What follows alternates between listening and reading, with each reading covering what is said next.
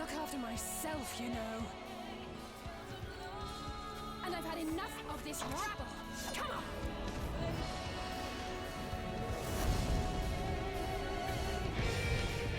As the chaos spread, the star seemed doomed to unravel, and yet...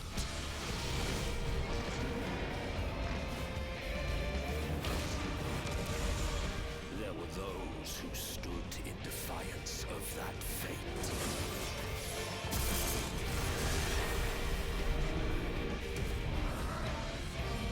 The hour is come, Vrtra. It's all or nothing.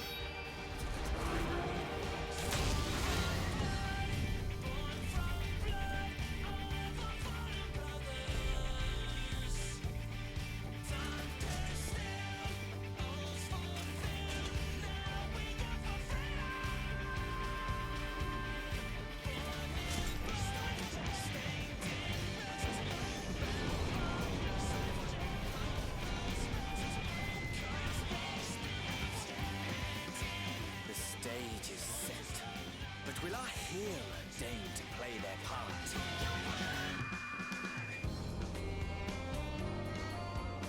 You took your time. 'Tis as we feared. The respite afforded this land was but fleeting. The end draweth nigh.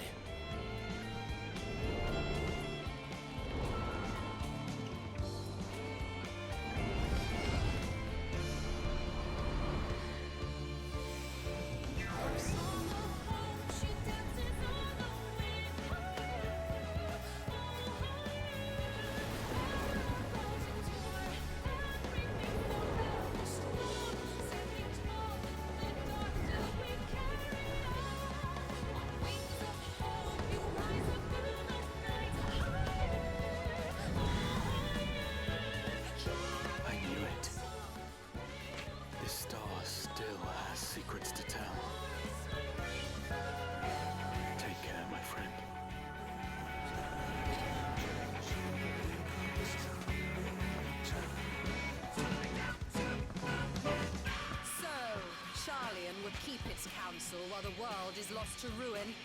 It would. Come what may, we shall live on. We must. Do as you must, then. But we scions will fight until the heavens fall, until our last breath.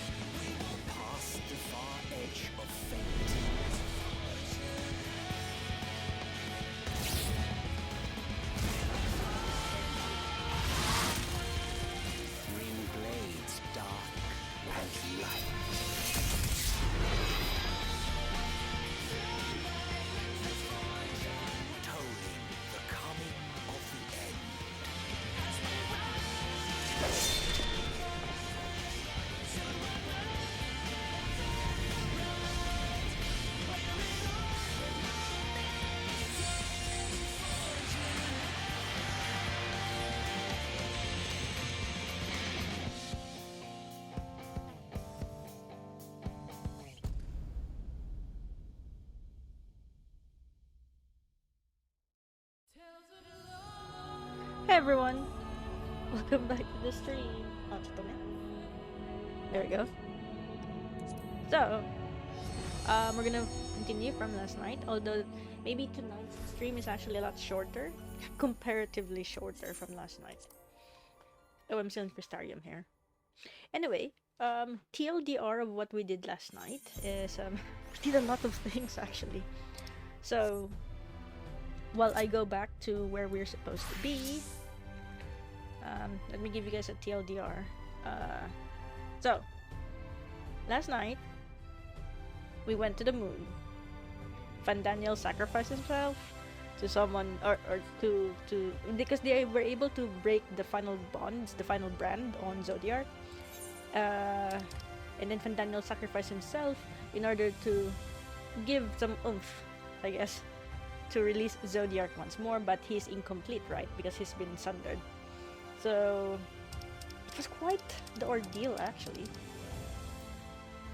And afterwards, we learned that, you know, that was actually the plan of Fandaniel after all, because the existence of Zodiark is what keeps everything in balance.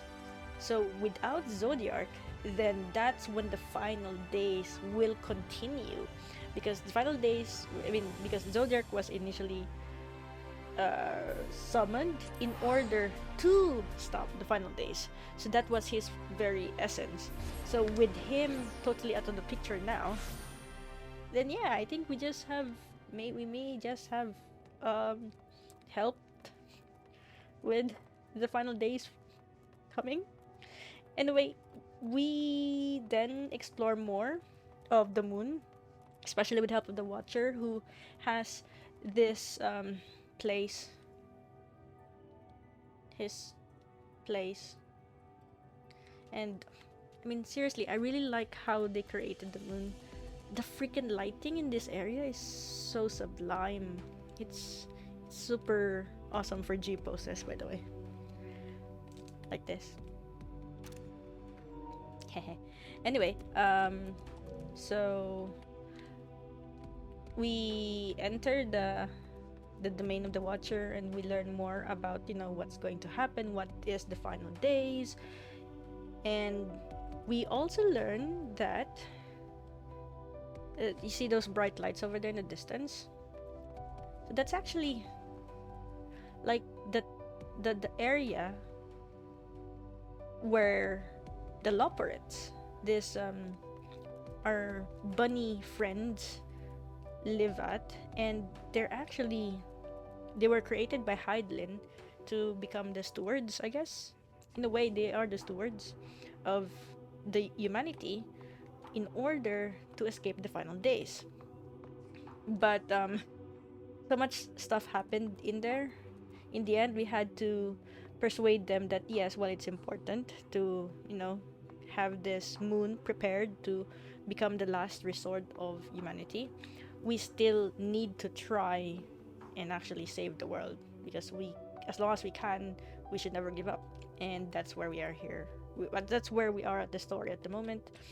Urianger decides to stay behind in order to instruct the Loporrits of, you know, what is the current situation of humanity, and that you know, if possible, it's not just Etheirys that we should save, if inevitably we have to really escape this star, but if as much as possible we could save all the other shards, or all the people from the other shards.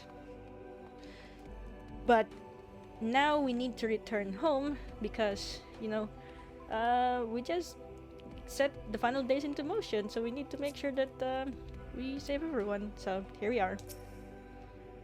That's pretty much the TLDR of what happened yesterday. Actually, you know what? I think I'm gonna go with my machinist for a bit. Okay. With the Loporrits in Urianger's capable hands, we needn't worry about affairs here in our absence. Knowing now the face of their earthly collaborators, there's much to discuss with Alphen and the others. Oh yeah, that's another thing. We also learned that for many centuries, I guess, or many calamities, they have contacts with people on Etheirys, so they're earthly collaborators, and yeah, we pretty much deduced it's the Charlean Forum. So let us return to the Tower Babel.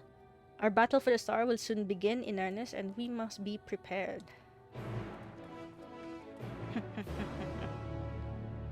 Okay. So I guess speak with Tangred and Nethergate. Nethergate.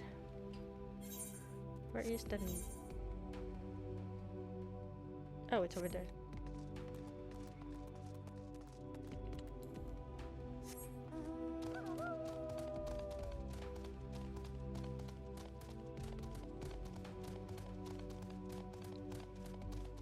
Also, Jay was able to catch up on where we are in the story. And it's now our turn to catch up to where Jay is. So this is the Nether Gate.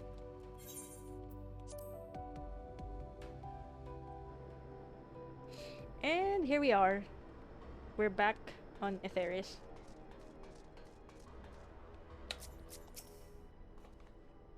Gods, I can scarcely believe we went to the moon and back. But we'll have time to reflect on that later. Right now, we need to head back to Camp Broken Glass and deliver a thoroughly detailed report to Lucia. I'd like very much to know how everyone is getting on here as well. They'd only just begun to treat the tempered prisoners when we left. I share your curiosity, but warning our allies of the final days is of greater importance. I speak not only of the contingent, of course. The head of state of every nation must know what we have learned. We know not when or where or in what manner the final days will begin to manifest, so we must see that everyone is prepared. Agreed. Though we may wish to stress the importance of discretion, lest the public be sent into a panic. Not that anyone in a position of responsibility should need to be told as much, but it bears repeating. Anyway, first things first, to Camp Broken Glass. Alright.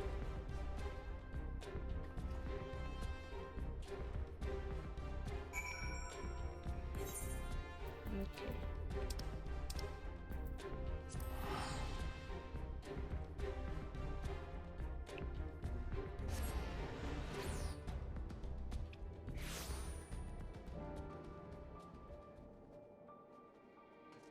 So many side quests.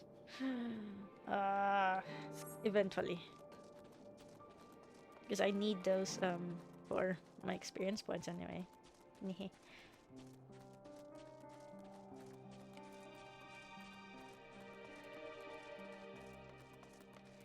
Hello. Lucia, you wouldn't believe it. We went to the moon and back. Ah, it's good to see you all again. No worse for your lunar adventure, I hope? Actually, we've done what we can for now, and believe me, we intend to tell you all about it. But before we do, might you tell us what's become of Galimald in our absence? We succeeded in subduing the Tempered inside the Tower of Babel. We took many alive, but combined with those who were already in our custody, the number requiring care has grown exponentially. The inclement conditions we here have made it difficult, if not impossible, to treat them all here, and so we have petitioned the aid of the allied nations. Some are understandably hesitant to proffer assistance, particularly those that were but recently subject to imperial occupation. That said, several others have agreed to grant them refuge for treatment.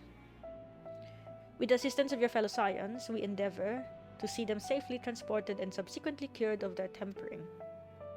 Will all the tempered be relocated? Not all, no. We have sufficient shelter to attend to those whose treatment has begun, and enough healers have volunteered to remain until their patients have recovered. Julius is one such patient, though he is not yet fit to receive visitors. Truth be told, it was a miracle he and those in his company were not harmed in the chaos. If not for Alfin and Alice's timely assistance, I dare say none of them would be with us today. That's at least a good news.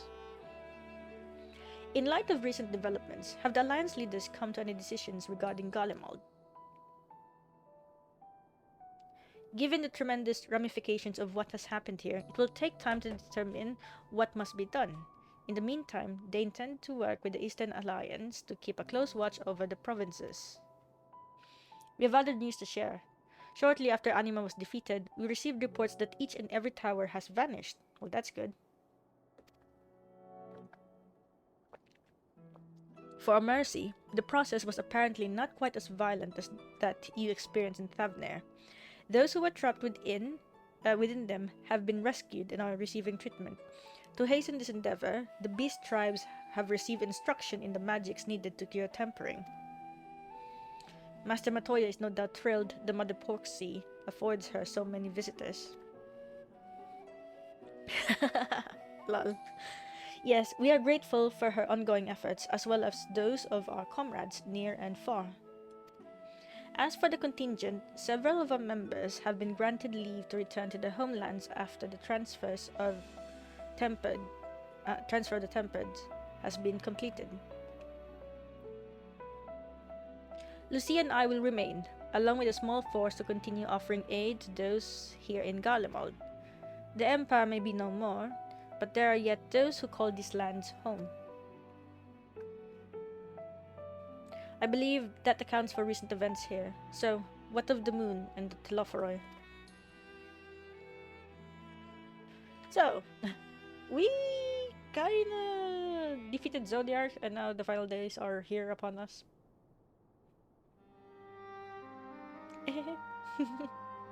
Ooh. The final days. Gods, I prayed your victory would mark the end of our troubles. There is still much we do not know, but the Alliance leaders must be told. Would you be willing to contact them in our stead? Yes, of course. I will send word forthwith. We'll also release your fellow Scions from their present duties, that they may return to Sharlayan. Your energies are better spent finding a means to avert the coming apocalypse. Speaking of your fellow Scions, you will be happy to hear that Mistress Kral, though still on the mend, has been moved to the Baldisian Annex and given into Tataro's care. Thank you. I look forward to seeing them both upon our return. Let us be on our way then. One last thing, if I may. Chatani. What is it? After your confrontation with Zodiac, you said Xenos took his leave and in all likelihood he has returned here to Garlemald. I have a mind to dispatch scouts to try and ascertain his whereabouts, but first wish to ask if you believe there is merit in doing so. If they found him, they would not likely live to tell the tale. If you're expecting a trail of destruction to follow, you won't find one. If you're expecting a trail of destruction, yeah, he's not here to destroy stuff. Aye, you're the only foe he considers worthy. And even if my men found him, who but you could even hope to bring low that monster? Pray forget I entertained the notion. While on the subject of Xenos, the 10th Legion has made an official proclamation. They denounce the Crown Prince and condemn his role in the Empire's downfall.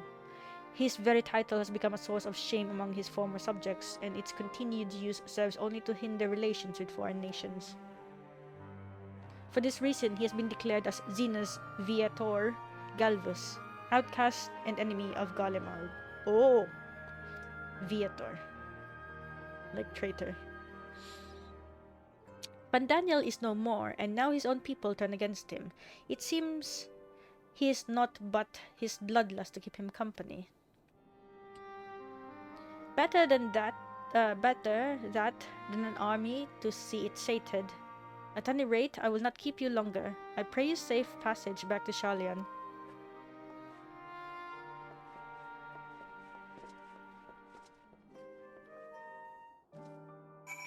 Alright. So, Xenos may have already returned here. Dailies.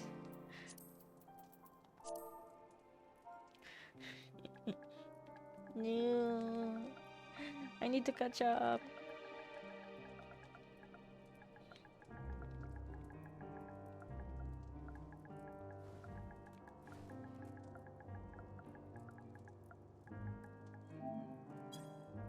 Okay. So now we're returning to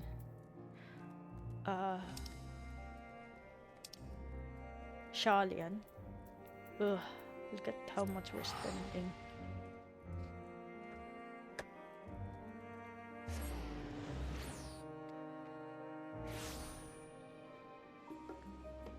Okay, here we go. Hey Crystal. Welcome to the stream. Good luck today. Yes, thank you. We'll see how far we can go. Where do we go? The Baldisian Annex.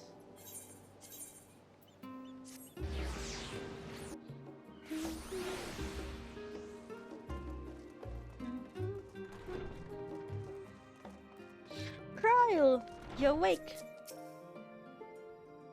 Oh, it's so good to see you, and free from childblains, I take it. You'll be pleased to know everything's been kept in order since you've been away. I even brought a few useful knickknacks with me from back home. But no sooner had I arrived than I received word of Kryl in poor health and you on the moon. If you meant to give me a fright, you succeeded. Don't worry. Don't worry, Tara, I'm still in one piece. Welcome back, Aero. We were so terribly worried about you.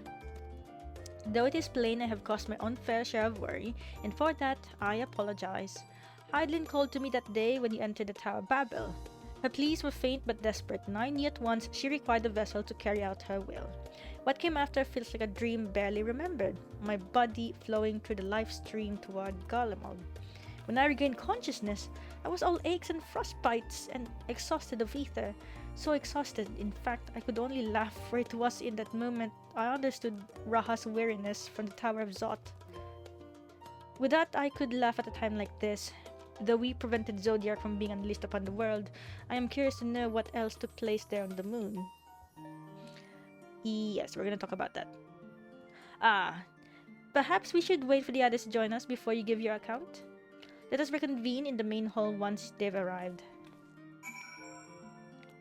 Wait at the designated location.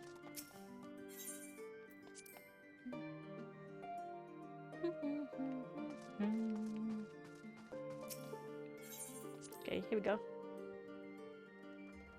We're gonna get everyone up to date.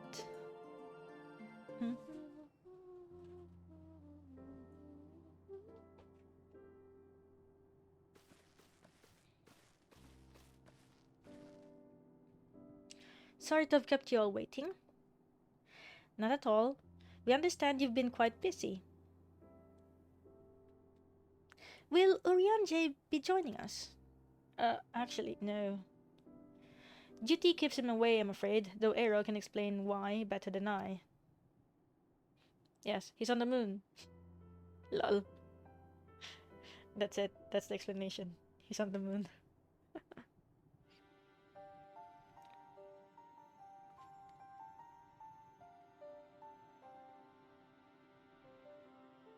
The final days, as befell Amarot. And we are to escape via the moon? What of the source and its reflections? I have no intention of standing by while the world falls to ruin. So, how do we stop this? Unfortunately, we have no answers at present. If the celestial currents have grown stagnant, as was the case in the time of Amarot, the solution would be to alter the flow of ether throughout the entirety of the star. The ancients accomplished this by summoning Zodiac, sacrificing half the star's population in doing so. But it should go without saying that such a sacrifice cannot be repeated. Which leaves us with the daunting task of identifying the underlying catalyst for the final days, a feat which even the Amorotines could not accomplish. Unfortunately, we found no clues in Mare Lamentorum. There is still much we do not know about the catastrophe itself, let alone what may have caused it. The final days were marked by the corruption of the Amorotines' creation magics. But we command no such power, which invites the question, what havoc is in store for us? If we knew that much, perhaps we could draw some parallel with the events of the past, and thereby form some semblance of a plan. Perhaps we should start with the Forum then. Having worked with the Loporrids in secret all this time, there's surely more they can tell us. Forgive the interruption, but I have urgent news. The Forum is holding a public assembly in the plaza outside, some sort of announcement. What is Father up to now? There's only one way to find out.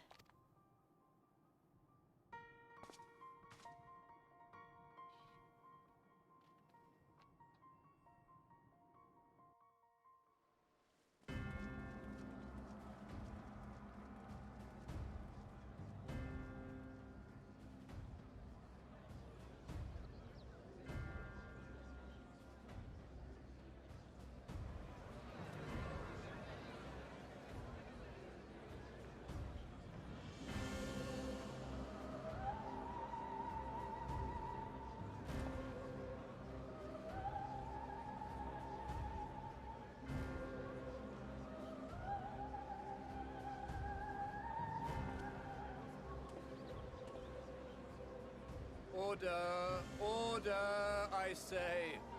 Oh, his name's Banya. Is he gonna be an evil man? I thank you all for gathering here on such short notice. This day we must speak of grave affairs and their implications for the future of Sharlayan, nay, of this very star. Said affairs concern all citizens, and so we have called for a public assembly.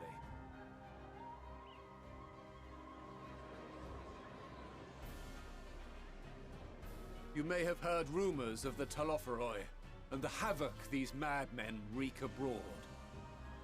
Under normal circumstances, we would pay little heed to petty disturbances outside our borders. The final days, however, are another matter altogether. For we dare not ignore these prophetic words of Eld. The Endbearers will come, ushering chaos and calamity. The final days descend and devour the very star. Oh, so I guess we're the Endbearers then. I've never heard this prophecy. Is it true? Will all that really happen? Calm yourselves. The time has come to speak of the Forum's most sacred duties. But first...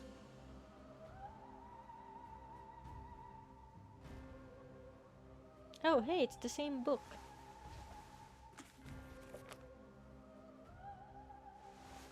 Give voice to the voiceless. Let bindings be unbound. Oh. By unanimous decree, I declare the enchantment broken. Oh, so they've broken the silence spell, I guess, for everyone.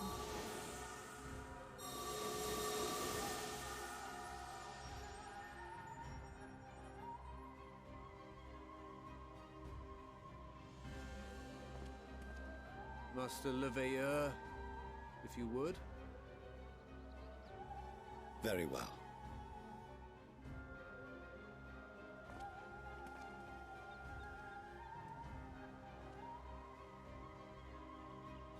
"270 years ago, our forebears began an expedition in the Dravanian hinterlands, in search of a route to access the ethereal sea. This much is public knowledge. Their findings, however, would become the Forum's most closely guarded secret. What those researchers discovered in the hinterlands was not a passage unto the ethereal sea, but the very heart of our star, and Hydaelyn herself.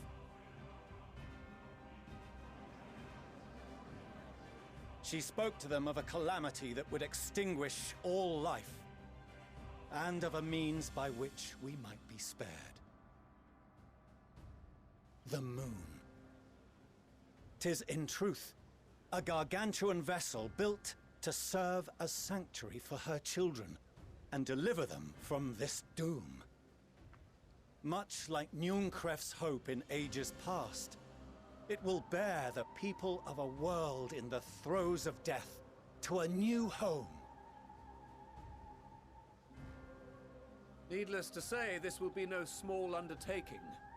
To facilitate the great work, the Forum has maintained close contact with the servants of Hydaelyn, who presently reside on the moon. Convinced that the foretold end was all but inevitable, we began amassing a wealth of knowledge, not merely for the betterment of our nation, but in preparation for the journey to come. You reveal this to us now?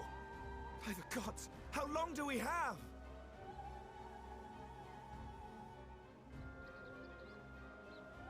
While we cannot say with certainty, we believe the hour to be nigh. We received a transmission from the moon suggesting as much not long ago. Not long ago? Which is why we must in earnest begin preparations for the great exodus. For his impressive contributions, and the leadership he demonstrated during our withdrawal from Thavnair, we have elected Master Leveilleur to oversee this initiative. Oh.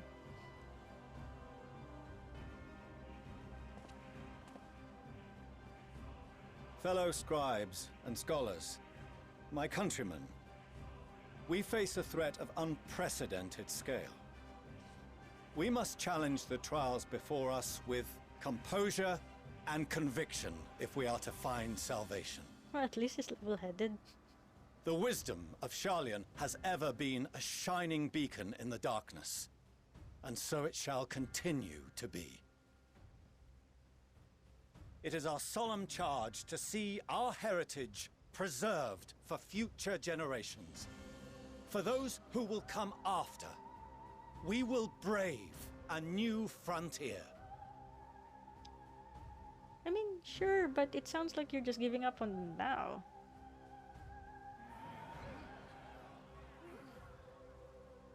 Administrative edicts will be relayed to all major institutions ere long. In the meantime, carry on with your duties. With that, I hereby call this assembly to a close. Also, why is it that this information is only given here? Like, Sharlayan isn't the only population of Etheirys, you know?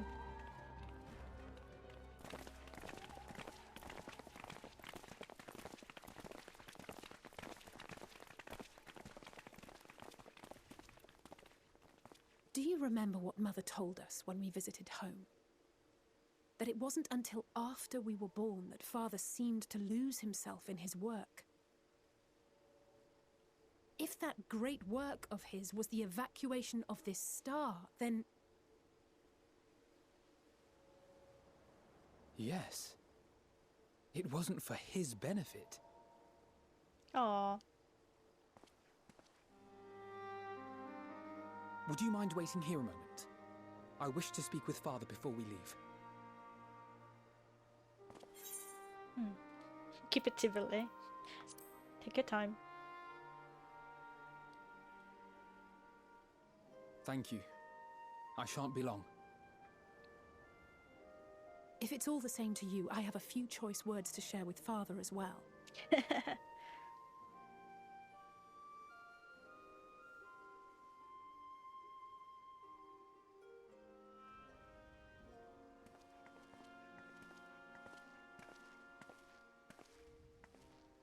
So, come to call us cowards and bid us join your fruitless battle against the inevitable. Nay, we do not object to the Forum's proposal. On the contrary, those who wish to flee have every right to do so. Urianger is cooperating with your associates on the moon to ensure that all is ready should evacuation be our only recourse. Urianger? Then whatever your business, I suggest you be brief. Oh, fortunate. Though we cannot boast the boundless wisdom of Sharlayan, we have first-hand knowledge of foreign cultures, and have conversed with no small number of peoples. These experiences have taught us fundamental truths that cannot be recorded in any tome, nor charted on any map. The beating heart of this planet is its people, many of whom would give anything, even their lives, to protect the lands they love. Many may choose to join you in the end. But what of those unwilling or unable, for whom escape will never be an option? What would you have them do? To ignore the plight of those one might conceivably save is not wisdom, Father. It is indolence. Yeah, those are the words of Louis Wong. This is why we choose to fight. We'll not ask for your understanding, Father. Only that you don't turn a blind eye to the good we have done. That we can still do. We're not children in need of protection. Hold fast to your principles and let the world burn if it please. But we believe there is still another way. And if there is, we will find it. You see if we don't.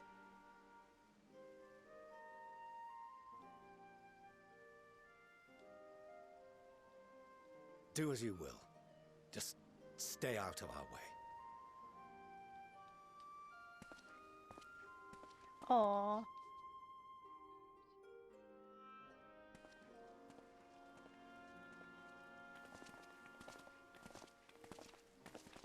Were he not so consumed with self-righteousness, he might tell you how proud he is of you both. Bold words call for bold action, and there'll be no turning to your father should plans go awry. As if I ever would. So long as there are those who wish to stay and fight for this star, we have to do what we can to help them.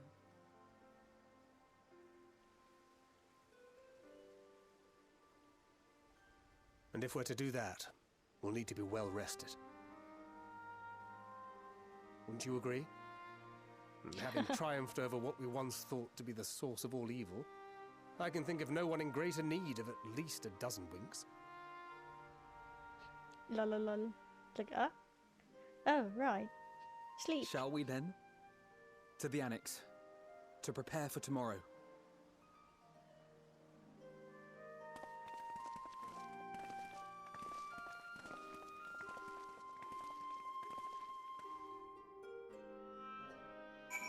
Oh, hey, Jay! Wait, I'm a shower so we can do this. Okay, no worries. I think I'll be able to open it by the time you're back. Oh! Thanks for the shout out! Just look at everyone. They're so chill. Hello, the final days are here. Hello.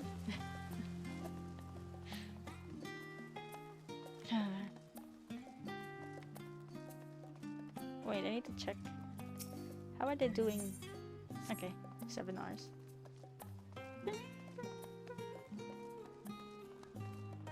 Wait, I was pretty sure I mended my stuff, right? Nope. Oh, because I did ninja earlier.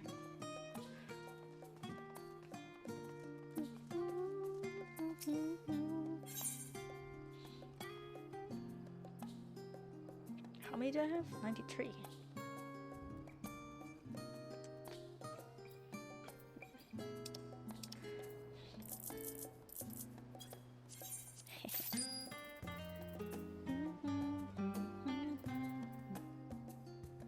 Oh.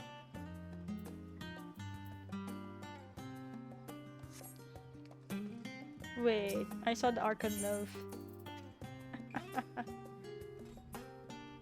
It's so expensive, what? Wait, skills with vitality. I mean, not bad actually.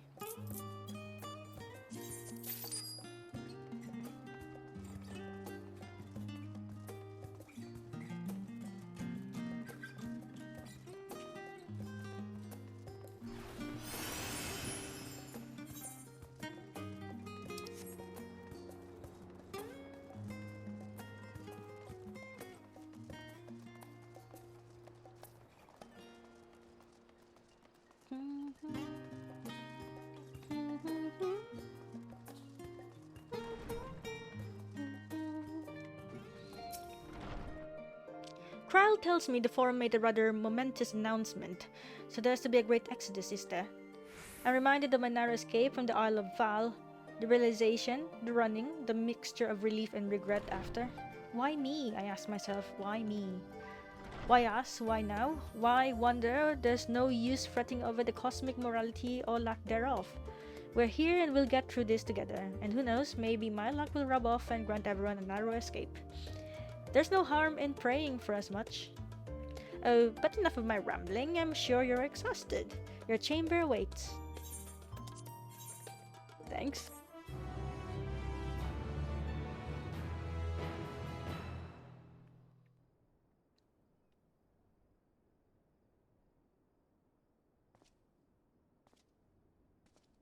It's an Amaran plush toy. And it's a Moogle. Aw. I miss my room in Shalian.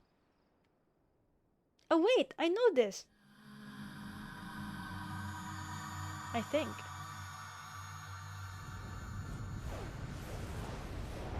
Well, thanks.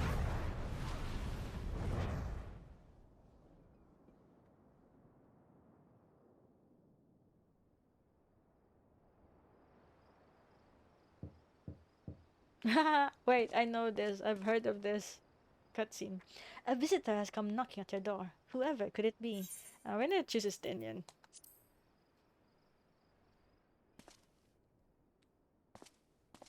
Just because it's funny.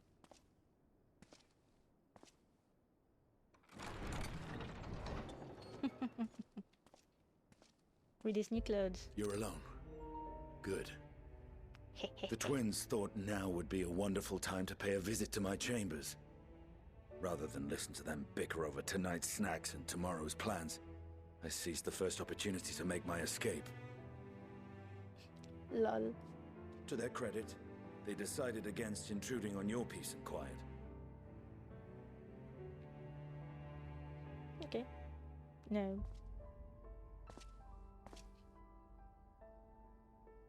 Can all be a bit exhausting at times, can't it?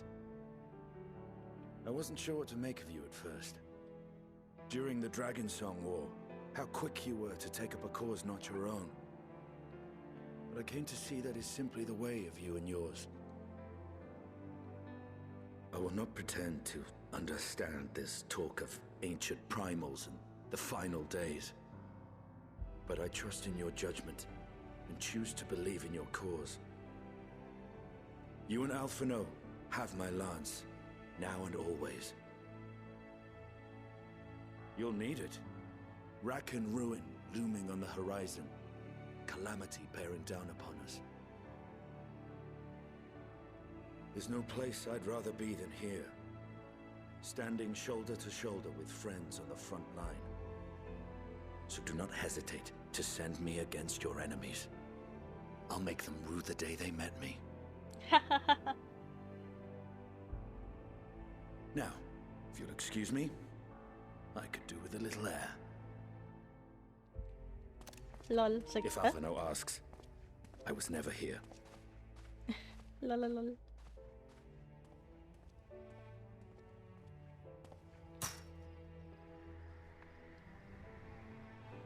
Until the morrow.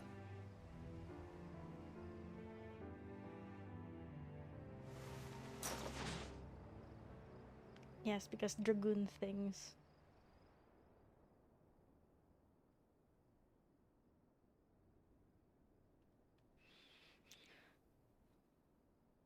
Oh yeah, actually I've seen.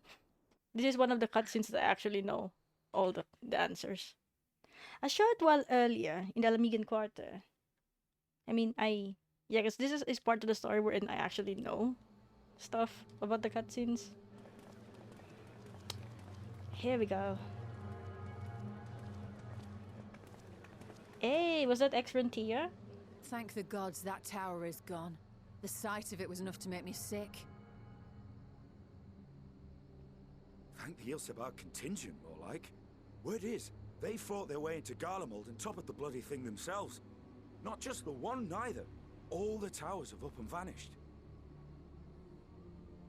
Aye, I heard the same. Commander Aldin and his troops helped keep casualties to a minimum, too.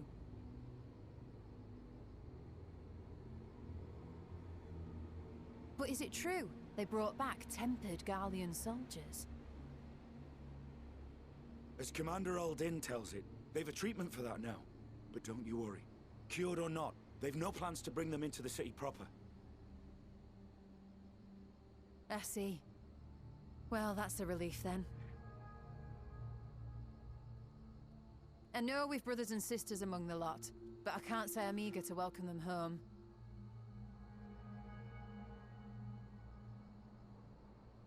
Wanted to think about it for a while yet.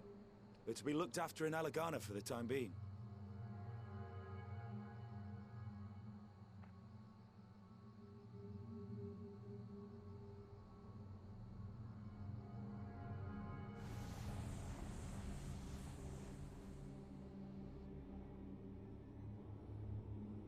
Meanwhile, in Ishgard.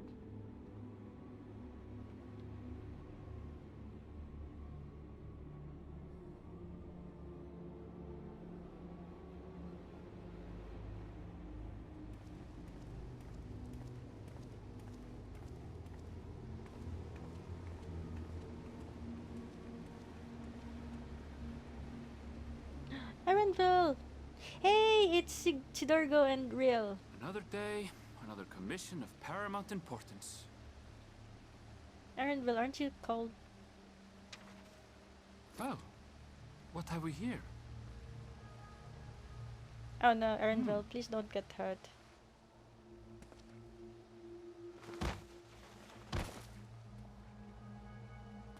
Hey, are you all right?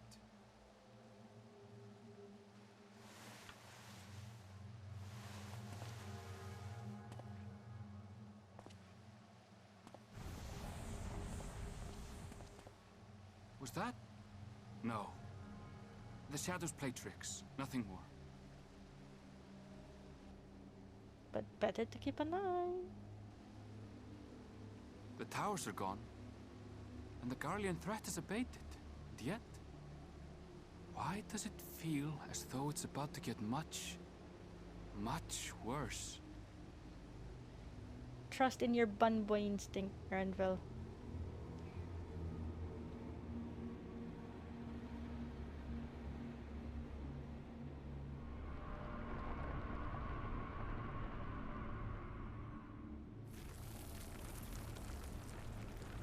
Oh, Thavnair.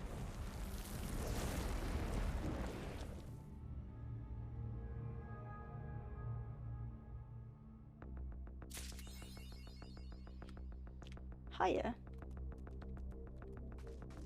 Oh, this background music.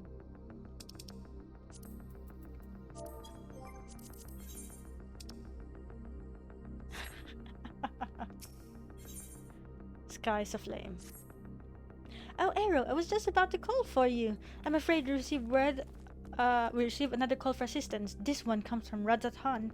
The others have assembled in the main hall to discuss the situation. You must join them at once. Wait, this is 84, right? Let me check. No, it's 85. I can't use my machinist for this. Okay. Oh, I wasn't able to level up quickly enough. Did the real story of Endwalker begin? Just gonna do a trial. I think I saw. Ah, there you are.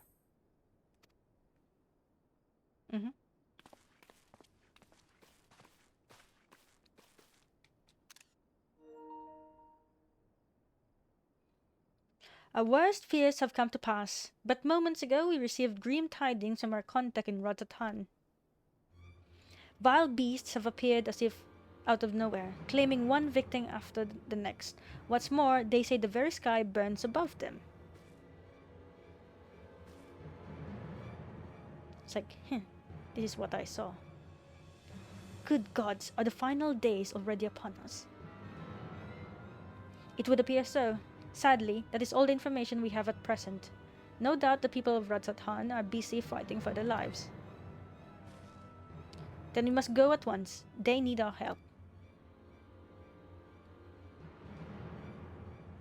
Agreed. Kryle, you'd best remain here with the Taru and gather what knowledge you can. You're in no condition for a long journey, I imagine.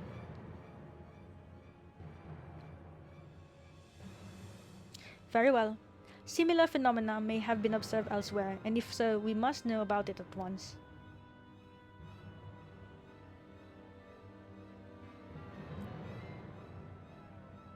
Be safe out there, yes? Let us make first for Yedlimod. We must prepare ourselves for what may lie ahead. Okay.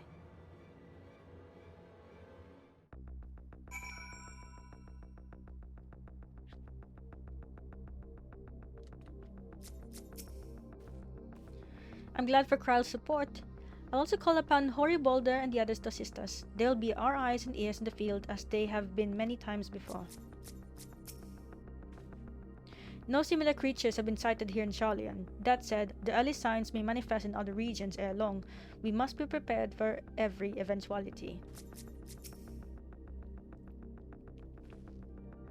With the fall of the tower in Thavnair, the Hanish were beginning to enjoy a semblance of peace. And now this. We do not wield the creation magics that the ancients did, yet still these abominations appear. whatever could be the cause. It's fear. I would rather accompany you to Thavnair, but Ra's concerns are well-founded. The last thing I would want is to be a burden. And so I will remain here with Tataru and do all I can to gather knowledge that might serve us in the battle to come. Godspeed in your journey, Aero. In ancient times, the phenomenon was first observed in places where the celestial currents had grown weakest. It would seem there's a stagnancy of ether in the skies above Vrtra, unbeknownst even to Vrtra. If this calamity has indeed come to Thavnair, it is all too likely that Corvos across the strait finds itself in a similar predicament. Even now it remains an imperial province, and as such, it may be some time until we can ascertain the situation there.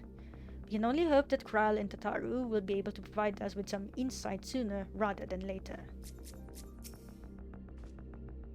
If the might of Vrtra is not enough to hold these fiends at bay, Vrtra is in dire straits indeed. We must go at once.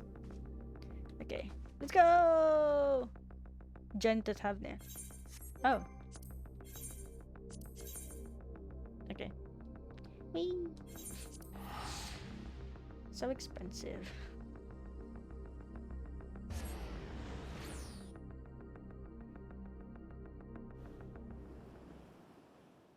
And lo, vile beasts did rise.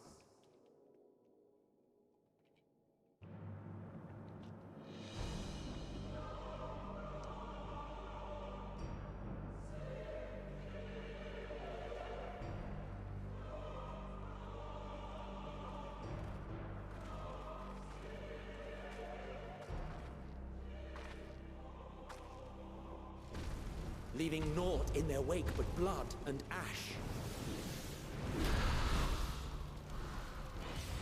Sun scorches earth and boils seas. And our sins ascend unto the heavens. Three dooms to unmake all we were.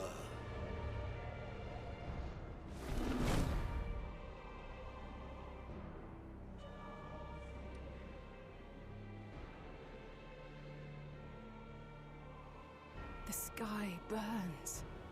The final days are truly upon us. Oh, sorry.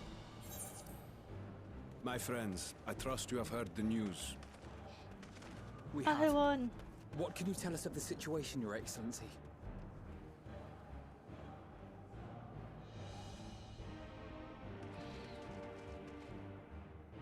Last night, the isle was rocked by tremors, and the earth itself cried out. Aloft, the heavens began to burn. From all about, unholy beasts, the likes of which we had never seen, came forth in fury and rage. No. To say they came forth would be inexact. They came from within. The people of Vrtra themselves transformed into these baleful fiends.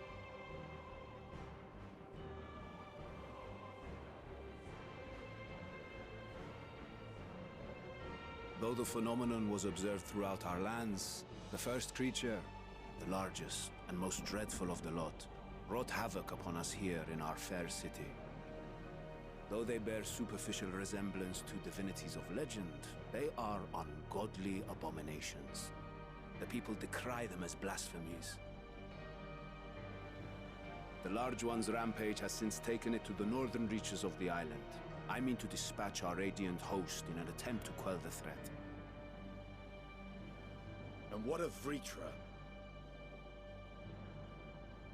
Vrtra too makes for the north of his own accord, and yet he knows the blasphemy and its minions were but yesterday his beloved people. I pray his boundless compassion and mercy does not deter him from taking unenviable but necessary action.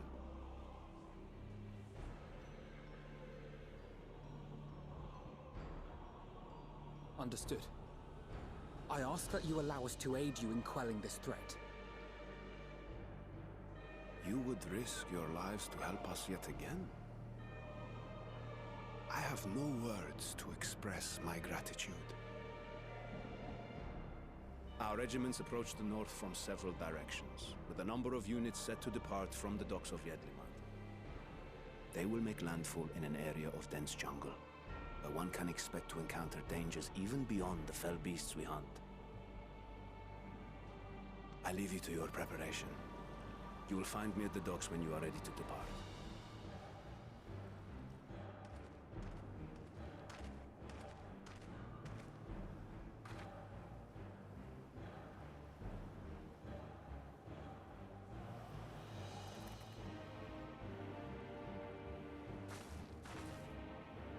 We're as prepared as we'll ever be.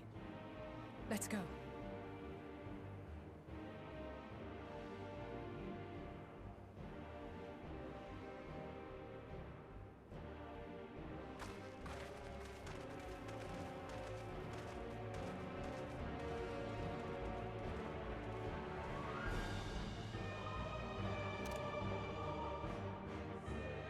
He's so extra. Very extra. Yeah, that's Emmett. We love Emmett. Okay. Ahewann! So basically I actually know the story from here on. Especially with Thavnair.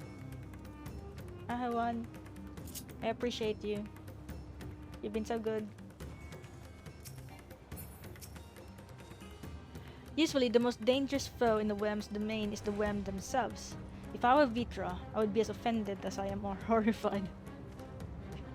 Well. Innocent souls twisted and reformed into unholy abominations. I thought I had seen the last of such nightmares with the Sin Eaters. We must act quickly, Arrow. Every moment we tarry means another soul may be lost to this nightmare. I shall survey the environs closely as we go about our search. There may be some clues as to how we can combat this phenomenon. If it's true that the people themselves have transformed into beasts, why? Even the Radiant host could suffer the same fate, or us, first the thought. Don't worry, no matter how grim things might get, I won't lose heart. I'm ready whenever you need me. So the beasts are not born of creation magics run amok, but are rather the altered forms of the people themselves. In that sense, this manifestation of the final days differ from that which we witness in Amaroth. And for the worse, I dare say, if any man, woman, or child could become a beast at any moment, there is no telling whence the next threat might come. We must exercise extreme caution. Also, I like this freaking music. Wait, talk to Martin there?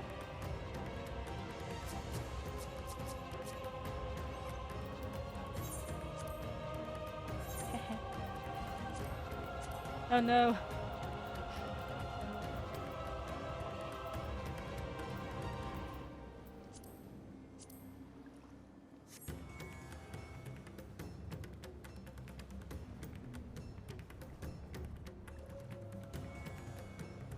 Okay. Actually. Too bad the Rianja is not here. Okay.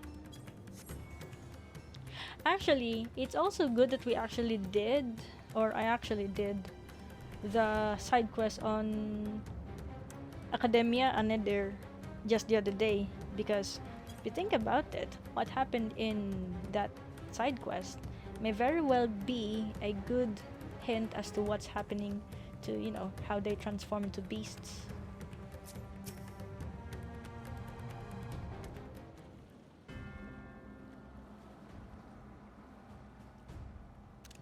Everyone has assembled, yes? I thank you for lending us your aid in our battle against the blasphemy. Let us review our plan of attack. I would have you board this boat and circle around to the north side of the island.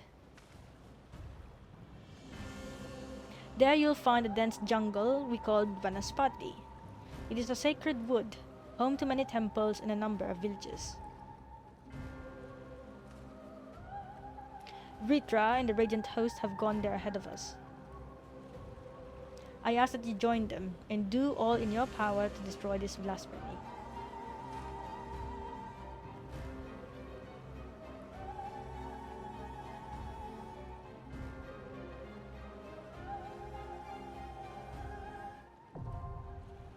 Jay!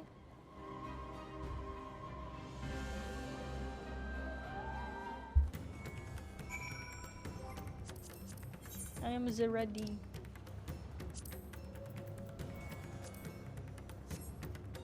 You're still in Crystarium.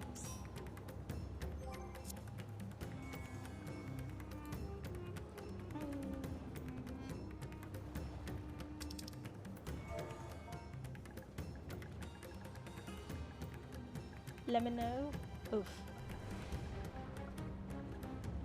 When you're ready.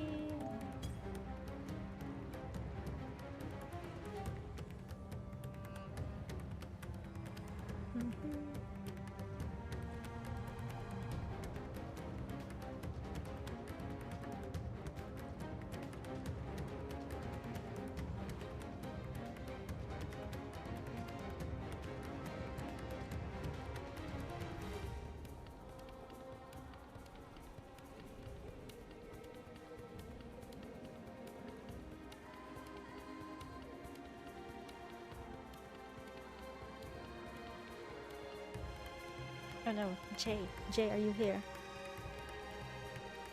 I mean, we can always enjoy the music. Wee, wee, wee, wee. Oh wait. Hello?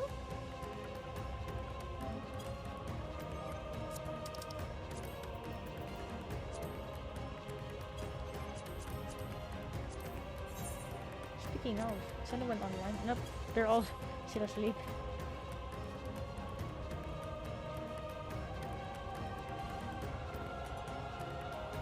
Oh.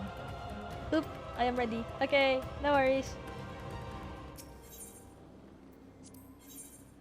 Wait, I just want to see, okay? I just want to see. 85. Oh, without Urianger. Okay, got it. You were checking up glams. Understandable. 9 minutes? Wow. Well, you have more time to check up glams, I guess. Whee! Oh. The sky, it burns. I wonder what they say. Hello. Small talk. Usually the most dangerous. Okay, it's the same thing. But what else? What else can you say? Actually.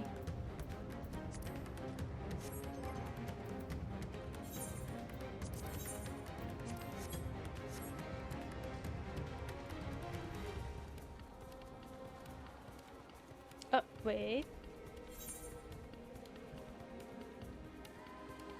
Tanga along the way.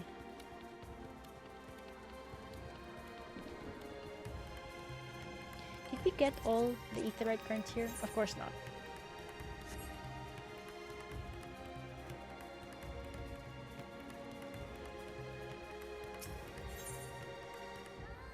Shelling out. You can't possibly be doing that in the middle of the final days. Actually, you know what? We're gonna change our menu.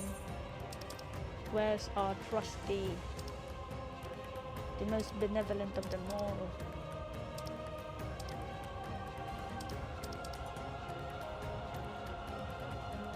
Hmm? Doko. Oh, there you go.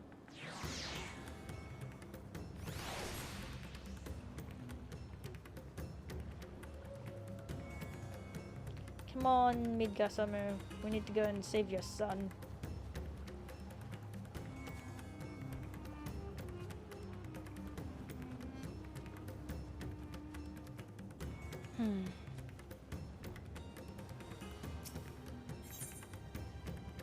Fruit savior.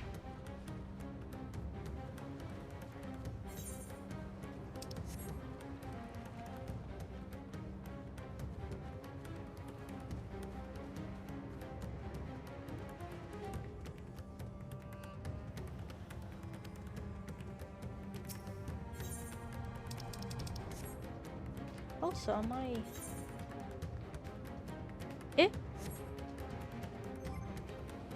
Oh, because we're 87. Wait, no.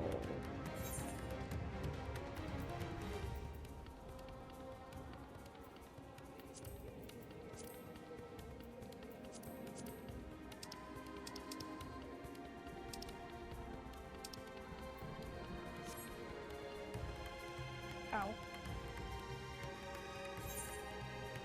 It's not here.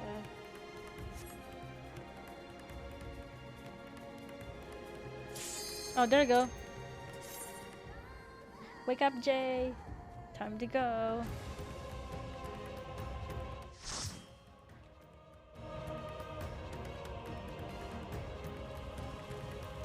Funnest party.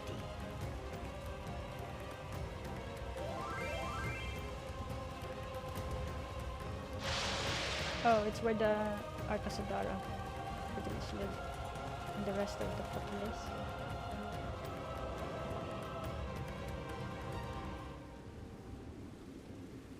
I think my gear is not up to par.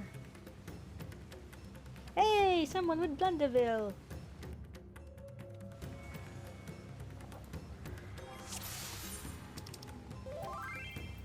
Where's my pizza?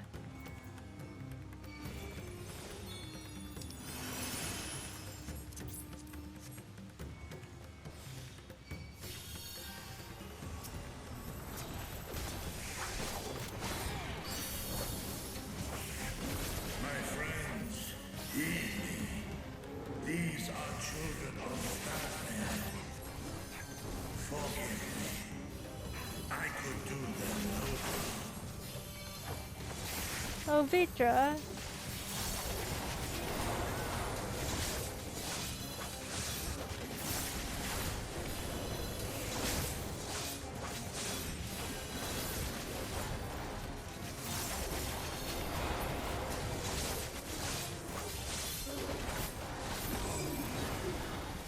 Yeah, I think I'm actually having lower eye level. I forgot to upgrade. I was hoping to be level 88, just so I can start wearing the gear I have for my what they call this? I have for my This is the only way. Vrtra. Don't worry. I shall silence the beasts of the air. Pray continue onward. Also, by the way, do you know that? Oh, perhaps you know, but the voice actor for Vrtra is the same voice actor as Gusetsu.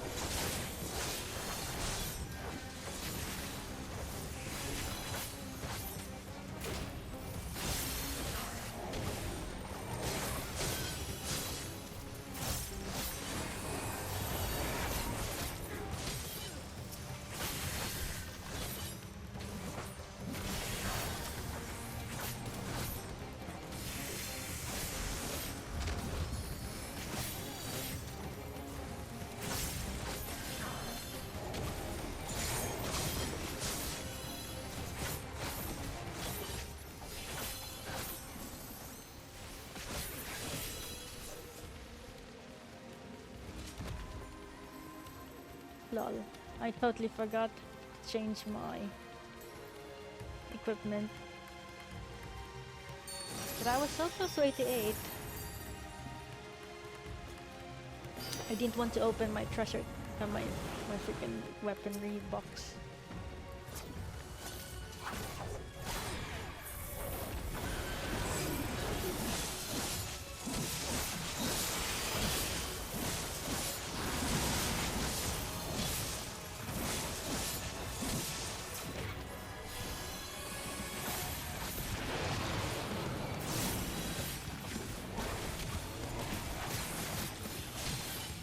So, what are we supposed to do?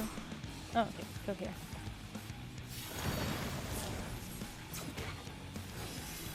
Oh man, it's taking so long to pass.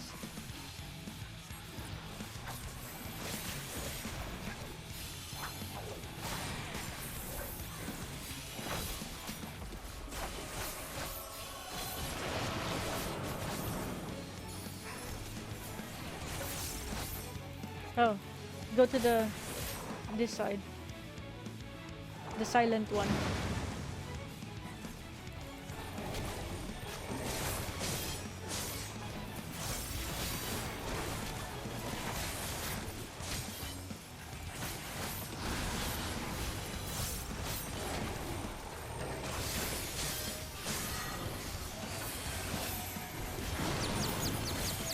Oh! Hey, Blunderville.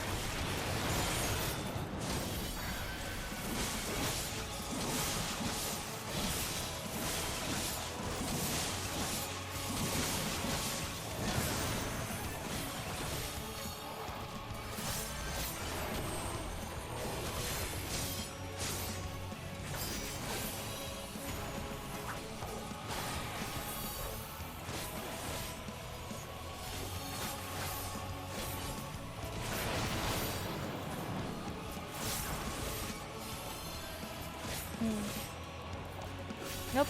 It's here. It's on the other side. The other silent mount.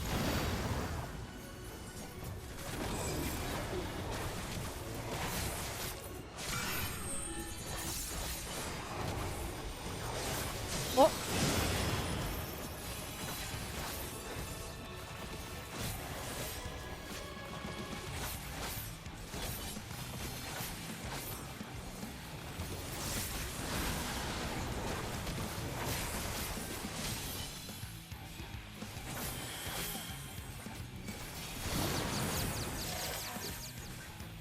Oh!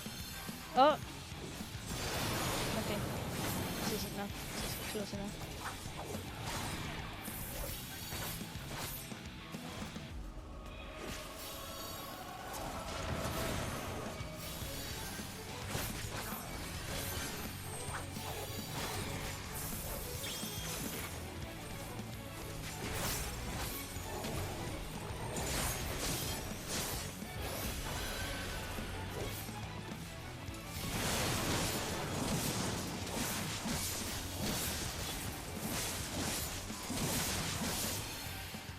Okay, there we go. Yes. What is this vile presence I sense? Are you talking about me? The horde draweth near. Be on your guard.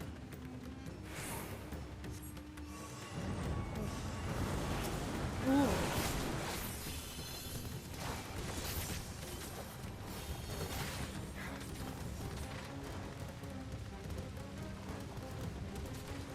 Oh man, freaking casting.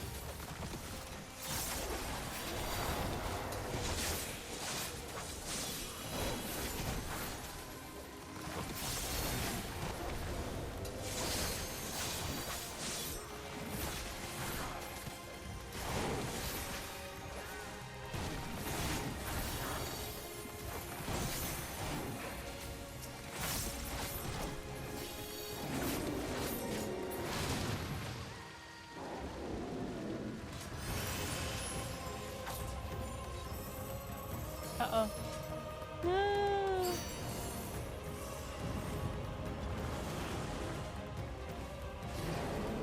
And then their fear will also turn them into monsters.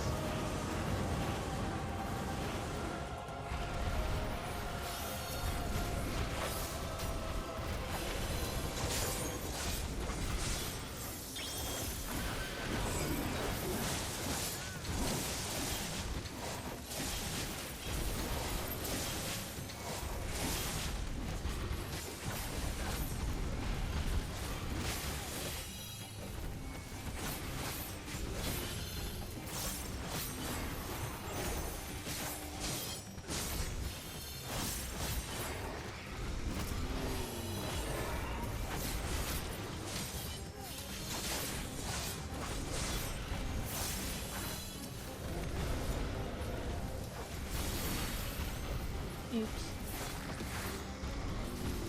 Actually missed that one.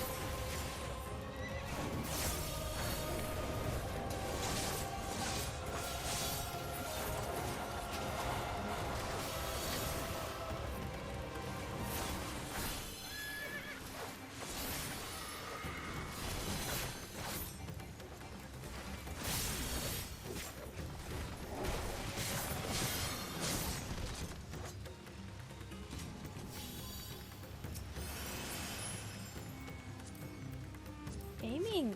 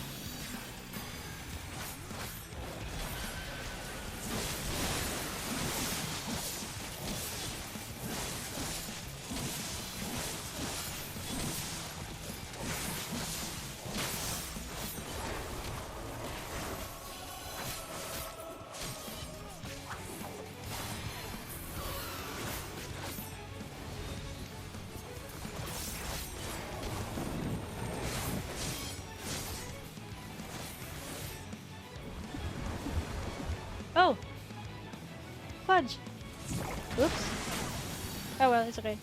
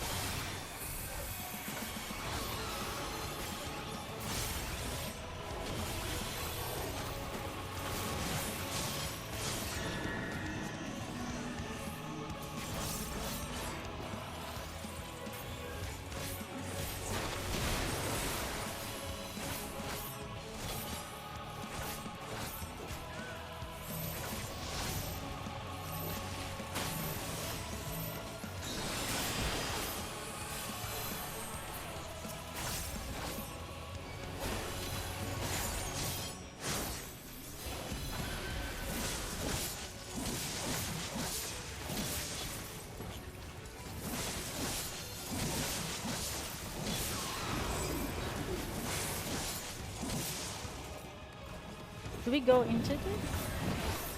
Oh, yes. Oh, I got... Oh, we are supposed to be inside. Okay. So I was like, oh, I got trapped.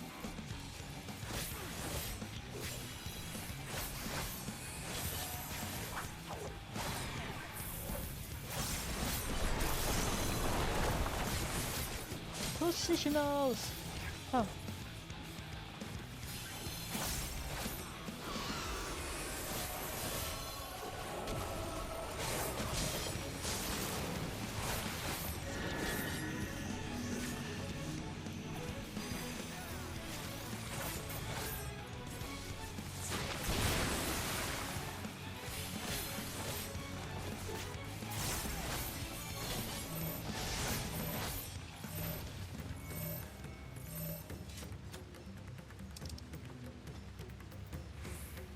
binding.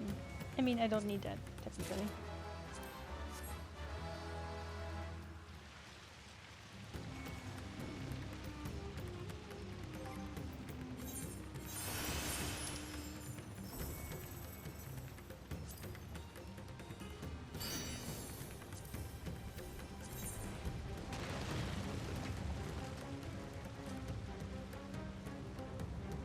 Not bad.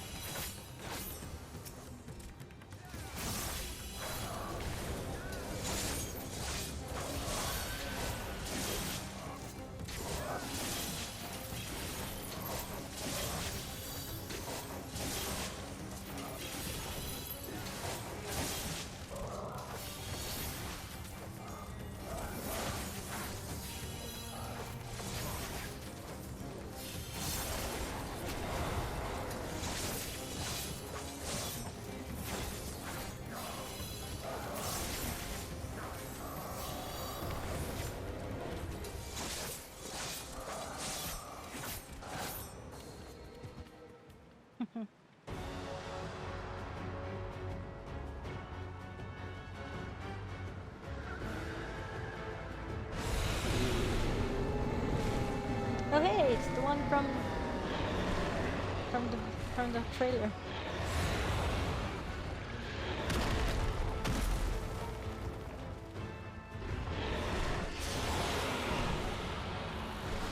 Garbanno.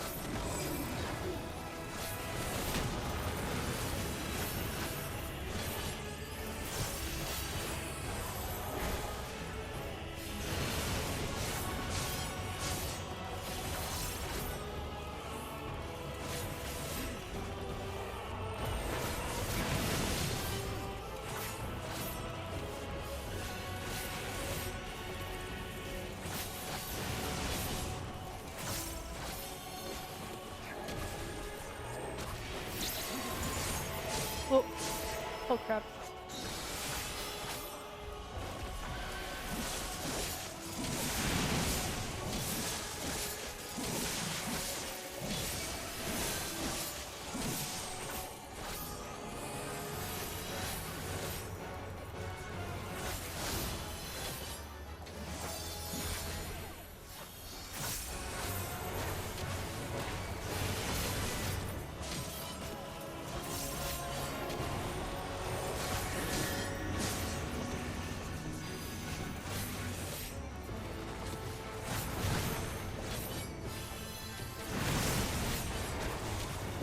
I forgot that part. Sorry.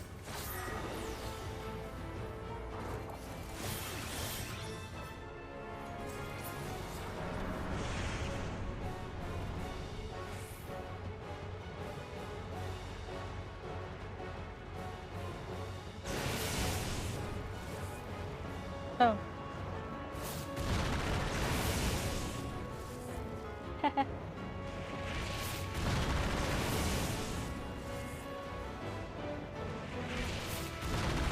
Ugh. Got hit.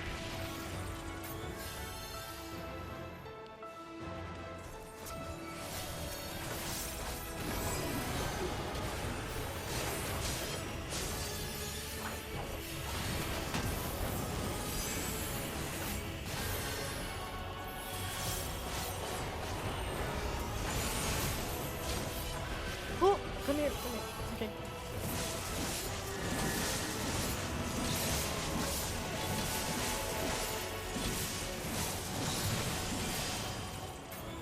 Oh crap.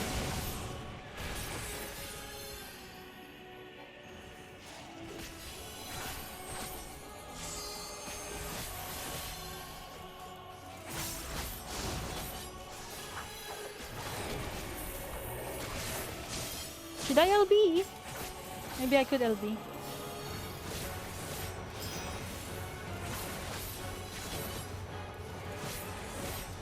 Should I start LBing?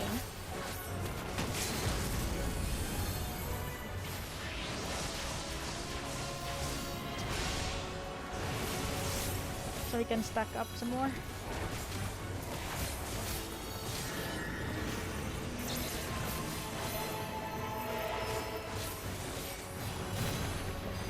Oh.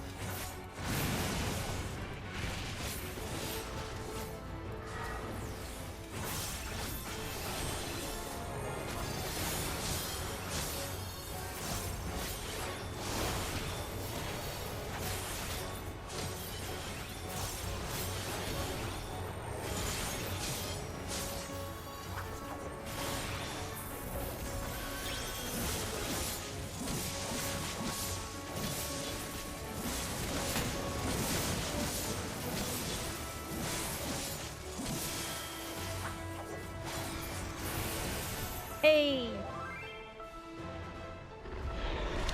Hello, Juju Trigger. Hello. Well, you're Endwalker now. Oh, welcome to the stream, by the way. Yeah, I think we're halfway into Endwalker now because it's level 85. But yes, we're now here in Endwalker. How are you?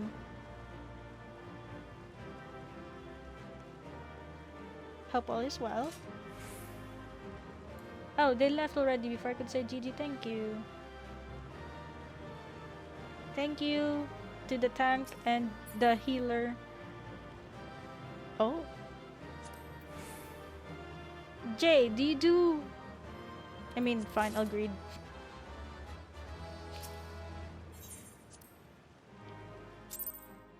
Just finished raiding? Oh! What were you at?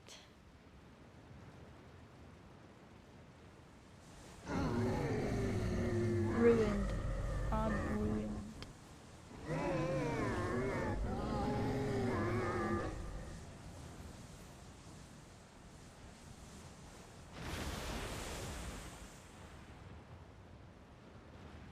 As I feared.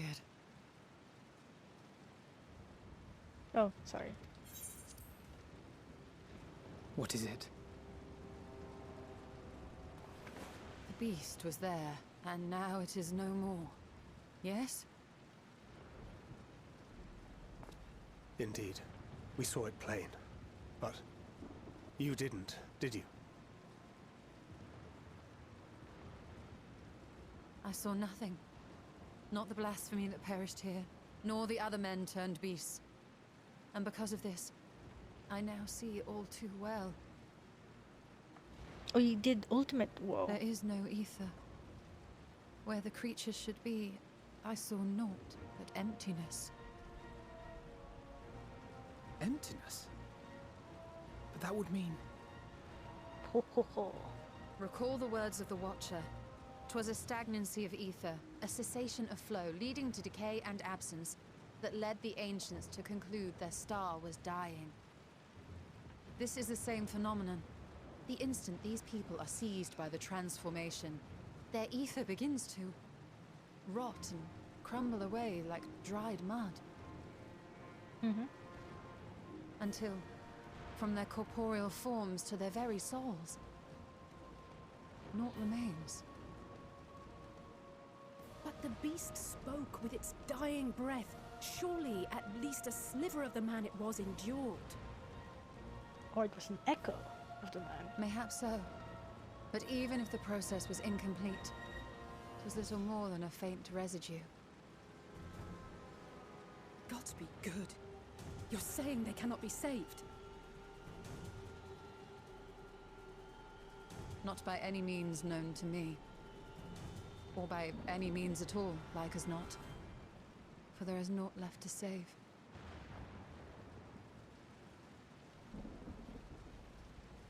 They return not even to the ethereal sea.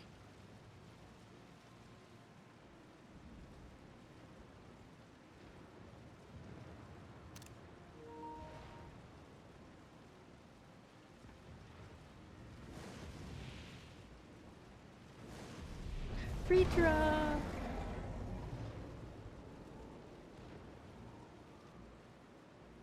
The beasts rage on, their hunger insatiable.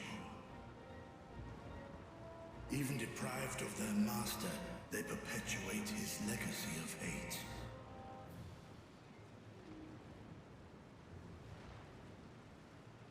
Once proud sons and daughters of Thavnair, all of them, and now I spill their blood. Ah, Vrtra. Need to hug the dragon. Vrtra, my friends, I am heartened to see you safe. Oh no, Ahewann.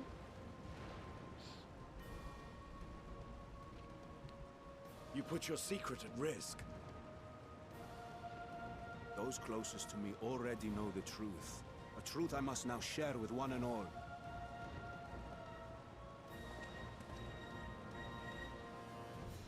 Vrtra, calamity has come to Radzatan. Our fair nation is rent by screams of pain and despair.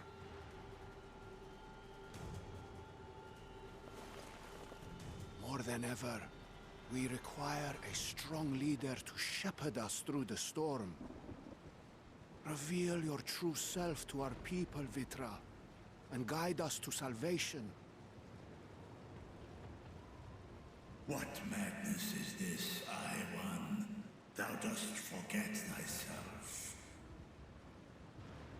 Were we to reveal our duplicity, it would do naught but foster confusion and chaos. Nay, I shall remain the Satrap's loyal ally, and do battle with the beasts. Easing hearts and leading the people to safety is thy task, and thine alone.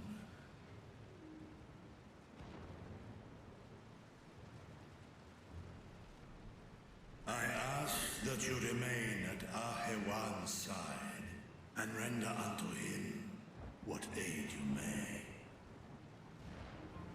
I know not what lies ahead, but without you, Radzatan will not survive.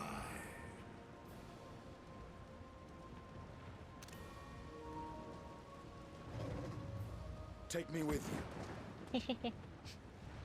I am as at home fighting in the air as I am on land. Take me with you. Were my words unclear? I require no assistance. Thy place is at Ahewann's side. Estinian, here. The freaking link pal. The last thing you ever wanted. A link pearl. We'd gain much from knowing your elevated perspective. And it'll keep you from getting lonely, which I know you loathe. You heard the man. Seems I'm coming with you after all.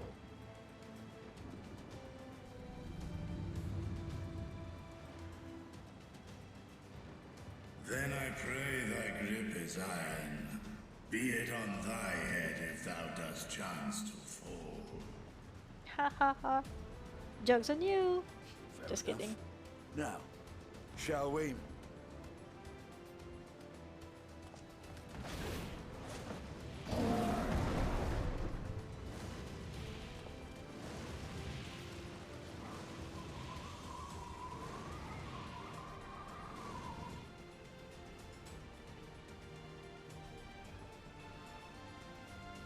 I fear it is as Vrtra says. We will not survive this on our own.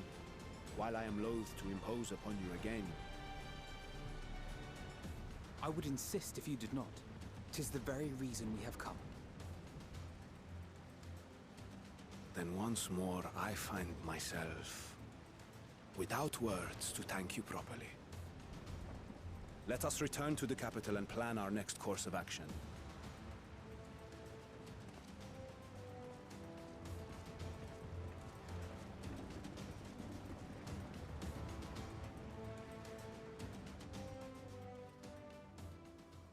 Oh. Okay, let's talk. Graha, all life must end in death, yet death in turn gives birth to new life, such as the flow of ether. To think that natural cycle could simply be cut off, the very thought makes me shudder. After so long and so many sacrifices, we finally found a way to cure the tempered. But these poor souls, they vanish without a trace. Is there truly no saving them? While Estinian and Vrtra defend Ahewann from above, we on the ground must find a means to prevent these transformations, and soon.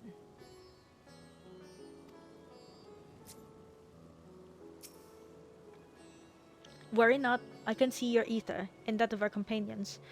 We have not suffered the fate of those unfortunate souls. Ahewann.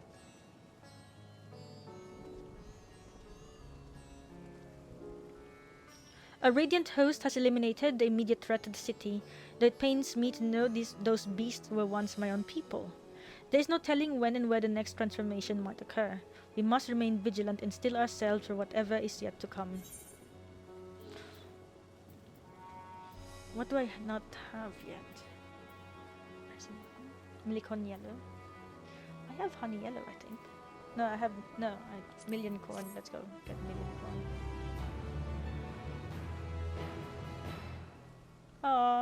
Oh, so it's part of the trust now. Wait, so tomate ne?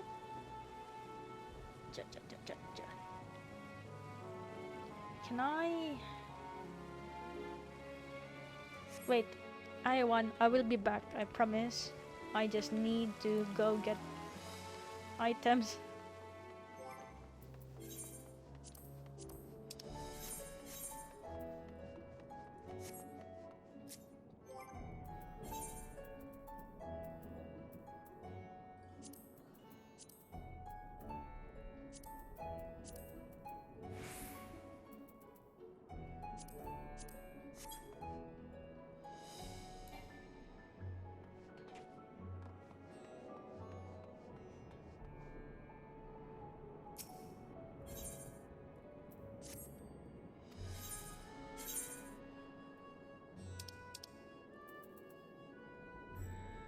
Wait, we are 533, right?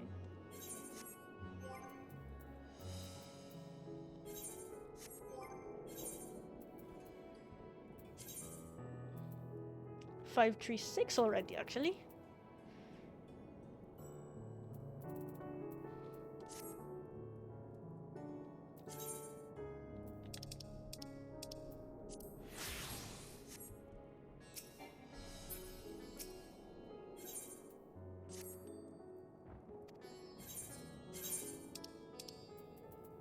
Five, 3, 3. Yeah, 5, 5, 3, 6. Okay, so I guess we're not that far off.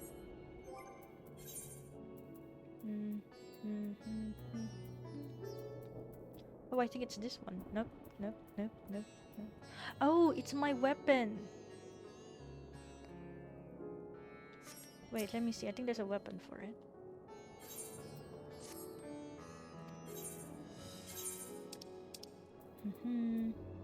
Put bracelet. Oh, there you go. Weapon.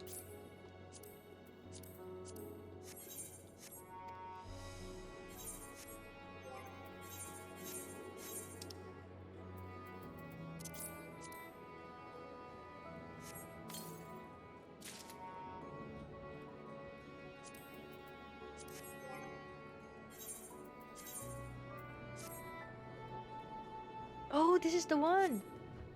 I actually like this one. Yeah, it's the one with the it's like brrr.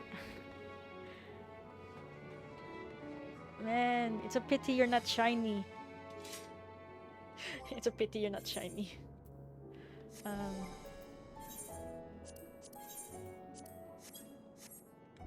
Okay, need to go back to Ahewann now. Oh, Juju, you mentioned you guys just did Ultimate. Which one is it?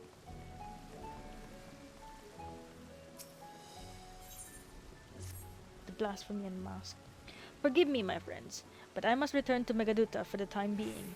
There I can better manage this crisis and dispatch my troops as the situation demands.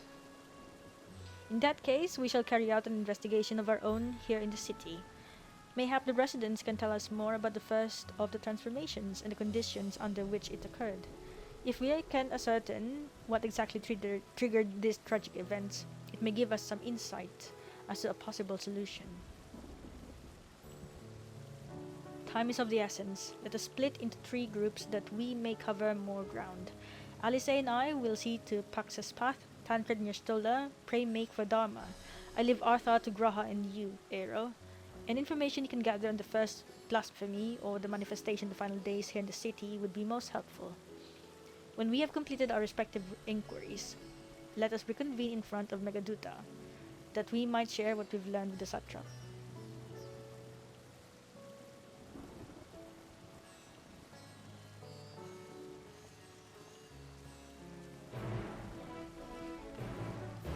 Alright, let's go, Graha.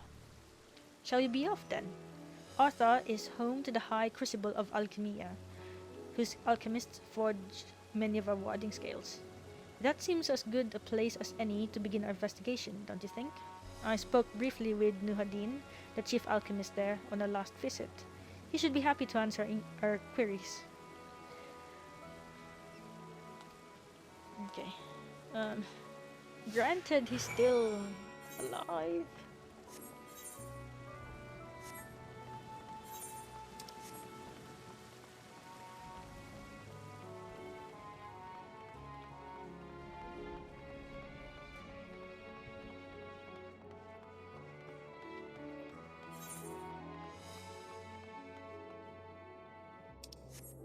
Oh hey, hi friend. Bye friend. Wait, can we pass by the vendors? Unless luxurious paper. What?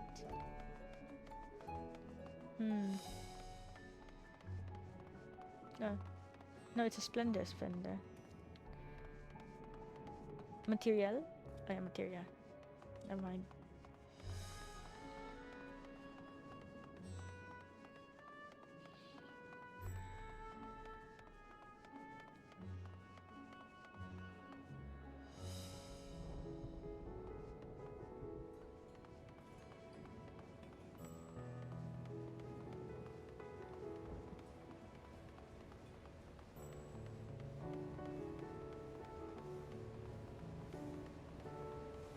Oh, okay.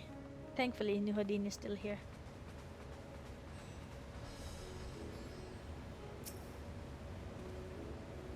Ah, I remember those red eyes.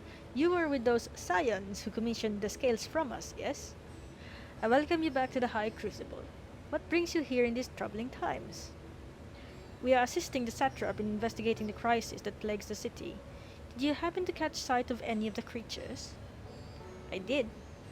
As I was going about my work, I was disturbed by crashing footsteps so powerful that the very ground shook. I rushed outside and could not believe what I beheld. The night sky was burning. Suddenly, I heard panic screams coming from the direction of Balshan Bazaar. In the next instant, a monstrous beast poked its head out from amidst the stalls. A handful of the Radiant rushed to the scene, only to be sent sprawling as the fiend and its minions propelled themselves skyward. So, the blasphemy came from the vicinity of the markets. This knowledge may prove useful. I thank you for sharing your tale. Well, I do believe we now know where we should inquire next. To the bazaar, then? Okay.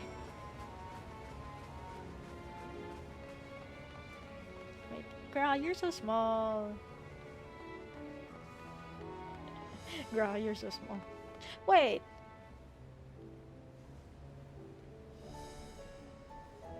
You're taller than Ayame. I'm gonna tell Muse. Or maybe it's just the ears.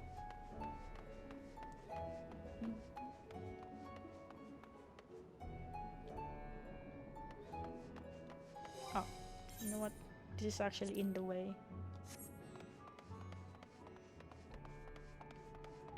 Vrtra.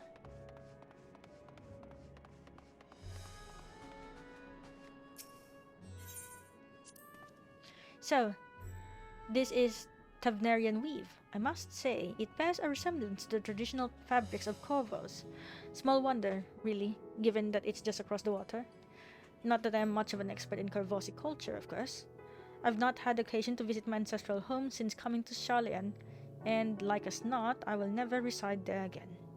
That said, in recent days I've felt more acutely aware of my heritage, and grateful for it.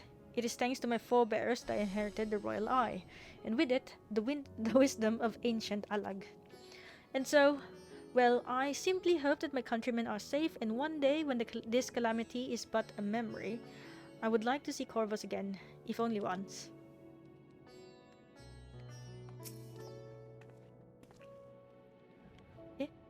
Okay. Forgive me, but my shop's closed until further notice. Needless to say, we've more pressing concerns these days.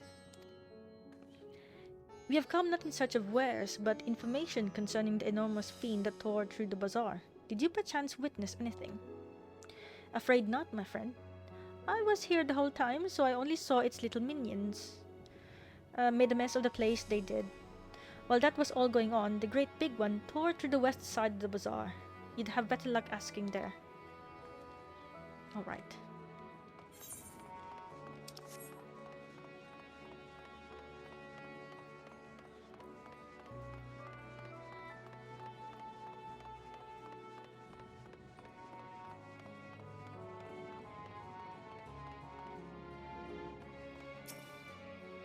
Zaytanur?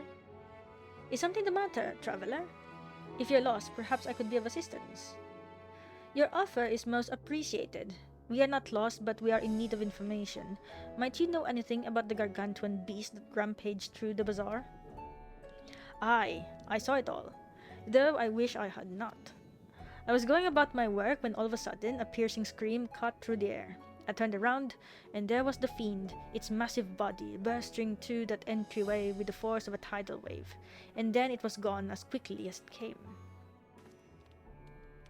Okay.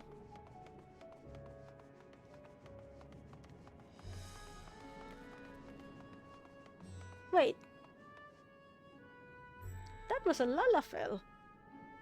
It is a Lalafell. And it has the horns. Radriva. Sisters, have mercy. What is happening to the world? What am I to do? Is nowhere safe? Settle down, friend. The danger has passed. At least for now. If it's not too painful to remember, could you tell us what you saw? First I heard the screams, then a horde of ravening beasts came charging towards us. One of them was huge, bigger than a married, throwing people around like rag dolls, and it was eating them. I hid under the counter, so others do the same, but the shrieking and the wailing kept getting louder, more voices in the throng. Beasts or victim, I couldn't tell. I knew not what was happening. I still don't. That is enough, my good man. You are brave to share with us your tale. Many of your fellow merchants are safe. The High Crucible, too, has survived mostly unscathed. Pray, stay close to your friends and loved ones, and rest your body and mind while you're able. I suspect that that is the most we can expect the people here to tell us. I think it best we find a place outside the bazaar where we might rest and review our findings. Okay. Oopsie.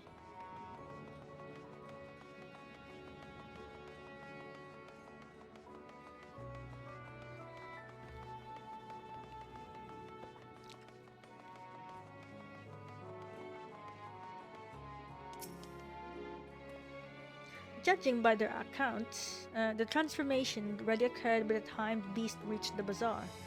It tore through the west side of the bazaar and headed towards the Etheirys Plaza. In other words, the blasphemy may have first appeared in this vicinity. That being the case, the people in that Mehane can surely tell us more. I'm gonna go to Mehane?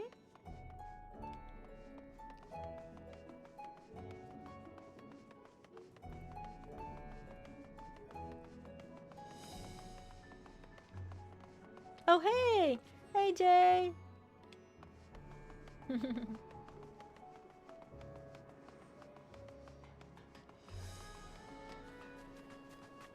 Fearful here. Going after that enormous beast, are you? Aye, I saw it, including the very instant that poor bastard transformed. Damn the gods for putting me there. It started over there by the window. A few men, merchants probably, talking and drinking. Conversations must have taken a turn for the worse. Next thing I know, the leader, I suppose he was, burst his head in his hands and black mist was whirling about him. Then his whole body bursts apart, and there stands a hideous, slavering beast, massive and foul, all gaping maws and bulging eyes.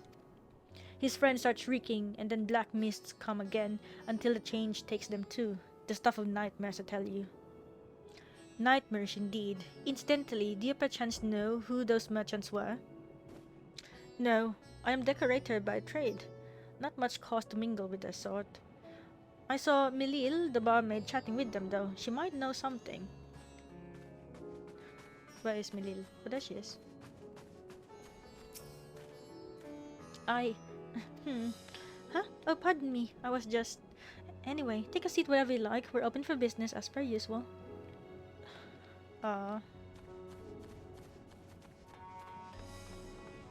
Hey, it's the guild ship hunt board.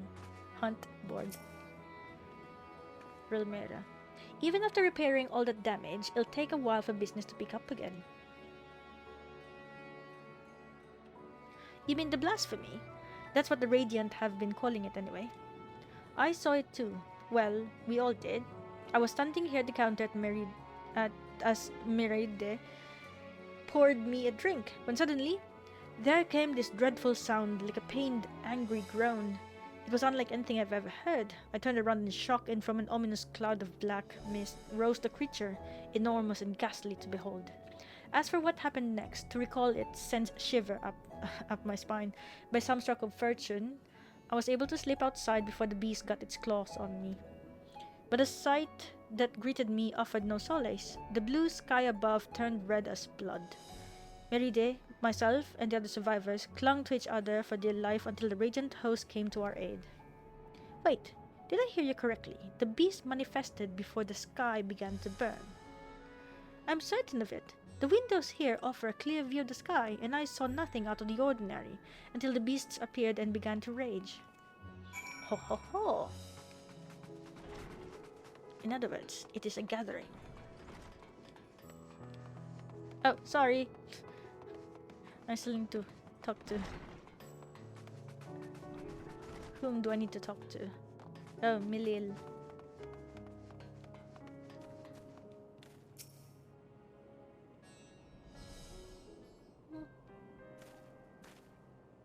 Oh, hello there.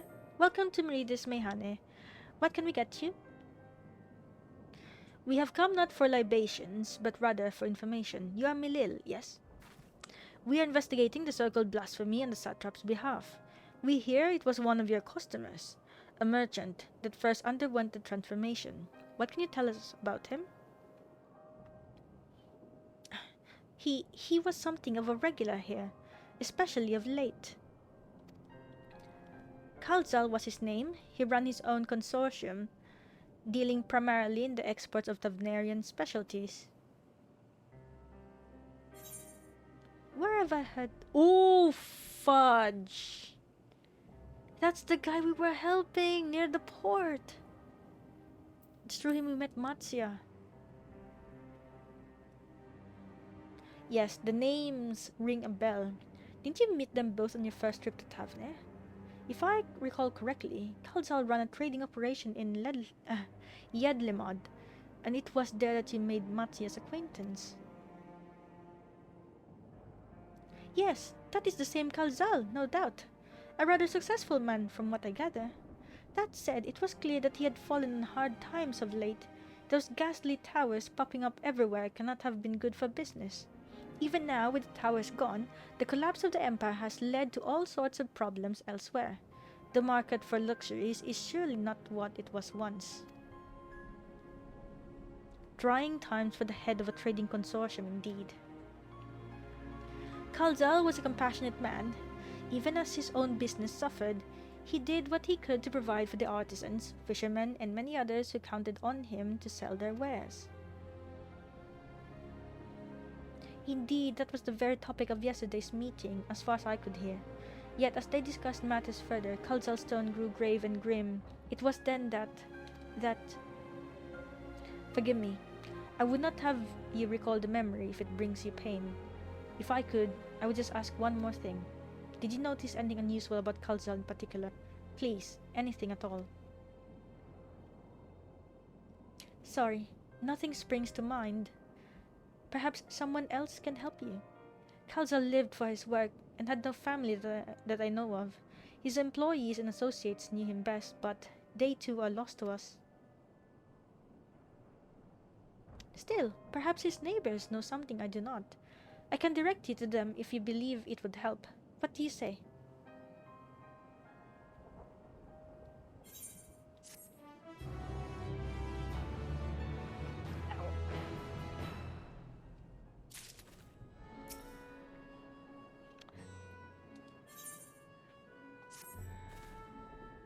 Kalzal made his home in Kama, a nearby residential area. From what I gather, Kalzal lived there since childhood and was known throughout the neighborhood. Kama, the name is new to me. How do we get there? I'll write down some directions. I cannot promise that you will find what you seek there, but if nothing else, it is a start. Come, let's see where this lead takes us. Okay.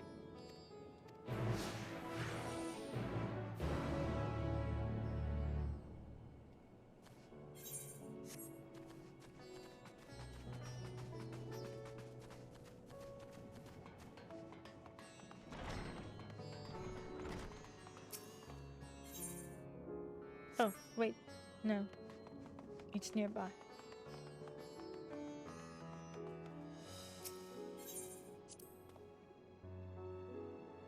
Let's see. After leaving the Mehane, we're to retrace our steps and head back towards the Etheirys Plaza. Oh, so many places to actually... Okay, gotcha.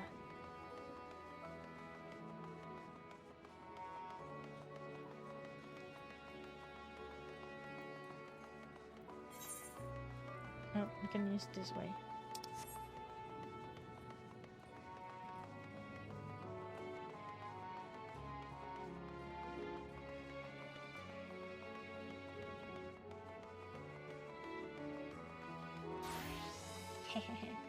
Midgar Summer is just conveniently and just happily sitting on our shoulders.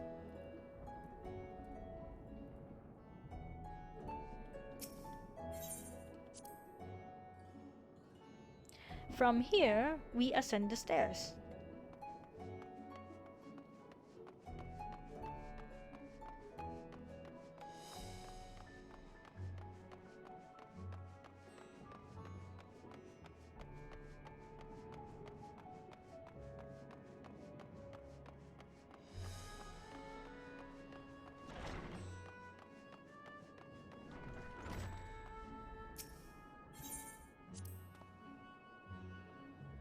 Ah, this must be huge.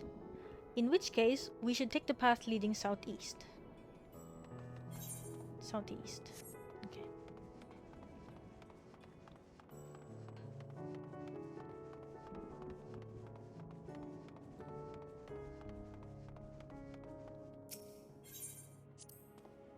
If we keep going this way, we should arrive in Kama before long. Walking these unfamiliar streets is quite an adventure, is it not? I can only hope we can explore Radzat-Han at our leisure once this crisis has passed.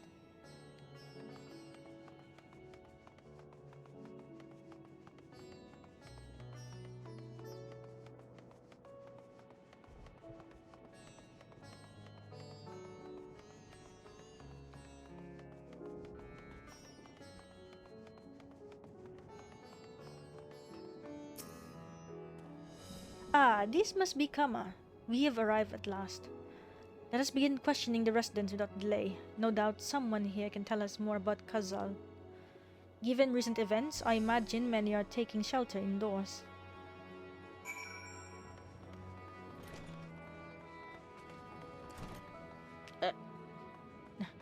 Wait. No. Okay, well, I guess, is there another house here? Yep. Nope. How do we get there? Oh, wait. Lol. Lol.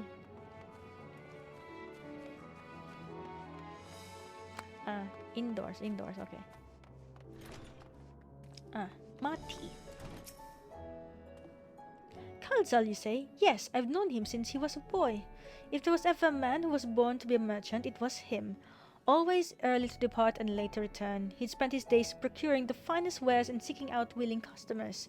You could say it came to him as easily as breathing. Sadly, business was flagging of late. No surprise, really, what with how dangerous travel has become. He was cooped up in his house from dawn till dusk the other day, no doubt racking his brain for a way to turn his fortunes around. Then at night I heard the door open. I looked out to see Khalzal sitting on a bench, his head hung low, a man with the weight of the world on his shoulders. I see. The situation must have been quite dire indeed. Did you notice anything else out of the ordinary? Nothing to speak of. Other than the troubles with his consortium, he was the same old Khalzal, cordial and honest, like always. These questions you are asking, has something happened to him? He wasn't caught up in the terrible incident at the bazaar, was he? I don't travel much these days, but my daughter has told me not to venture outside. Stuck in here as I am, I've heard little about the bazaars going on. Rest assured the city is safe for now, but the situation may change without warning. I urge you, stay close to your daughter and be prepared to take refuge. Prepared to take refuge should the satrap order it.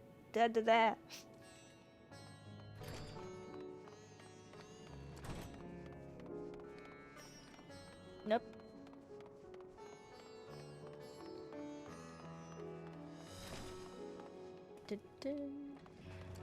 Pariga. Could you come back another time? I just woke up, and I'm not exactly in the mood for idle chit-chat. Well, that's one way to avoid the panic, I suppose. Pardon our intrusion. You may not have noticed, but a great danger has come to Thavnair. I encourage you to stay alert and prepare to flee the city should the situation turn dire. But before we leave you in peace, pray allow us to ask a question or two. Did you know a local merchant named Khalzal? If so, did you notice anything unusual about him recently? Khalzal? I know him. In fact, we spoke just the other day. Like many others, his business was doing poorly. Still, it seemed as though he'd managed to turn things around, thanks to a generous order for Vrtra fibers. Why, he was practically dancing in the streets. I haven't spoken with him since, but I suppose it all went well. Jinabaha might be able to tell you more, though. As I recall, he was the one who brokered the arrangement. Jinabaha, the Vrtra fibers. This sounds promising. I think,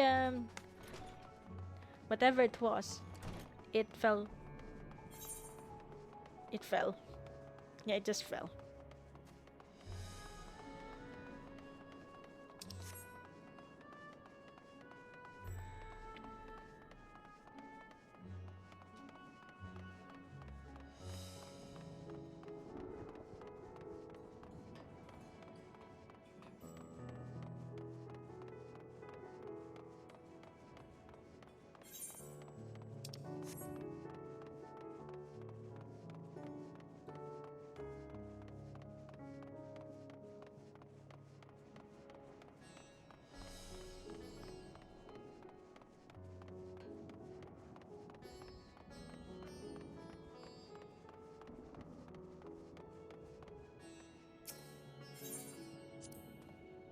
If I'm not mistaken, these stairs lead to Dharma. It is quite the sight, the red sky above.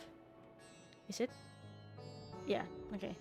During the final days of yore, the heavens burned and the stars fell, creation magics run amok. That was my assumption when I saw Amaroth.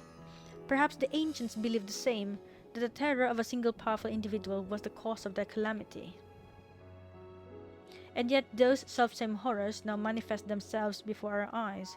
What could it be that sets the heavens aflame and turns ordinary men into beasts? It's fear.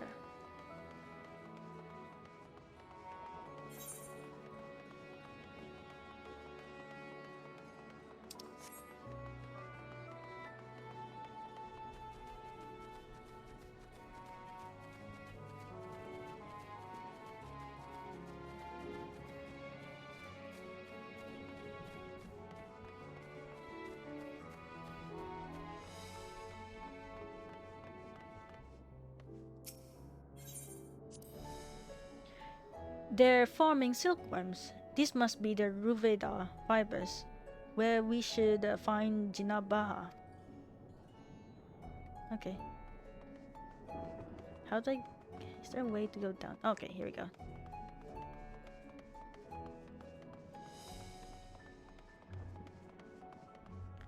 Oh, he's here. Oh, fellow warrior of light.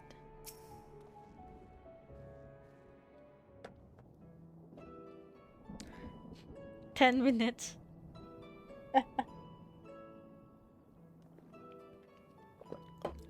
And hurry, I say. There's no time to waste.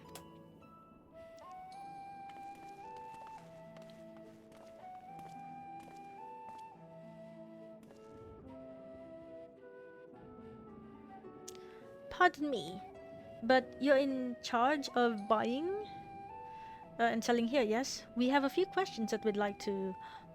I'm sorry, but I simply don't have the time to chat.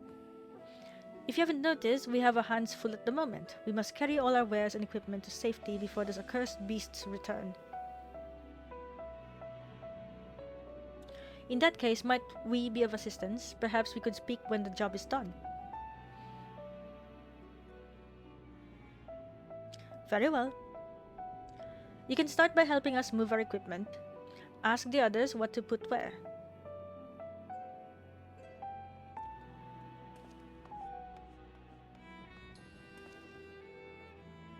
And you can carry our fabrics.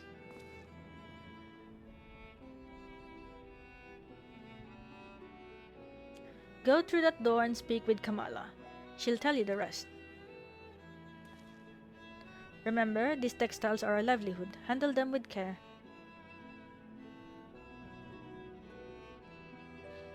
"10 minutes. 10 minutes.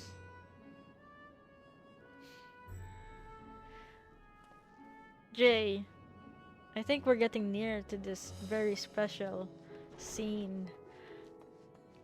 Technically, we started at 10:30, so you know, additional 30 minutes. Lol. This area is for employees only. Out, out. And also, it's Saturday tomorrow. You said so earlier.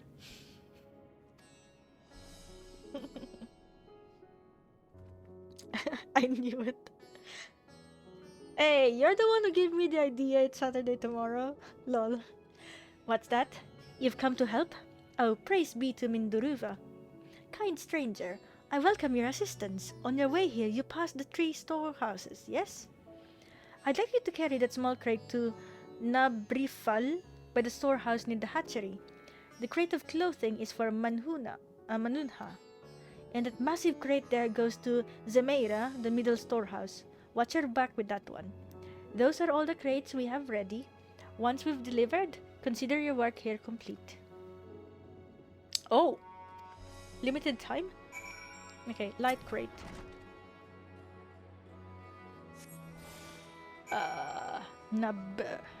That's the first one.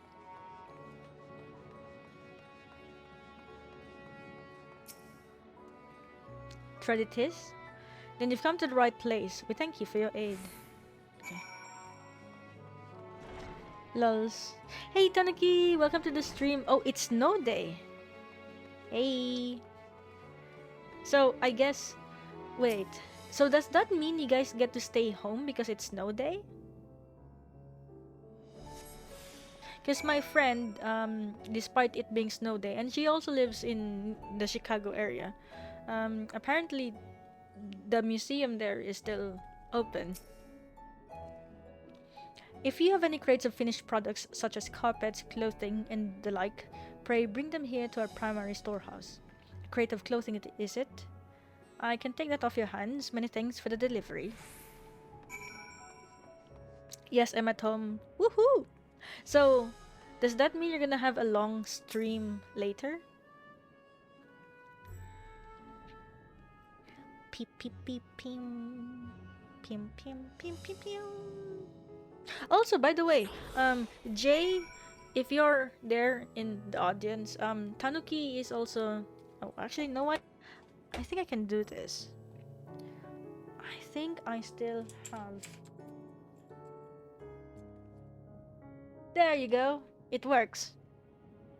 Because Jay also plays Genshin Impact. Actually, my other friend, Muse, also plays Genshin Impact. So, yeah. Yo! It's heavy. Ah! Lol. I say, you're quite the brawny one, aren't you? A good thing that. Never know when you'll need to defend yourself in these unpredictable times. A crate full of fabrics, is it? Exactly what I was hoping to receive. Here, let me put that away for you. Thank you.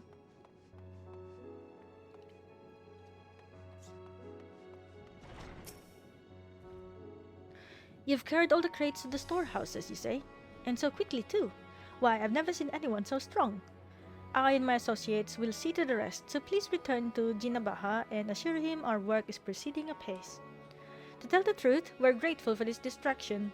Too many terrible happenings of late, but generous souls like yourself give me hope that we may emerge from this trial even stronger. I pray we meet again in more peaceful times.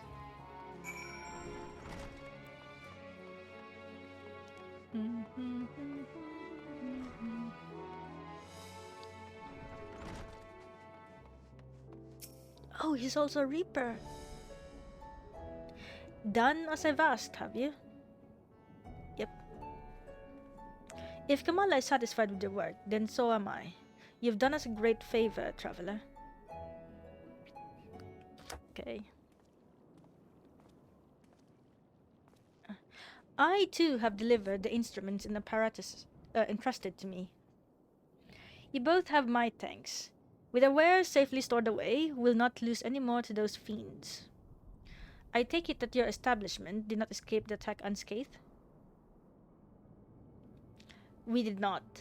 Thankfully, most of our workers had already left for the day, but those of us still here saw it all. We looked to the burning skies in confusion, and then, before we could even begin to make sense of it, a hideous creature burst through the doors, shrieking. We ran for our lives, but one of my colleagues was not so fortunate. He cried out, a scream of such agony, such terror, and in the next instant, he too sprouted fearsome claws. The sight of it caused another fellow to panic, and then... It's fear, I'm telling you. He too transformed.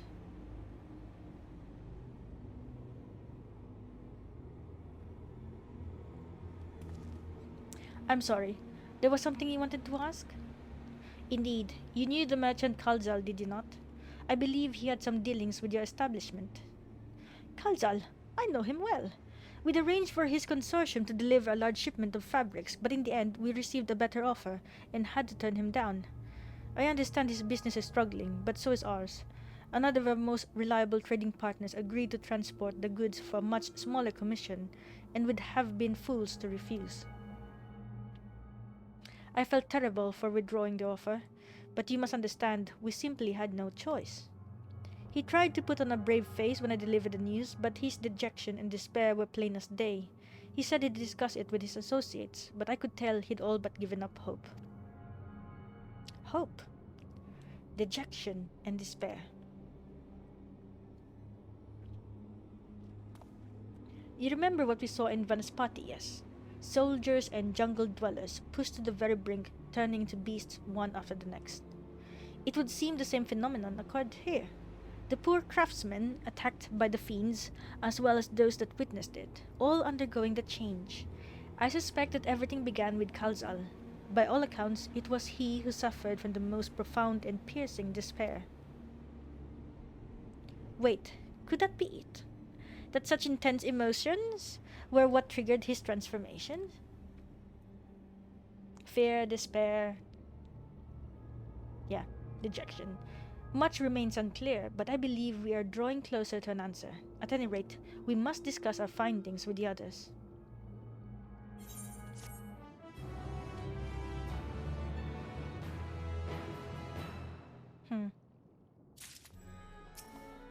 Oh, sorry. Graha.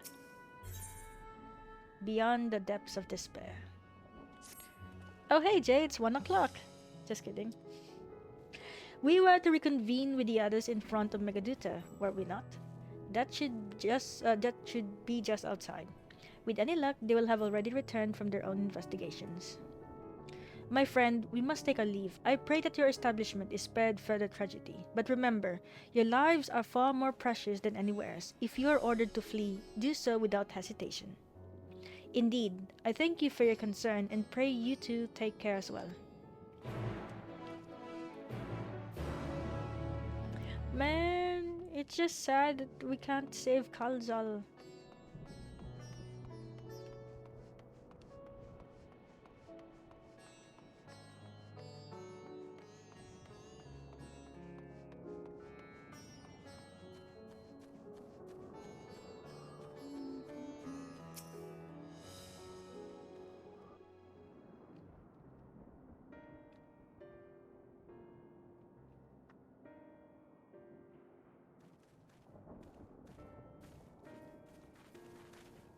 There you are.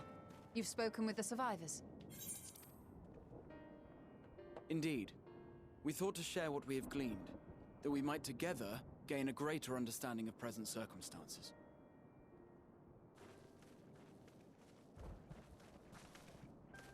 Fortuitous timing. Alize and I completed our own investigations not long ago. Then we should take a moment to compare notes. Shall we begin with the two of you?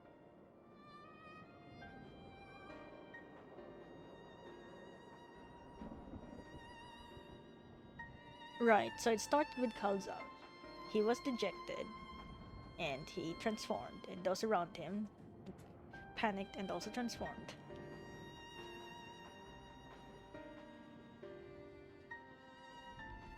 So the merchant Kalzal was gravely concerned about his business in the days preceding his untimely end.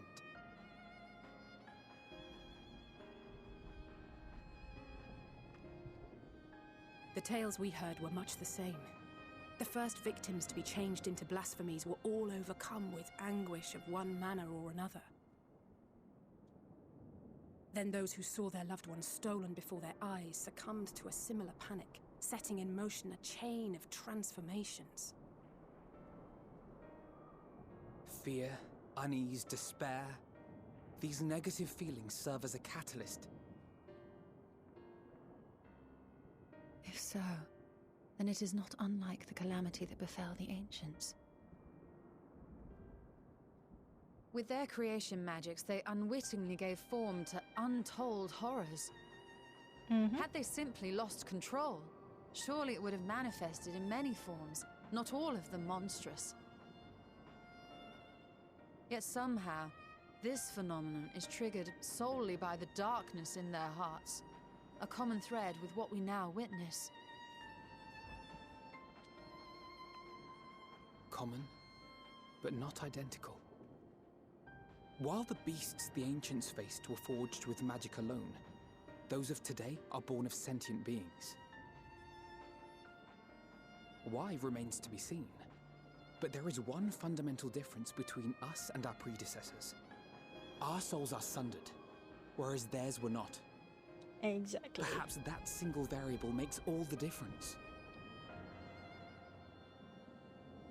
If I may, there was another detail that troubled me. We have it on good authority that Kalzal's transformation took place before the skies began to burn. Yep. What? If that's true, then the situation's more dire than we realized. It means even if there's no ominous sign presaging the final days, anyone, anywhere, has the potential to become a beast. Even in lands we thought safe, even as we speak.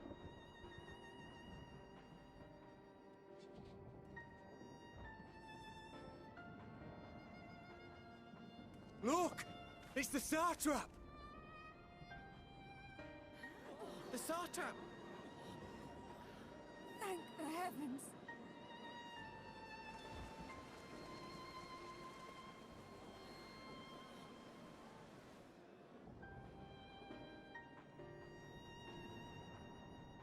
My countrymen, I am relieved and heartened to see you strong and safe. While the danger has not yet passed, far from it, allow me to assure you that the beasts that raged within the city walls have been exterminated to the last. Outside this sanctuary, the brave men and women of the Radiant Host and our dragon ally continue to battle our unholy foes. I pray these tidings put your minds at ease and help you calm your hearts. Have faith that we shall soon conquer this terrible trial. Your Excellency, is there any word from Palaka's stand? My grandson was bound for there yesterday, and I worry for his life. We are still awaiting a report, but I promise you, as soon as I have aught to share... Oh. Your Excellency, I bring grave news. You are? Matsya? I'm Matsya of Akyali, a humble fisherman. Ah, I remember you from our first visit. Wait, you're... But no, that can wait. When the skies turned red, I set off for Palaka's stand, fearing for the safety of a friend. But as I drew near the village, I saw dreadful beasts all about. No! Gods have mercy! Your Excellency! Save my grandson, I beg of you! We will spare no effort to save all we can, but you must remain calm. Calm? You tell me to be calm? You saw those beasts? They tore our bravest warriors limb from limb! What if we are too late, huh? They catch him, sink their fangs into him? Oh, she's gonna transform. The fangs! The screams! Get away from her, now!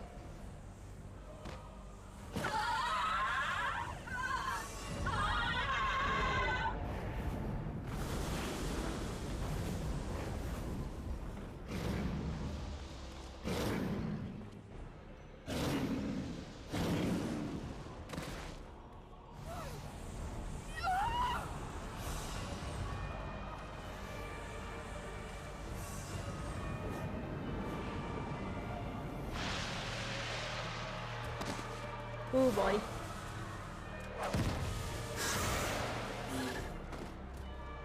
Damn it! We've got to kill them before it spreads. We'll handle this. See the townspeople to safety.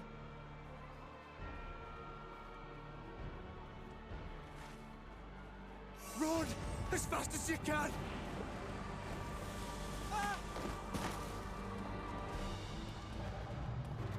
Oh no!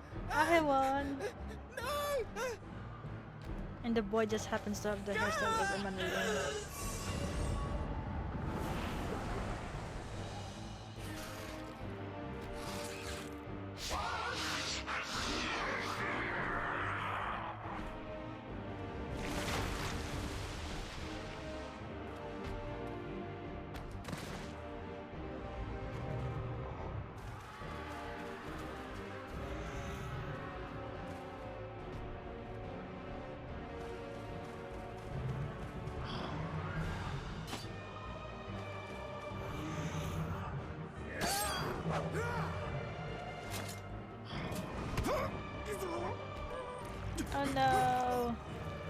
Ahewann.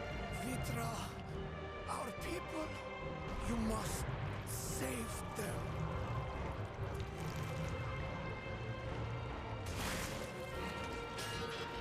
Oh, he was eating? I just know that he died. I didn't think he was eating. My son,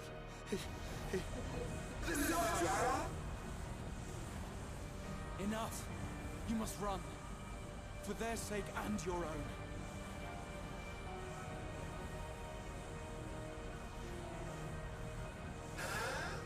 Yes, you will survive. You must.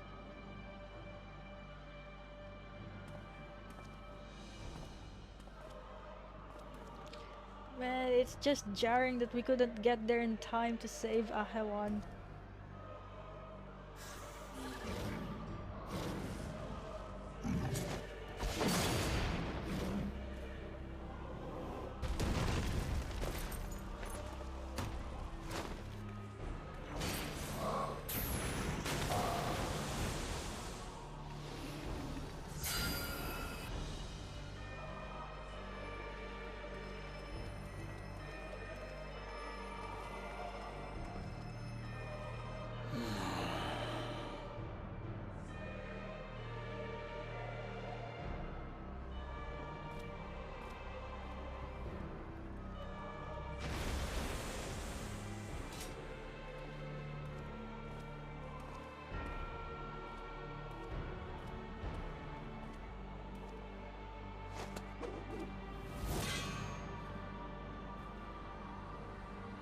Be strong, my friends!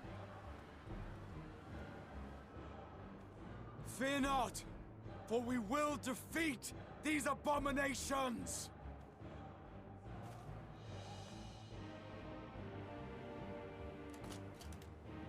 Brave men and women of the Radiant Host, lend your Stola and Thancred your aid. Let not a single beast escape.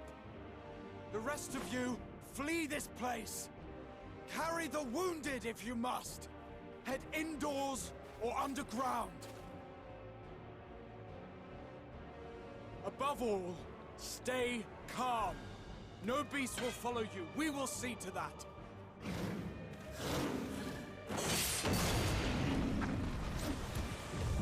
Alphino! Alize! Leave the city to us, and make for Palaka's stand at once! Matsya, show my friends to the village. I promise you, they're more capable than the host's finest. Right. Go with them, will you? We will save these people. As many as we can.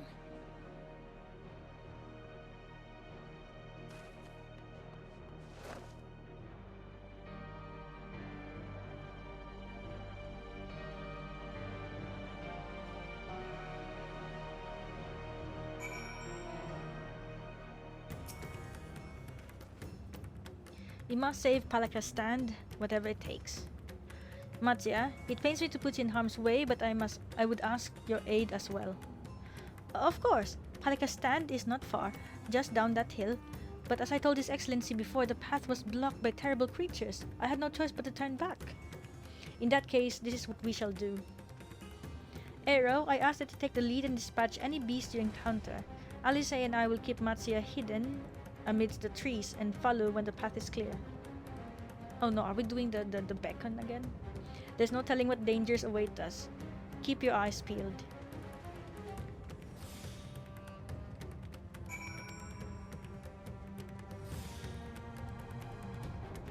Huh?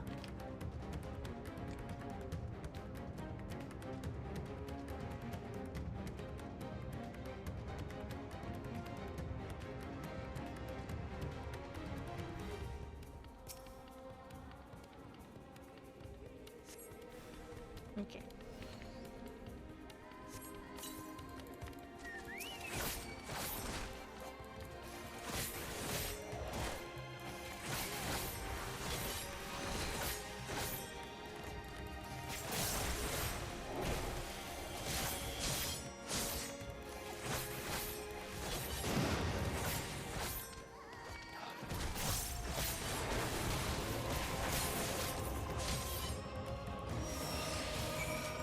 Oh, is there another one?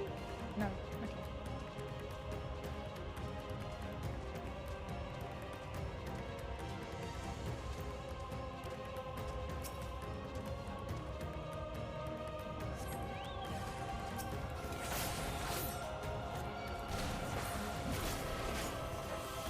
Oh crap, wrong one.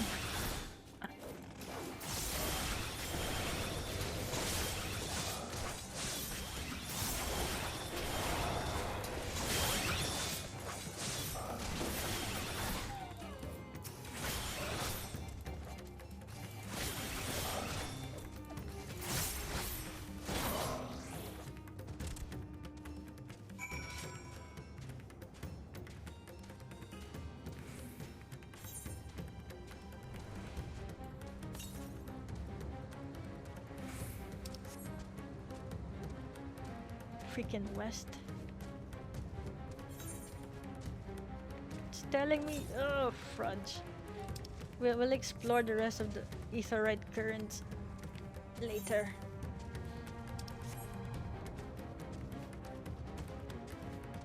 Palakastan. I'll be back. Let me just tune to this.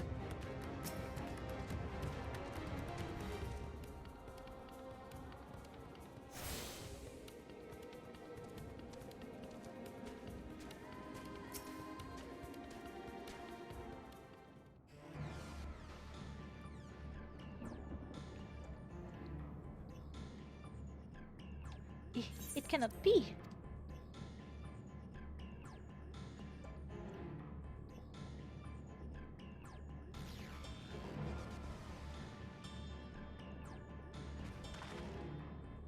We must heal those we can, and quickly. I see no beasts, but stay on your guard.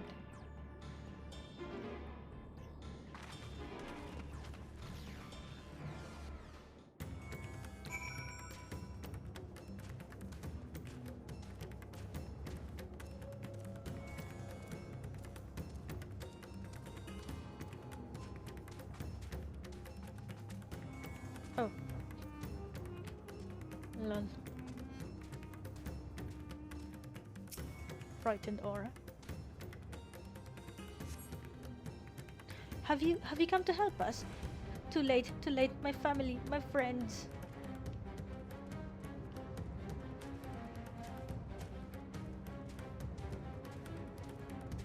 Exhausted here. I think he's more than exhausted. Though the villager's injuries do not appear to be life-threatening, he does not respond to your efforts. His breathing grows more ragged and shallow, and his vacant eyes are those of a man who has lost the will to live. Even if I wake, the nightmare goes on. No, leave me to sleep. You call out, but the man does not respond.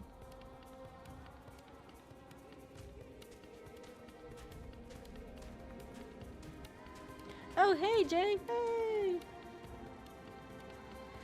Collapsed hero. The cooling body has already begun to stiffen. The massive wound suggests the villager was gorged by a terrible beast.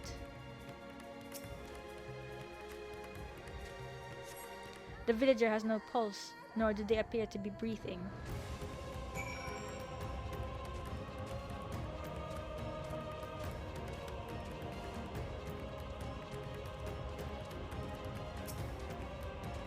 Why, Thavnair? Are these the only villagers who survived? I can only hope others managed to flee, but if the rest have been turned to beasts, by the 12. Let us do what we can to see that the damage spreads no further, and no matter what comes, we must keep our spirits high, lest we ourselves suffer a similar fate.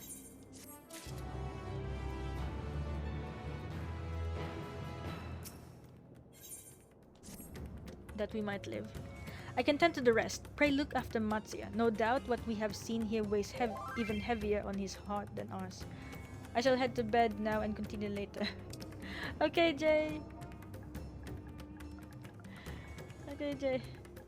Thank you for joining. Hope you have a great day and have a restful sleep. Nighty, don't stay up too late. Don't worry, I won't. Finger hearts. I'll just see where it goes. That's what I say. I'll see where it goes from here.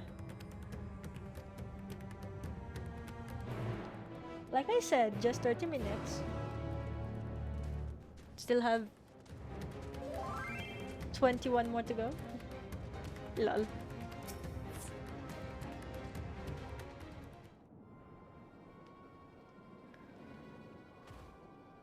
Oh, Aero! Aero! This is Yerevet, the elder here. He's hurt, but praise be to the sisters, he still lives. Young Matsia here told me everything. I have not the words to express my gratitude for your aid. When the heavens began to burn, we were afraid, but did our best to carry on as we always have done. Until today, when those unholy beasts came pouring into our village, a flood of midnight and death. There are no words to describe what followed. Men and women I have known since they were babes, struck down by the creatures, only to rise again to join the murderous horde, in the guise of those same hideous fiends. In the chaos, a handful of our villagers fled for their lives. I can only hope they have found their way to safety. Matsia, do you perchance remember Kerasaf and Mevan, the young couple who always bought your freshest catches? How could I forget, Elder? When I first came to peddle my wares, desperate to eke out a living, they showed me such kindness. Others shunned me as an outsider, as is their way, but Kerasaf and Mevan bought my fish and sung its praises. They turned my fortunes around. Alas, I fear they are in terrible danger. I saw them running towards Agama Temple, one of those beasts in close pursuit. They had their child, still but a tiny babe. To elude these fiends while caring for one so young is an impossible task, surely. I beg of you, go to their aid.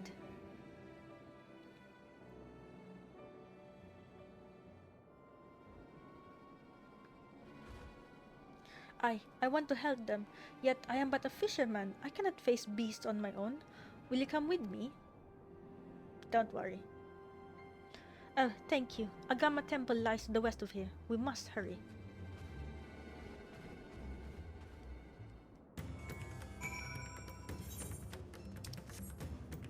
Oh, that's where we're gonna get the... That's where we're going to get the Aetheryte current, I guess.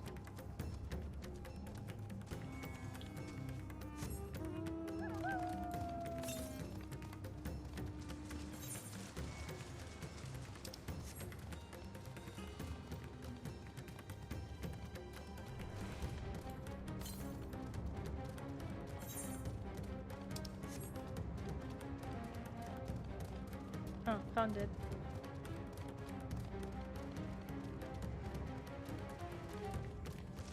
Right where the movables are.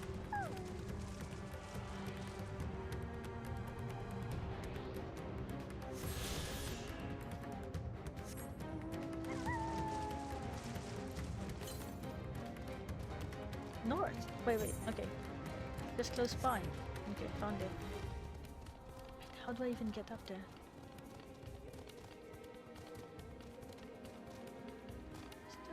How do I get up there? Okay.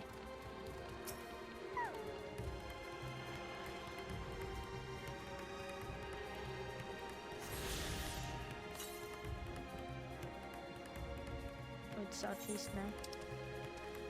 Oh, further down.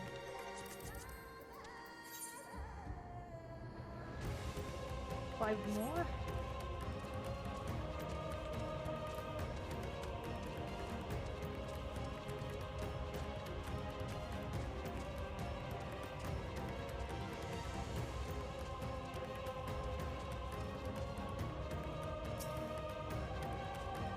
The temple is just ahead.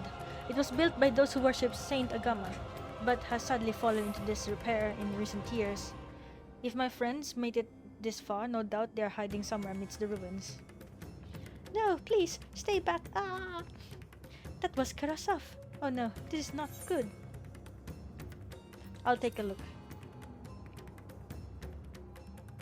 But please do, the cry came from the ruins. You must hurry.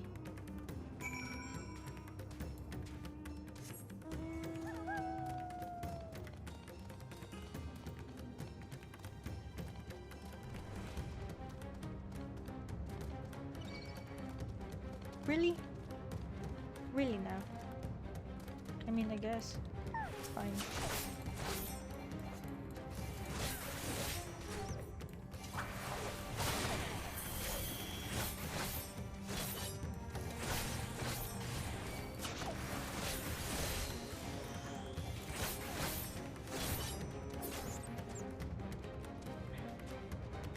jump over that.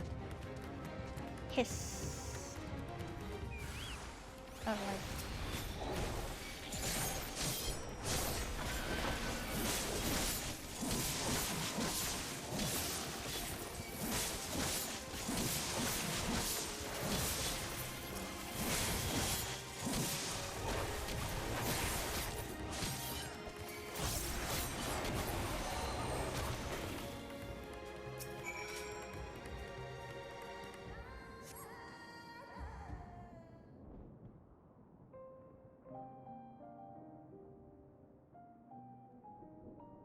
The man lies motionless on the ground, bearing a grievous wound.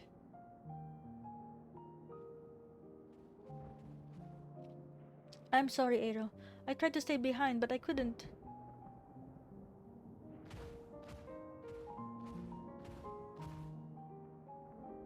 No, it cannot be. Is anyone? My arms so heavy, and my legs, I cannot feel my legs. My wife fled with our daughter. I need to find them, need to be with them. I need. Oh no, despair. Karasov, no, Karasov, you must stay strong. More time, I thought I had. More time. I don't want to die.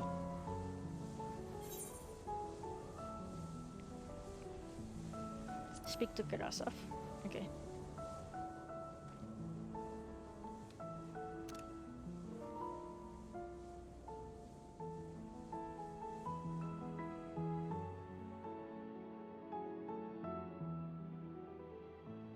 Thank you. Please, find them.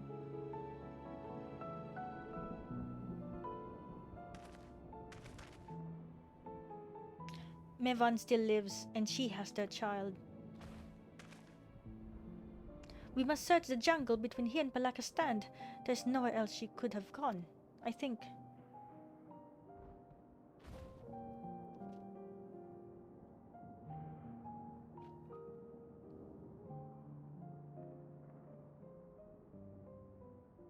Forgive me, Karasov.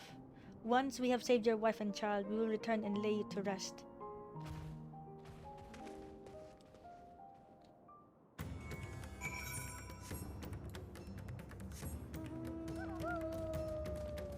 Oh, wrong side.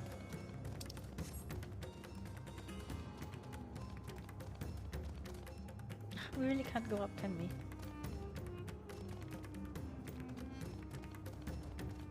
Ah. The Shroud of Samga.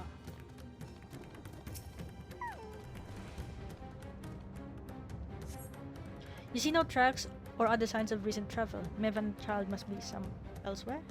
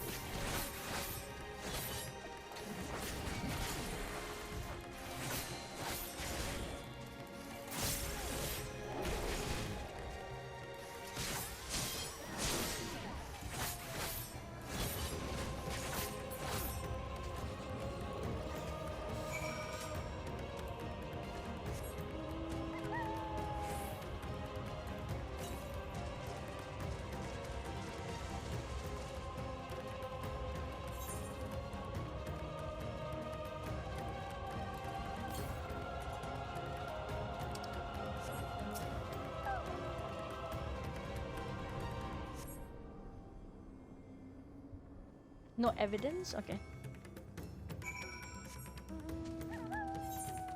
I'm so tempted to just go to the east now. It's only 192 yams.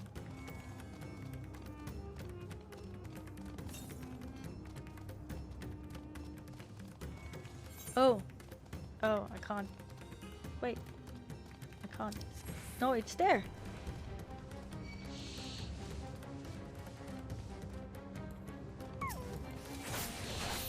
Oh, wait.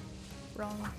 This one first, and then this one, and then this one, and then this one, and then this one.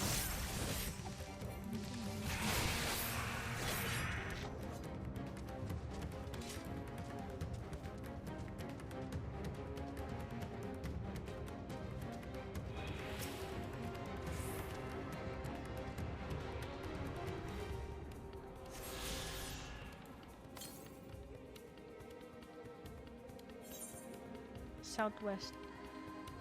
Somewhere here. Next time.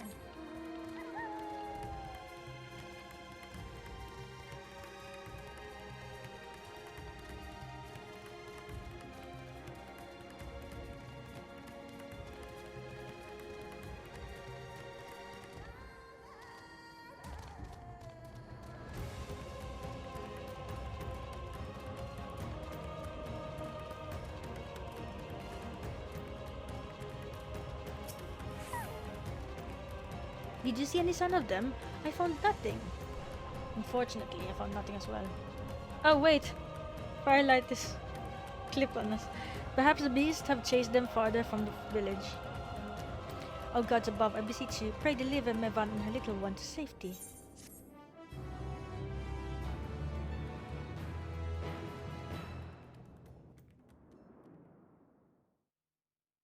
Meanwhile, in the skies above Thavnair. Oh? Oh, that's right. Vrtra will hear the news.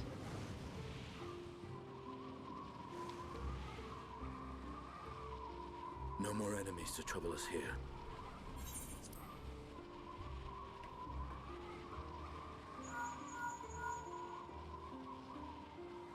It's me.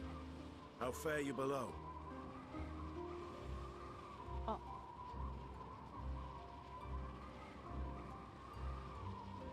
Understood. I will inform Vrtra. Chaos and panic sweep Ahewann, and many more have succumbed to the transformations. Amidst the fray, Ahewann fell, protecting a grief-stricken father. Oh. My friends fight alongside your radiant host to secure the capital. Beasts have been sighted in Palakistan as well. We have divided our forces in hopes of quelling the threat there. Of small solace is that we now know what triggers the transformation. As my companions tell it,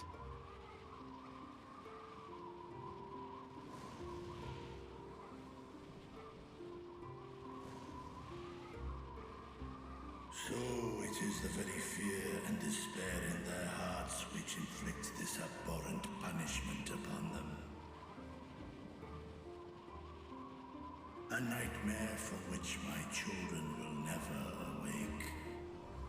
O capricious and cruel fate, they are undeserving of such condemnation. will you wallow in sorrow or rise to the occasion? Ahewann is leaderless. Before he passed, Ahewann sought to reveal the truth to his people. Honor his wishes. To what end? To breed a new conflict between dragon and man?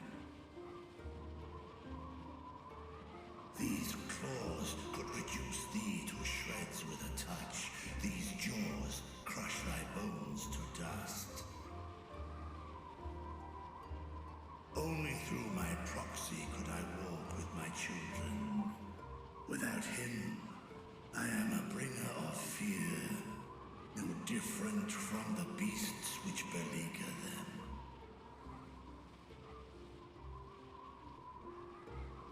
Perhaps so.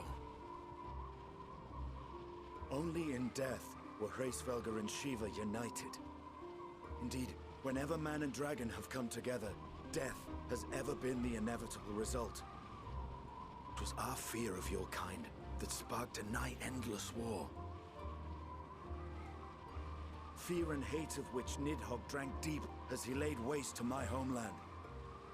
And in turn, I took my revenge on his brood. Blood for blood, pain for pain. I thought nothing of theirs, only of mine. And yet, were the chasm between us too vast and too deep, Hraesvelgr would not have borne Isael to battle and our rescue. He would never have entrusted a mortal champion with one of his eyes, and the Dragonsong War would still rage on. And I would still wage a never-ending war of violence and vengeance. The future of our star be damned. I cannot speak for Ahewann's greater goals, yet I know that he served you, served your people, long and true. In this time of unprecedented crisis, he turned to you. You could do worse than to place your trust in him. It will not be easy, but the future of Radz-at-Han hangs in the balance.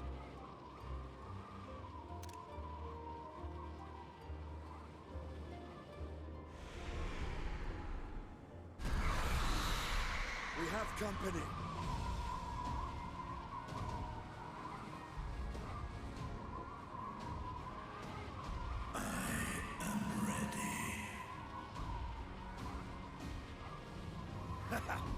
The hour has come, Vrtra! It's all or nothing!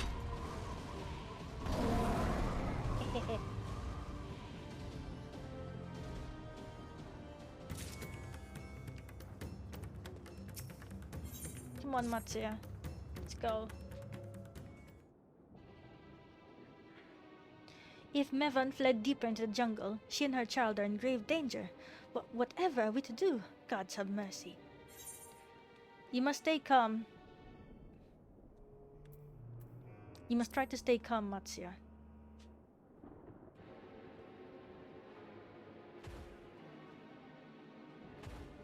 But how can I at a time like this? They could be dead. So, if I allow myself to be overcome by fear, I too might become a beast. I'm not sure I understand, but I will do my best. I've seen to the wounded. How did the two of you fare? Did you find your friends?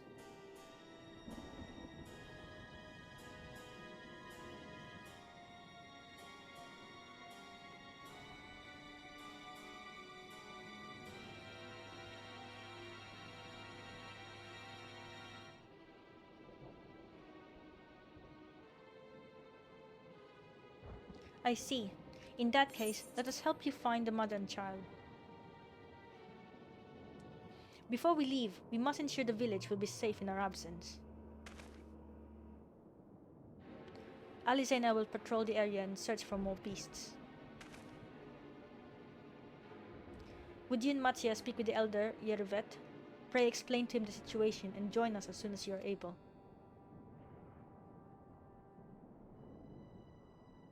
We will save Mevan and her child. We can do that much for Karasov.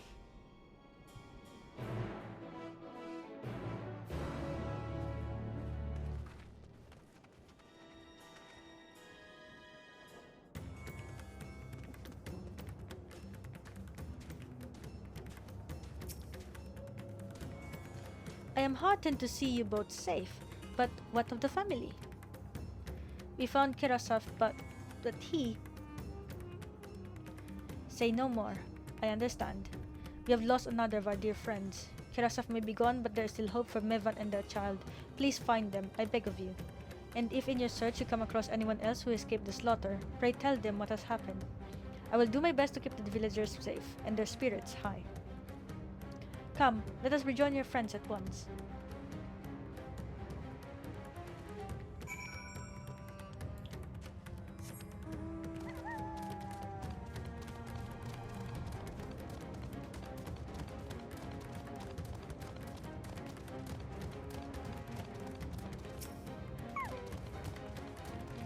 I'm pleased to report that the vicinity appears to be beast-free, no doubt thanks to your earlier efforts. And with that, let's resume our search for your friend and her child. Where should we begin, Matsya? If we follow Xiroda south, we will arrive at Purusa, a temple. It is a sacred place where people go to commune with the divinities. It's possible that Mevan sought shelter there, and perhaps other villagers as well. Then it's settled. Matsya, stay close to me, alright? You two, take the lead. Keep an eye out for beasts and anyone in need of help. Very well. We make for Purusa as quickly as we're able. With me.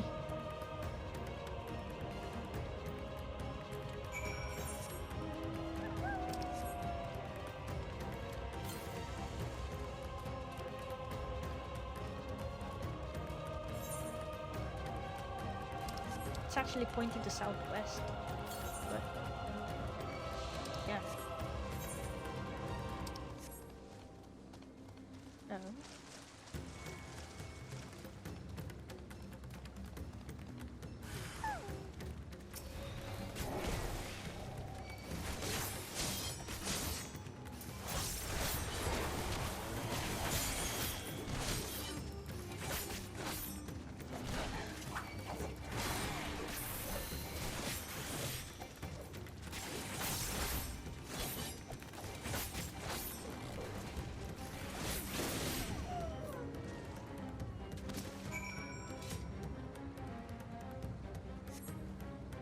Thank you. I thought that was done for.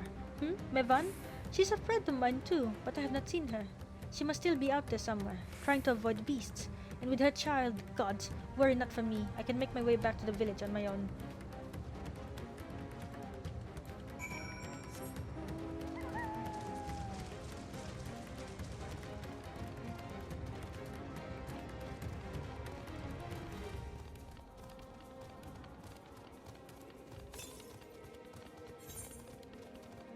Says southwest. Wait, what on it? Oh, perhaps we'll be going there. Ero, wait! Purusa lies just up ahead, but something terrible has happened. The beasts have come, and many have already been killed. Alfin and Alice have gone to do what they can, but there are so many more that I could count. You must be ready.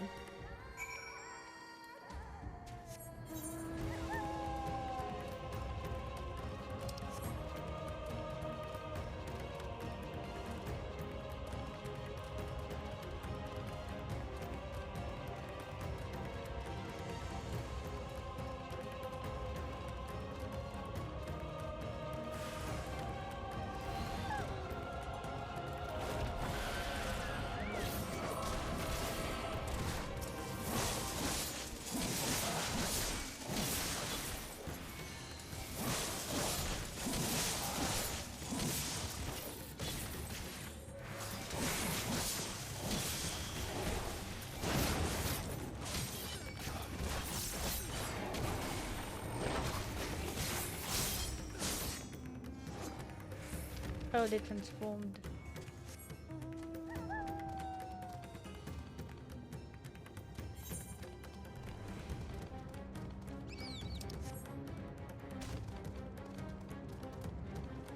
The best way to escape is fall damage.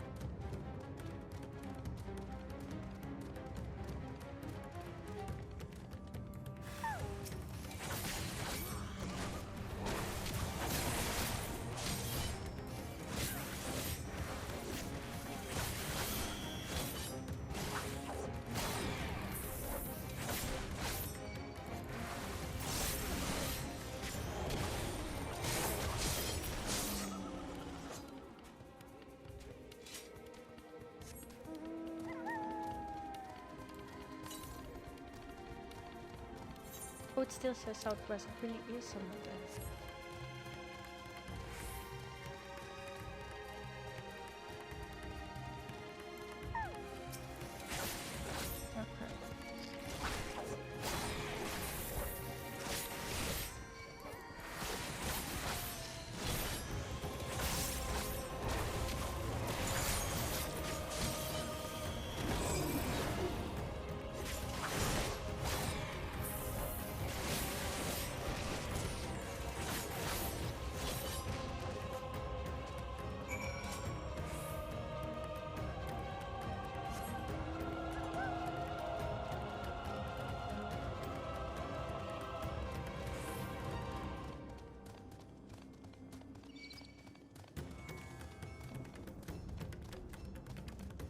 Seriously? Monkey!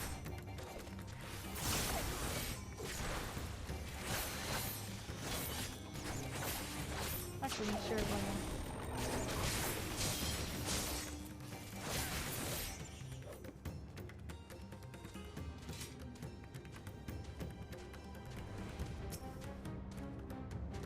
There you are. How fare the others? Well, was able to save some. Not the others, though. I see. You've seen to all the beasts in sight. In that case, let's have everyone gather in front of the temple.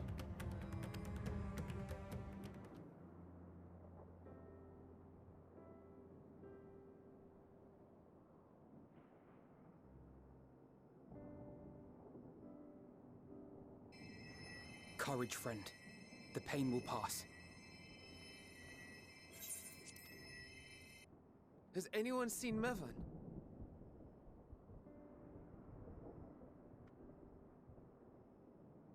Where could she be?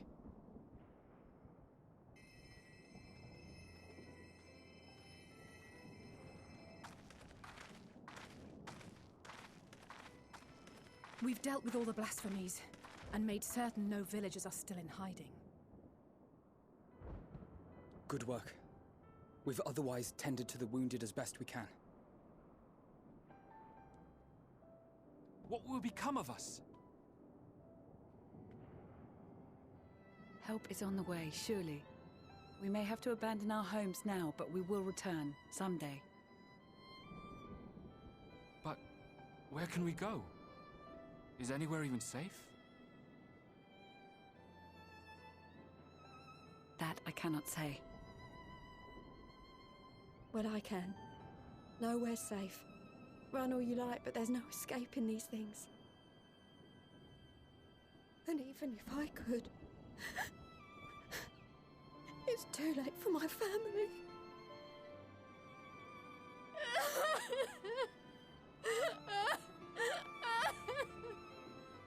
Oh no. They're all emitting the block thingy. This isn't good. The more they dwell on the tragedy, the more likely we are to lose them too.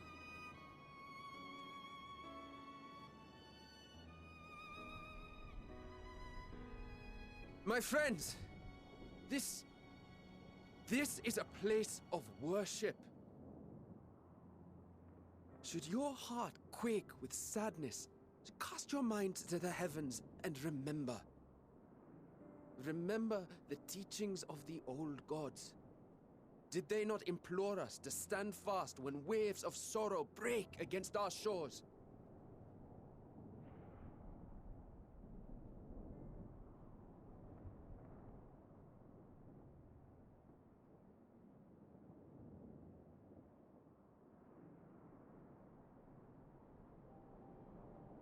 Know this, my children.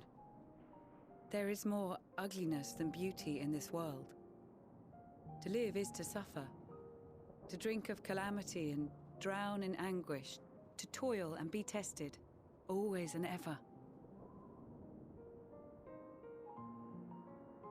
'Tis a perilous path you walk. Death lurks in the dark, and is the sole promise that awaits at journey's end. You will tremble with terror. You will weep tears of anger and despair.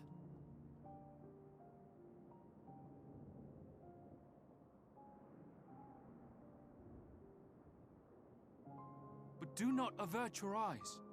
See your life for what it is. Then will you see how the hardships make you strong. We'll have to go now. Good luck with the rest of playthrough. Alright. Every doubt Thanks for joining for tonight's stream, Crystal. Have a nice day ahead of you. Take care. Every agony to temper your blade.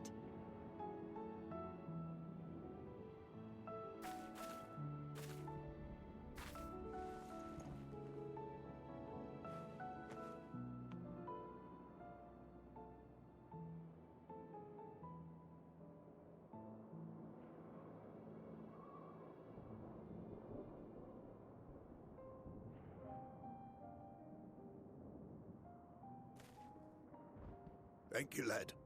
We'd almost forgotten who we are.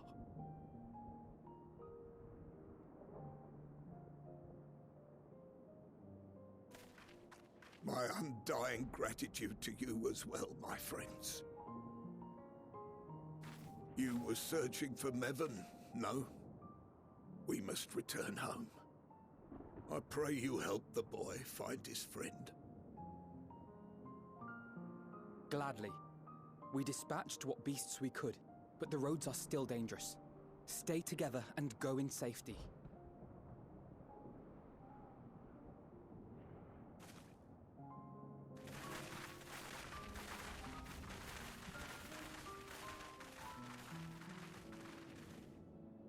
That was very impressive, what you did back there.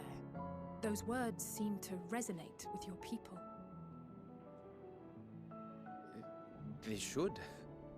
They were the first spoken unto our ancestors by the divinity of legend. I'm easily upset, and fish are wont to flee a temperamental hand, so I recite the teachings over and over to calm myself. They're lovely and inspiring to hear, though I imagine they were born of great misfortune. They are born of life. There's as much bad as good in it. More, many would attest. All the more reason to appreciate the good when you can. I won't argue with that.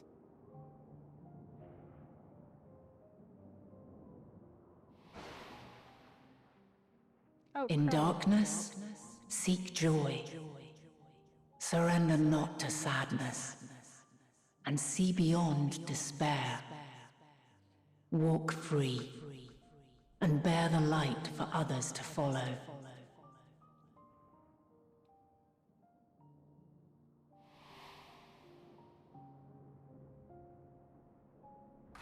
And with that, let us see if we can't find Mevon. Oh, hi, Somni. Thanks Did for you see? being there. That beast was chasing someone.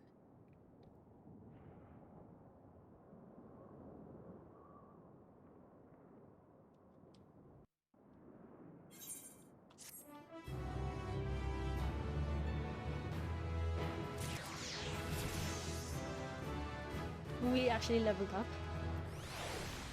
Yes.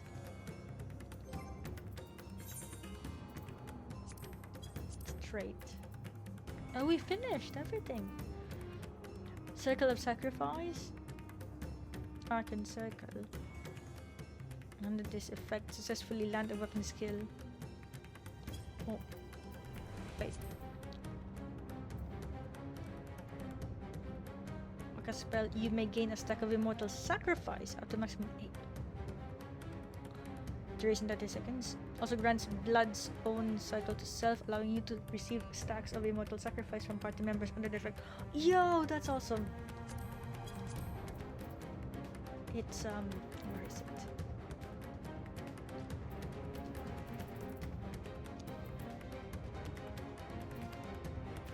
So I can cycle.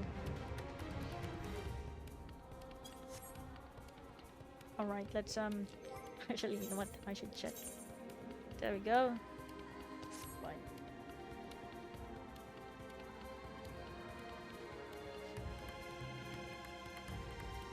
I mean, I guess it's still the same thing, it's a Klondike. But we need to wear this.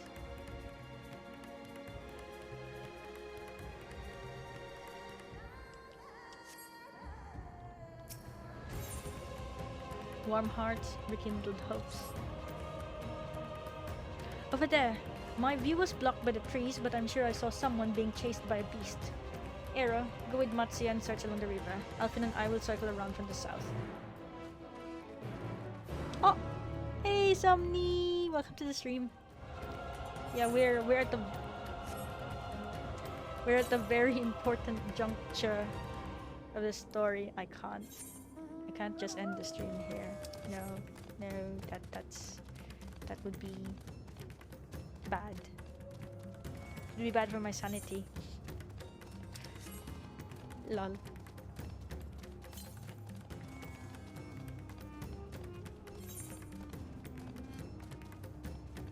Also, how are you? I hope all is fine.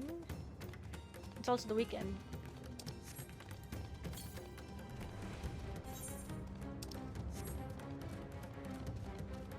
Found it.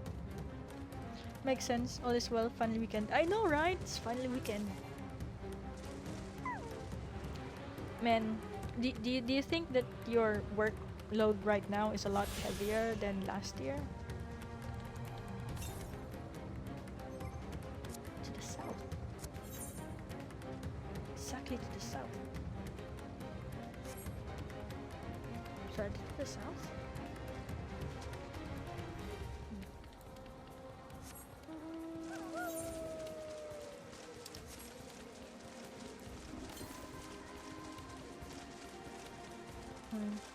I can't get there using the normal means.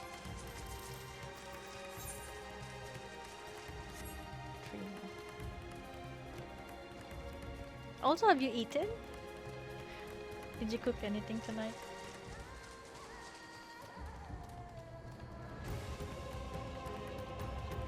Currently, it's spiking pretty. Ooh, but that's probably because it's just after Christmas. That's true. The holiday has just ended, so most of the time, all work would be busy. Also, we're in the current expansion now, so we're almost there. We're almost at the end. After 1,100 and something hours. Oh, that's Mevan. That's her! No, I'm sure of it! Mevan! Don't! Please!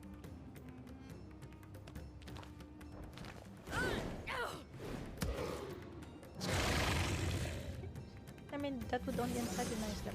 Oh, the millets.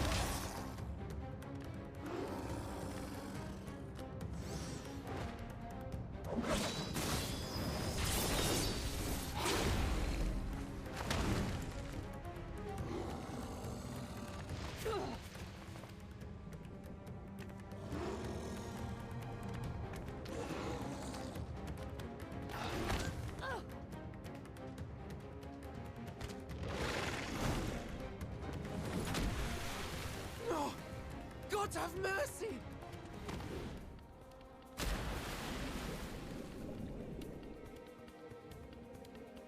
That seemed unwise, very. I know, right?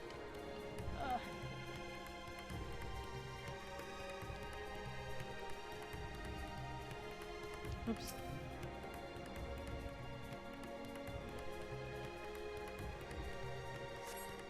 Mevan's lifeless body floats before you, battered and broken. Her death no doubt came swiftly. Her infant daughter, however, is nowhere to be seen. She just dead?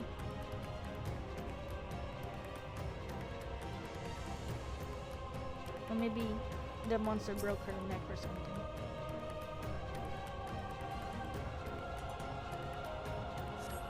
You take the baby to your arms. If she yet lives, you cannot tell, but she will survive. So surely not survive unless you carry her to the surface. Okay, let's go. Let's go back to the surface.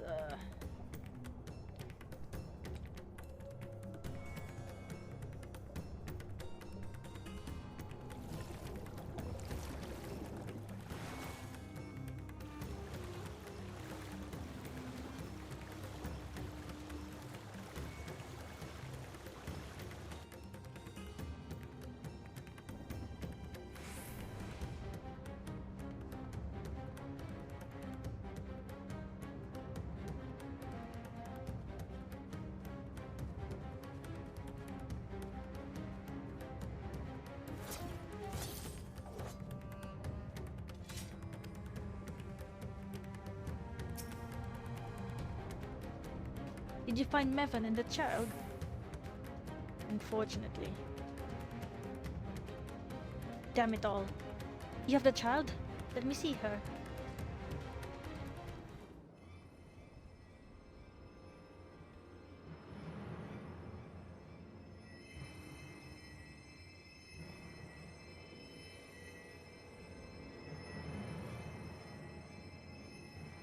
She's so cold, Elfino. The child is alert, and I see no wounds, and yet... she grows weaker. My spells can do no more. What she needs is a change of clothes and a warm bed. We must hurry back.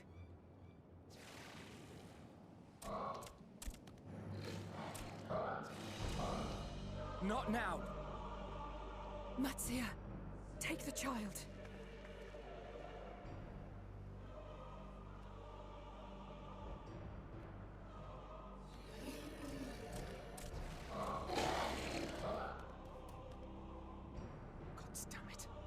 It appears we've made enough noise to be heard for miles around. More will be upon us ere long. We make our stand here. Mattia, can you take her back to the village? But the child, all by myself. You can't be serious. The beasts will follow you home unless we stop them here. And so we shall. Be strong, Matsia. Her life is in your hands. Right. I can do it. I know you can. We'll keep them busy, Matsia. Go!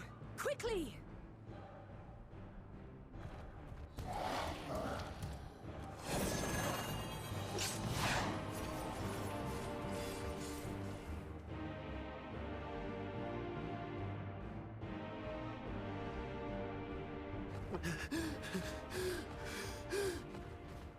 Steady.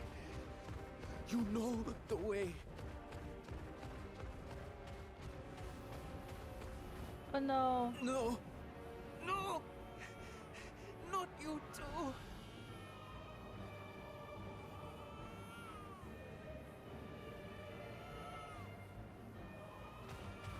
Don't be afraid. Don't be afraid. To live is to suffer, to drink of calamity. It is a perilous path. Death lurks in the dark.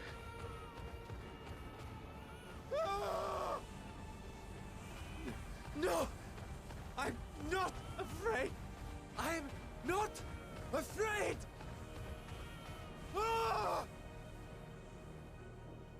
Do not avert your eyes. See your life for what it is. See how the hardships make you strong. Every doubt reforged.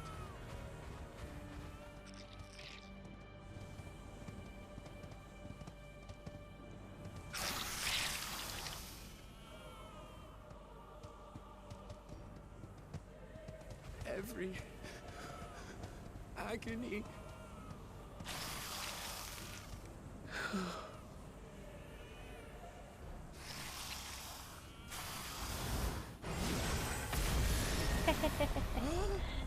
Way to go, Justinian.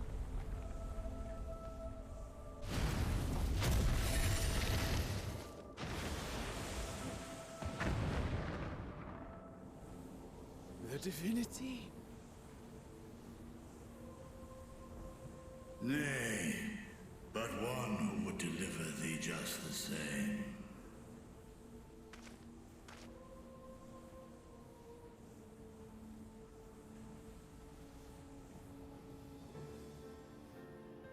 Please. You must save the child. Just in time, indeed. She is all that remains of Mevan and Grasef. Please.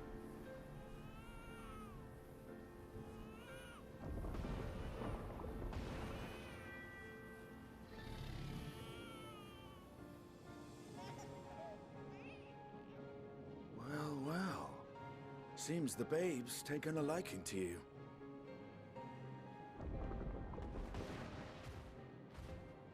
Thou art strong, little one. Let us convey thee to thy home.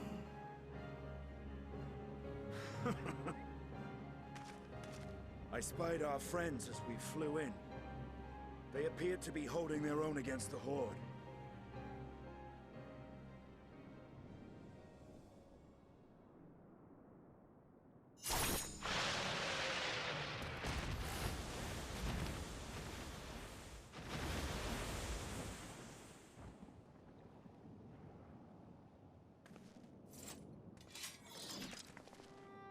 Right.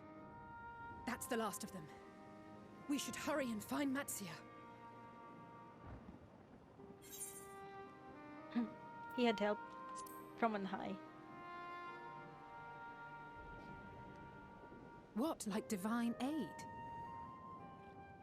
A fine battle it must have been. Shame I missed it. Estinian. Estinian? It was you who came to Matsia's aid. I was only along for the ride. Vrtra was the one who saw the boy was in need. The two are headed back to the village. Where the worm will honor Ahewann's wishes and finally reveal himself to his people. Perhaps so. Will you go and join them? There's something I need to do first. Mervyn gave her life so that her child might live. She deserves better than to be left to drift alone. She deserves to be laid to rest beside her husband, at least. Will you help me?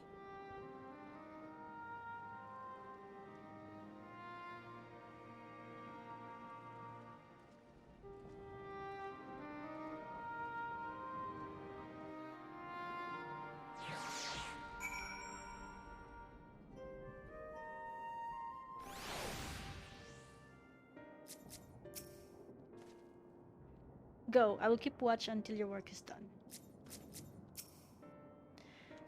Okay.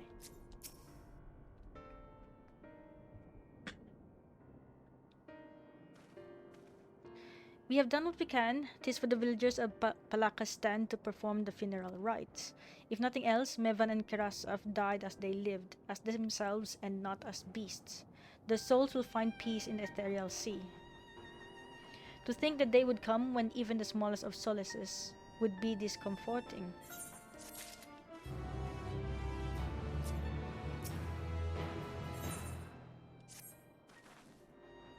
You are ready then. In that case, let's head to Palaka's stand. No doubt Vrtra is waiting for us.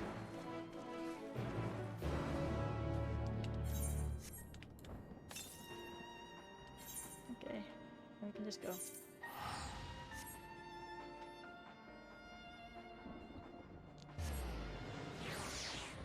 Oh, by the way, Somni, Twitch just reminded me.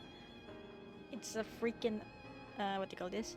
Twitch affiliate anniversary, and I'm like, hey!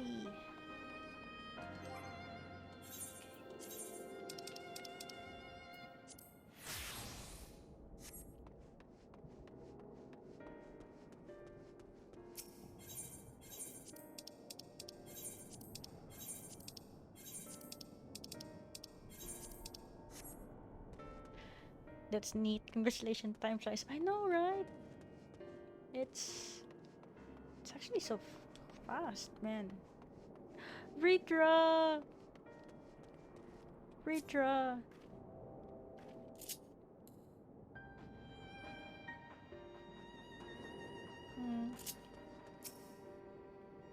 Vrtra is so big.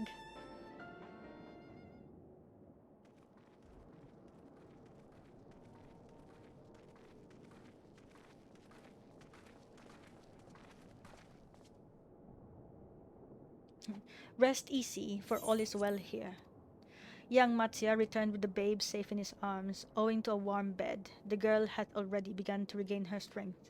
Less joyously received was word of the mother and father's fate, as well as that of their transformed neighbors. How many children of Thavnair must we lose to this calamity? Mothers and fathers, brothers and sisters, sons and daughters. Every death another void that can never be filled. We who survived them must carry the weight of their memory as we strive to regain a semblance of what we have lost. Kerasaf and Mevan's babe is a child of Thavnair as well. I thank you for returning her to us safe.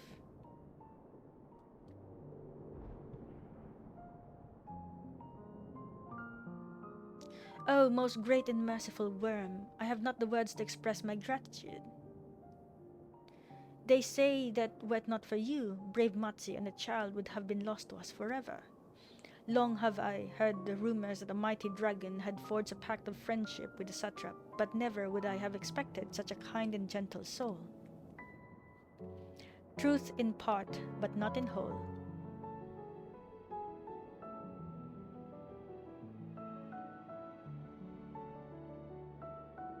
Oh, Vrtra.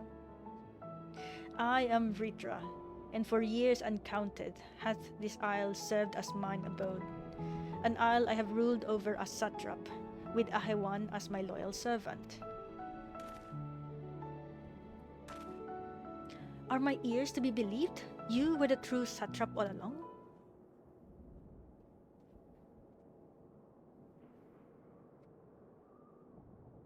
Nidana, what are you doing here?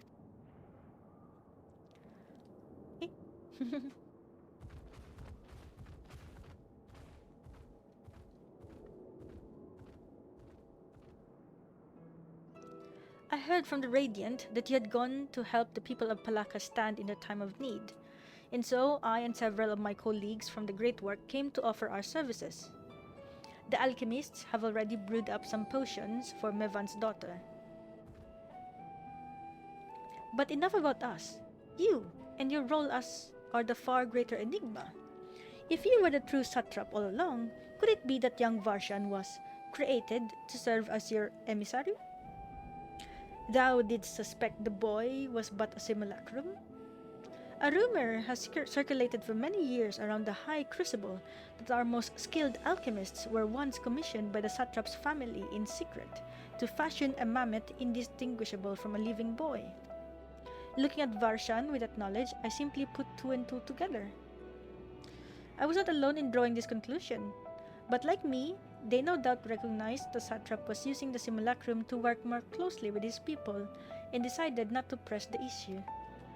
I'd always assumed one of Ahewann's associates was manipulating it from afar, though the truth is indeed far more surprising.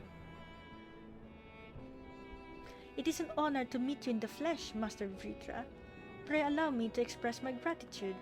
If you had not believed in and given unto us your scales, I do not know where we would be. Thank you from the bottom of my heart. 'Twas thou and thy fellow alchemists that fashioned the means to unmake the towers.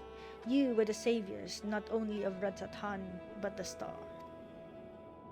Far too kind you are, Master Vrtra, but the star yet wants for salvation. Once more will my colleagues and I commit the knowledge and resources at our disposal to the mission of aiding the people in their darkest hour. 'Twould seem this place is in good hands. I would return to see how Radzat-Han fares. What will you do, Scions? I worry for the survivors we met at Perusa. Shall we pay them a visit before making our way back? In that case, might I ask a favor? Nothing too burdensome, I promise. This way.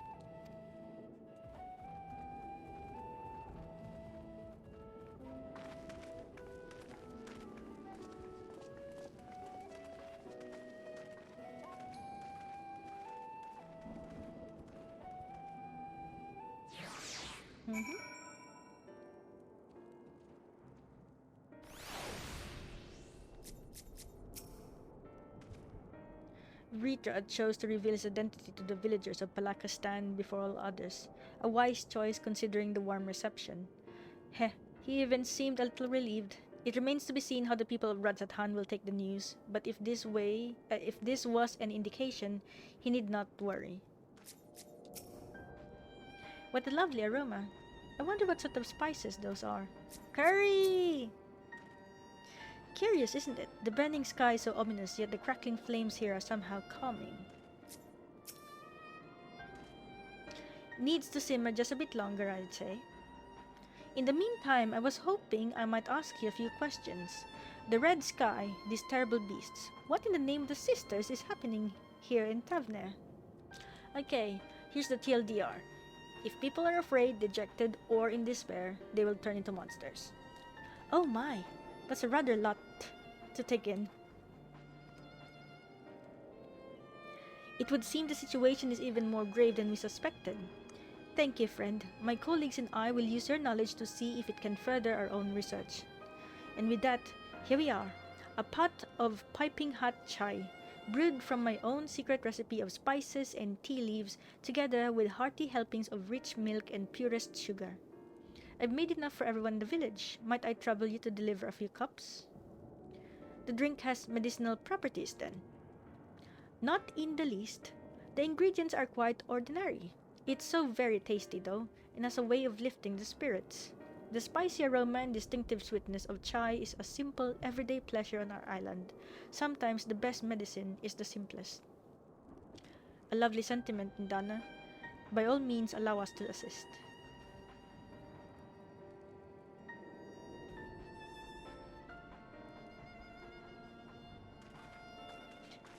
Wait, Istinian, aren't you gonna help us? Never mind. While you lot distribute hot beverages, I'll do a sweep for errant beasts to slay. A far less arduous task, no doubt. When you've finished, look for me at the wakeful Torana. Ah, don't be like that. You should join us. Look at them, lazing about, knowing full well the beasts might strike at any moment. Do they not realize their lives are in danger? Well, I, for one, intend to survive. I'm too young to die. Yes, I'll leave this island behind if I must. But where would I go? Is anywhere safe these days? Here, have some chai. Relax. A cup of chai? Can't you see I have more important things to worry about? No, you're right. It is precisely in times like these that we must strive to remain calm and steady. I do believe I'll visit the Elder and see what needs to be done. If there is any way I can aid my village and my friends, I will do it. Good.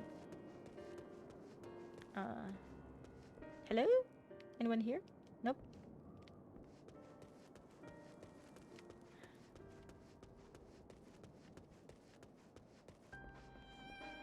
Anyone here? No? Where am I supposed to go? Ah, there I go. Weary citizen. Why are you hiding? Wait, I know you. You were the one who saved us from those beasts back at the temple. Were it not for you, well, let's not even think about that. At times like this, we mustn't dwell on what might have been, but look to the future. But what future awaits us? How can Ahewann hope to recover from this? Most of my friends are gone, and I don't know where to turn. Here, have some chai. Calm yourself. A cup of chai? Well, if you insist. Ah, that aroma has a way of clearing the mind.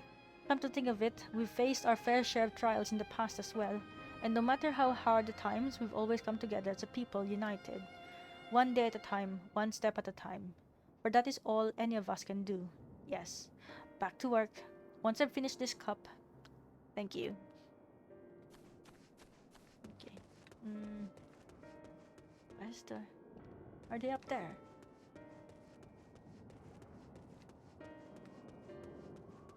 Is there someone here? Hello? Nope. Where is the other one? Nidana. I search for... Wait, maybe they're outside?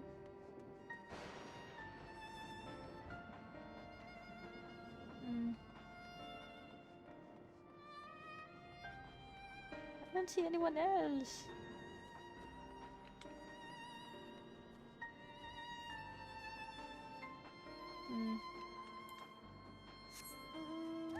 Introvert be like sharing tea is much worse than monster slaying. Yes, that's pretty much Estinian.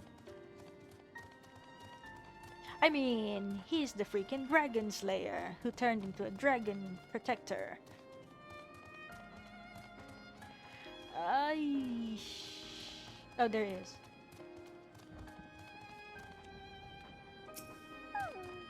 He's really bad with socials. He's like Felix, by the way. I'm sorry. I just want to be left alone. Vrtra, Hubert is ever. Oh yes, I chose the name. I chose the name Vrtra specifically because of its Hubert. It sounds a bit. Okay, I should have chosen something more French, like Gautier, but then I was like, it doesn't sound well when you say arrow. So I was like, you know what, Vrtra, why not? My best friend and I, we fled the village together. One of the beasts took him, and it was all I could do to run. All the while, I could hear this monstrous voice screaming my name. Here you go. This, for me, we used to drink chai together often, shared stories over steaming cups after a day's hard work. Thank you, friend. The pain may never pass, but I must press on all the same, for his memory, and for we who must remember. Okay, let's go back to Ndana.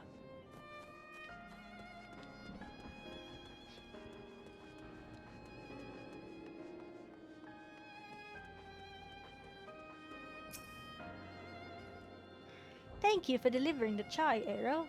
Did it help to lift the villagers' spirits? That is heartening to hear indeed. The final days show no signs of abating, but that is all the more reason that we must try to keep our composure. Our lives have been forever changed. The people we have lost will never return to us. These tragedies will long weigh on our hearts. But we have the capacity to live with our suffering, to carry the agony till we too join the fallen in death. It is not a surrender, but a recognition, for it is only in acceptance that we find the strength to move forward. Wait. Oh, no. Okay, 2 more plus 3, 5. Okay. Oh, I found them. The 2 remaining what do you call this? The 2 remaining Etheirys current. Under his wing. Let's go, Vrtra! As you have finished your deliveries, might I talk with you for a moment? I was curious to know what has become of Mevan and Karasov's remains. We put them together. Oh, thank you, friend. Surely they will be able to rest peacefully by each other's side. I and the people of Palakistan will perform the rites as soon as we are able. As for the child, it will not be easy for her growing up without her parents, but I promise to do what I can. Once she is able to eat solid food, the fish I catch will help nourish her. Aww.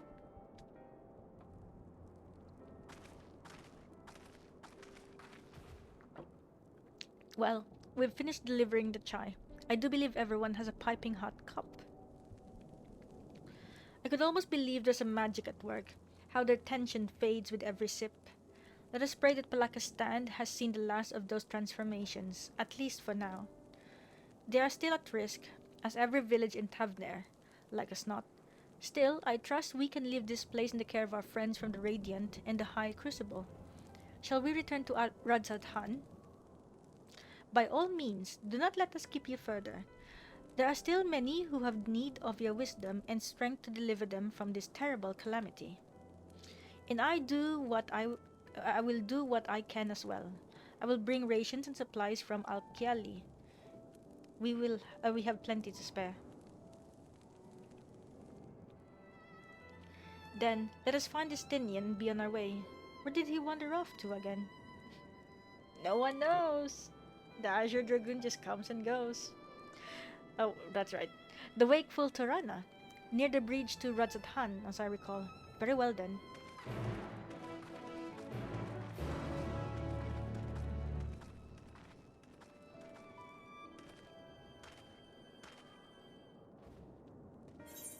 Where exactly? Oh. Look at all those blue markers.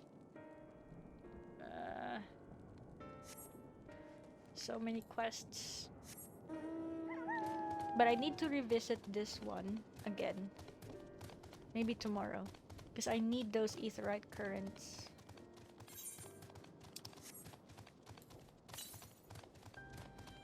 And everything else is southwest. Southwest should be somewhere here. Okay.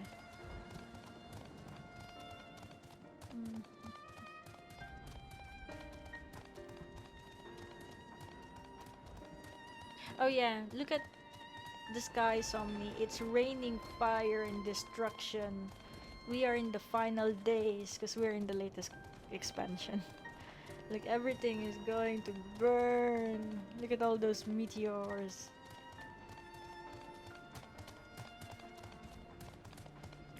Estanian, we found you. Alfina told me everything. Full glad am I to hear the people are safe.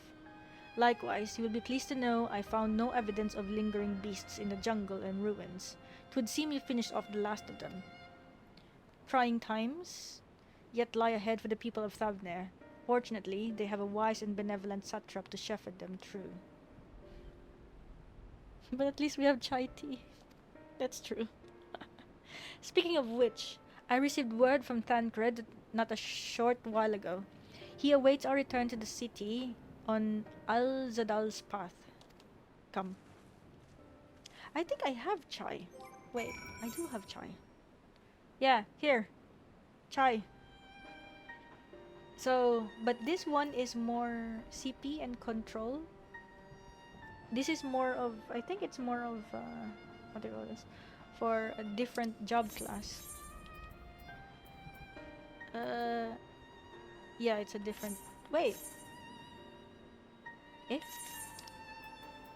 So this is even different. Sword. Oh, this one is high quality version. I have Ishgardian tea. I have another chai here.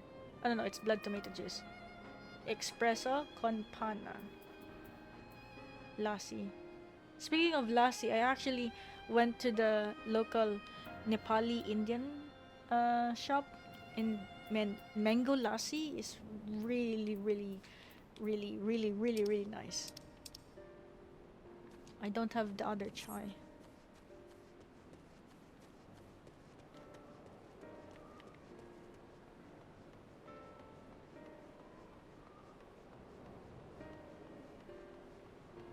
Just look at that. The world is coming to an end. But before that,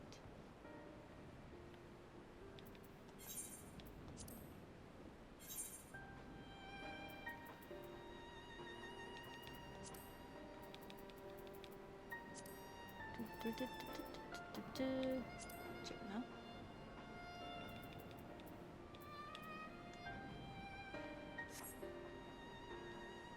Yeah, let's take a picture of the world coming to an end.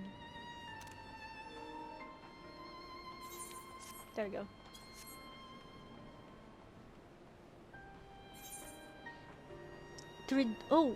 Oh, wow, this is the first time. Yo, this is the first time. What the heck?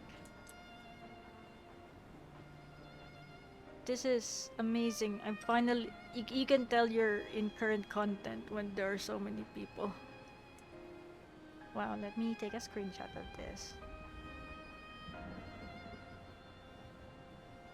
So what they did to help with, because you know when Endwalker actually released, the servers didn't really crash, but they could not fit in a lot of people. People were queuing in for like what, hours? Like people were like queued up like 27,000 plus. That was the queue, and each server has like 8 worlds, and you know it's like in each of those worlds it's like 27,000 was the most. So oh, there was a time. Lol. It's just amazing to actually just be there. Are they instance the area? Some of them are instance, but right now it's not.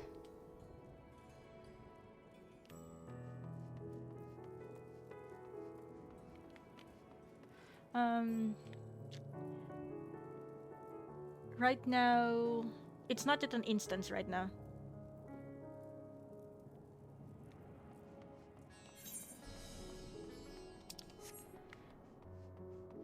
So, yeah. I mean, I guess I don't know if it's, because if you can see other players, it's not an instance.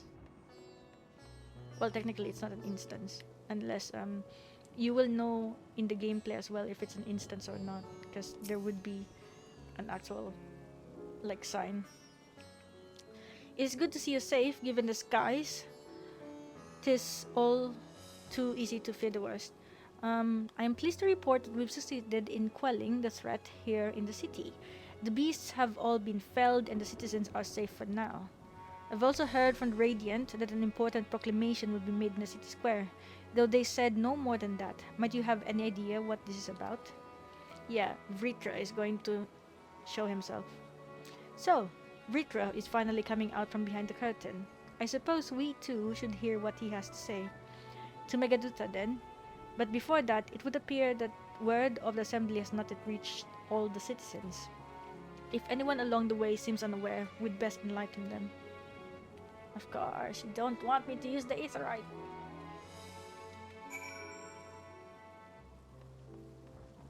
Ahewann. Quiet when? What? What do you mean quiet when?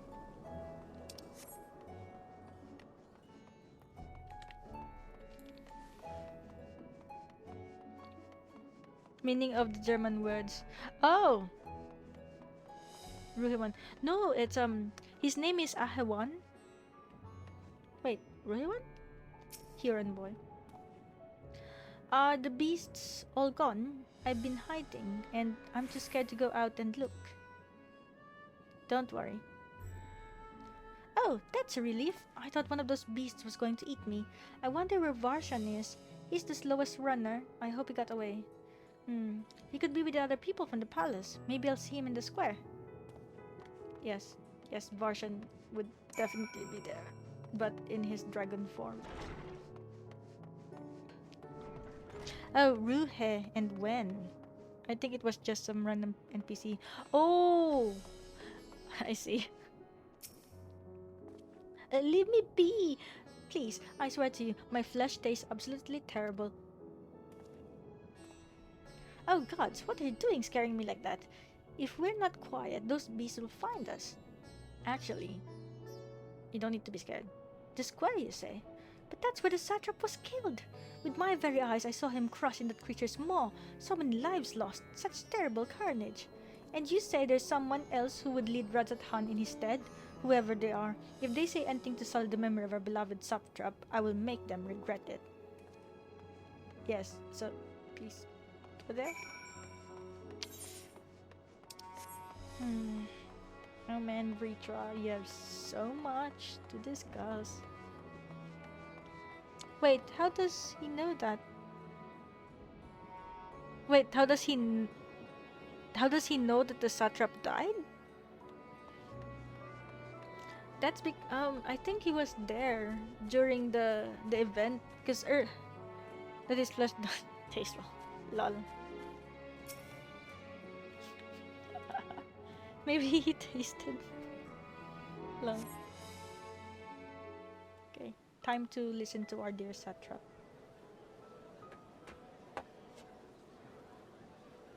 While doing that, we do have brownies.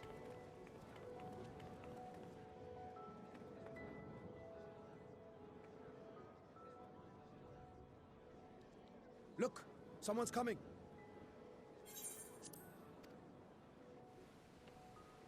Varshan! What?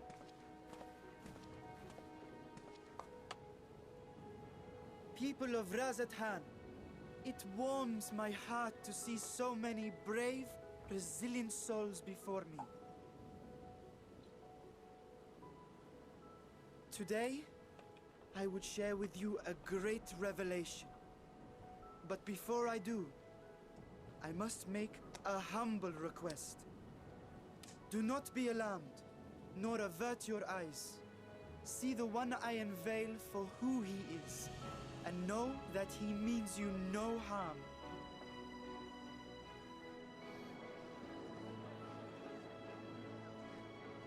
He just said don't be afraid, sheesh. Very well. I dare say it can't be worse than the horrors we've already seen. Many thanks.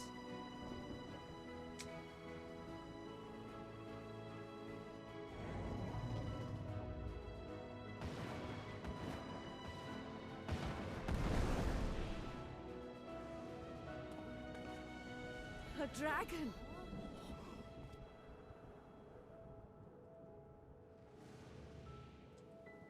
Wow!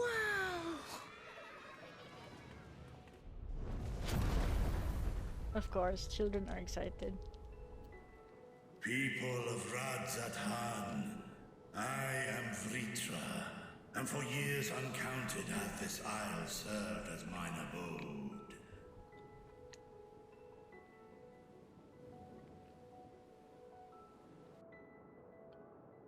'Tis as the Satrap's ally I am known. Today, I would reveal the truth unto you.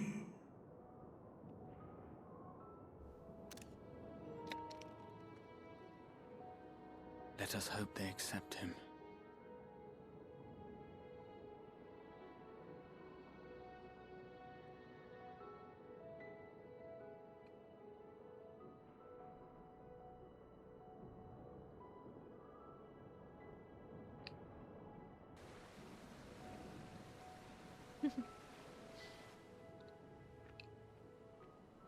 If I am hearing this right, you were the satrap all along?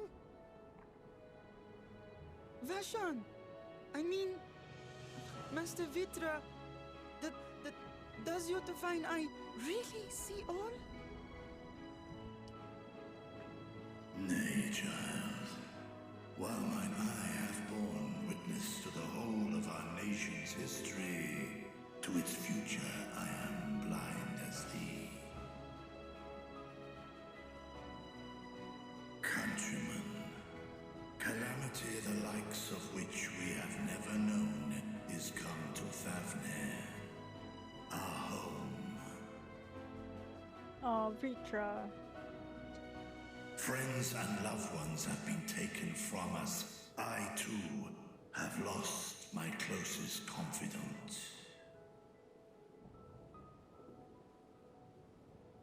Ahewann loved this land and served it with dignity till his dying breath. A nobler satrap there will never be. For so long, I lacked the courage to face you. I will not easily earn your trust, this I know. And yet, I cannot sit idly by and abandon Ahewann to her fate. A font of boundless vibrancy, this jewel of the ocean. Since time immemorial, hath she glittered with every color imaginable. To this dragon, slumbering in his dark lair, 'twas a mesmerizing sight, and one that brought no end of joy to my heart. This calamity hath stolen too much from you already. Yet so long as you live, the light of Ahewann will never be extinguished. I pray you let me watch over it. Over you.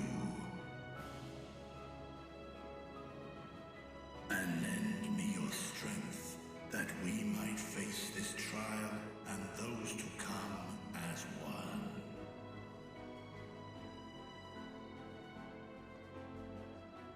I do not know you, dragon, but I thank you for speaking the truth to us. As divinities, both Manusha and Riga once joined together, so too do I believe that hand in hand, we can overcome this ordeal and welcome an era of peace.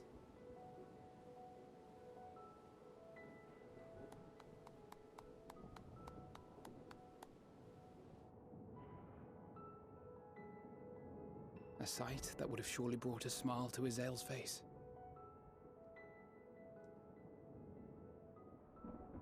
Indeed.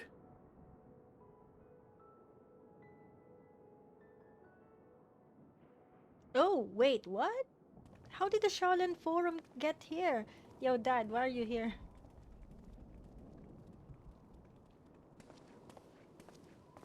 Excuse me. but I must speak with the satrap at once. Father.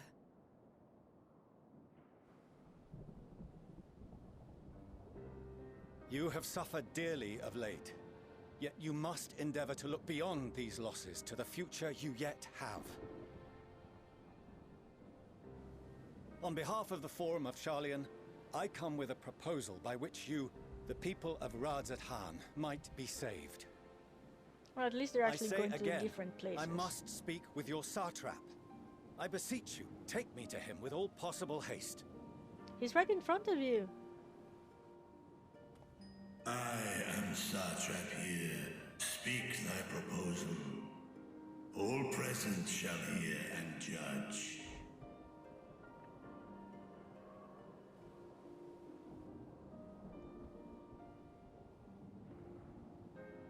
If I have given offense, then I apologize. First, allow me to share with you what knowledge we have of the phenomenon responsible for your woes. The final days. 'Tis an affliction of stagnancy and rot, sown into the currents of the star. Though the first prominent manifestation was here, in Thavnair, it will invariably spread to every corner of the world. The Forum was forewarned of this apocalypse several centuries ago.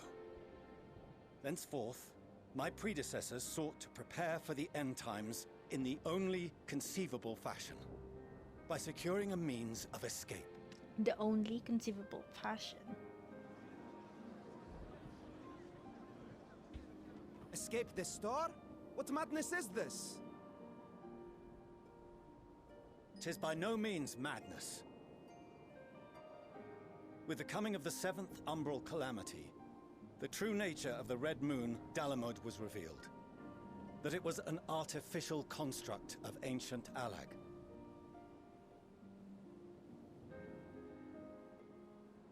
But what of the Silver Moon? This celestial satellite is yet another technological marvel, fashioned and maintained by ancient allies. A ship that will sail the heavens and deliver our people from destruction. And by our people, I speak not only of Sharlayan. We mean to save every man, woman, and child it is within our power to save. Including you, our dear friends of Ahewann. Recent events necessitate adjustments be made, and quickly, but we can and will escort you safely to the moon.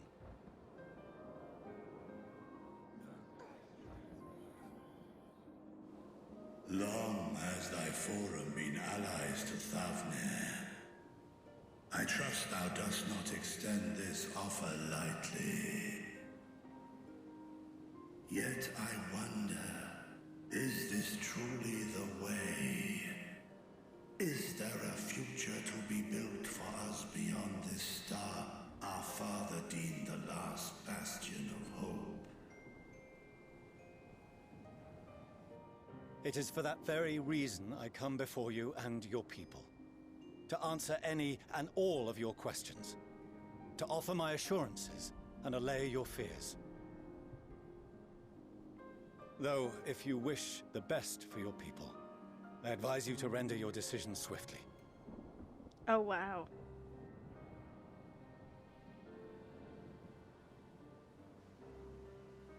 Show our friends to Megaduta. They are to be received as honored guests.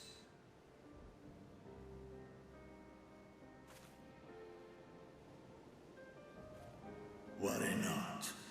Whatever decision is reached, your paths shall be yours to decide. Until then, heed the warning of these brave heroes. Guard your hearts against fear and despair, for it is within such fertile soil that the seeds of blasphemy find purchase. Remain calm and attend to your daily tasks. I shall return anon.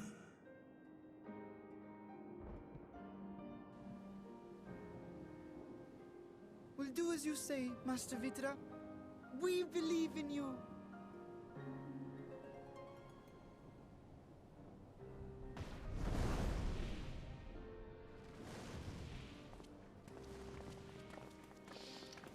My gosh. Dad, why do you have to come at such a time?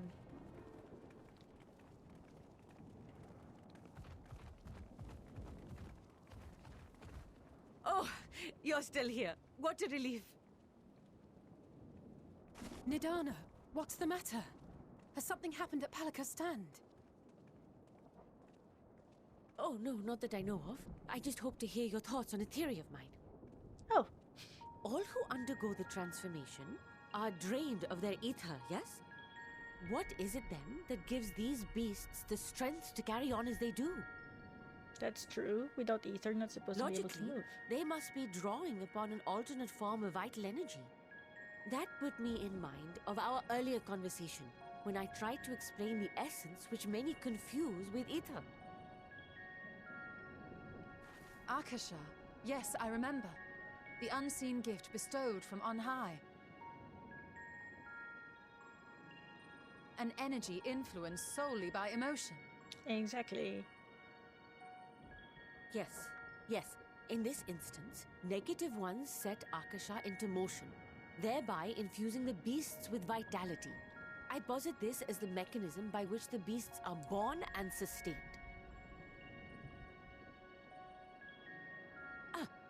Do you still have that flower? Elpis? Oh. Oh no, it's black.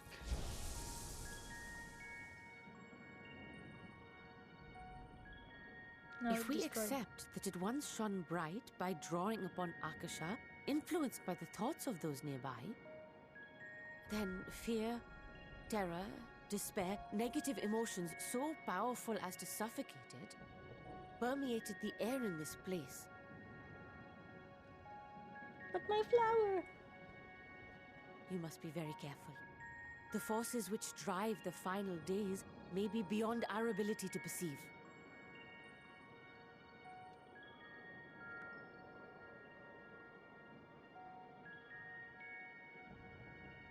Sorry, I didn't mean to scare you like that.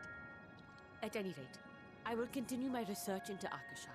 Oh man, Nidana. Do temper your expectations, however. There are sadly few detailed studies upon which I may draw.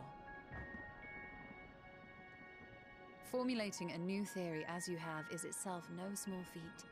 I wish you well in your endeavors, and pray you take care. Thank you. You stay safe as well, yes? Till next we meet. And we will meet again.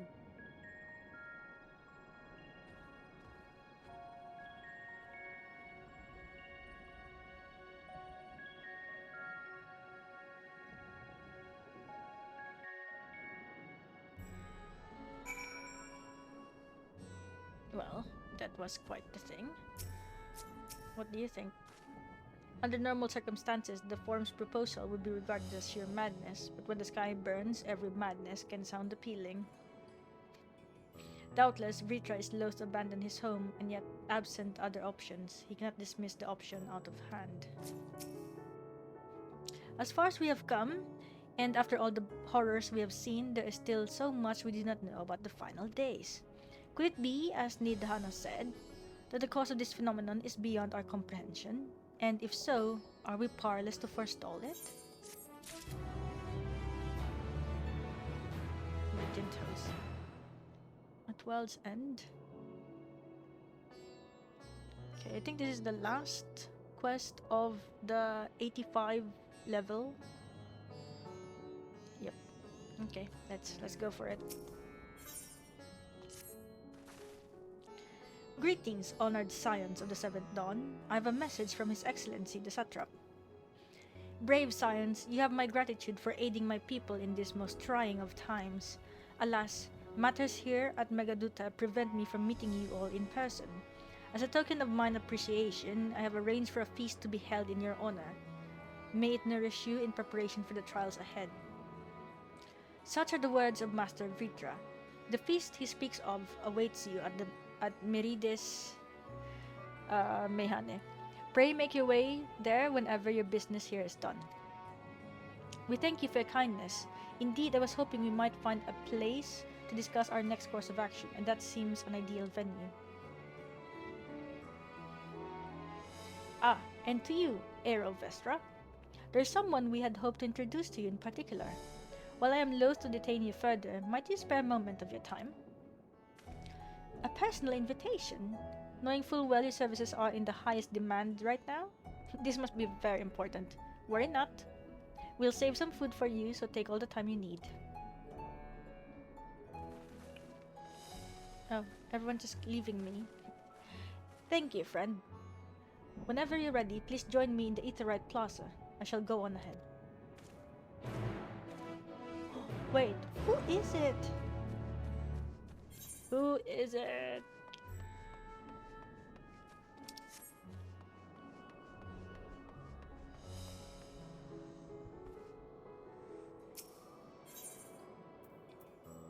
I can't.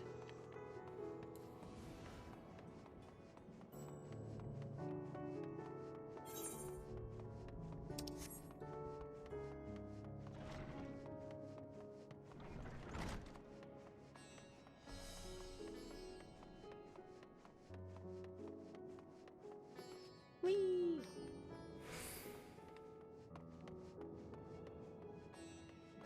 Wait, can I attune now? Yo, there's so many people. What the heck?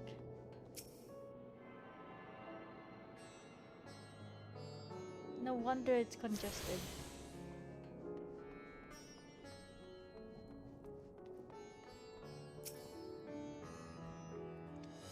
Access to the Etheirys you see there has been restricted to a select few ever since the tower first appeared. We sincerely apologize for the inconvenience, but it was deemed too dangerous to permit the free movement of visitors at a time of emergency, a risk we could not take. In light of recent developments, however, the satrap has decided that such restrictions would only hinder our efforts to combat the final days. As such, I would encourage you to attune with the Etheirys before proceeding along the corridor. I finished.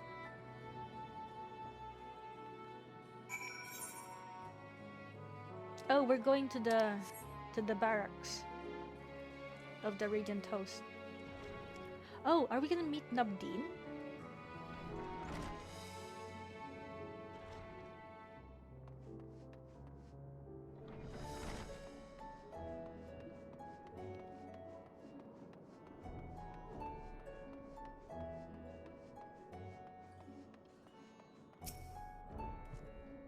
Ah, you must be wondering what this place is. You stand in the hall of the Radiant Host, from where our leadership oversees all of Radhathan's military operations.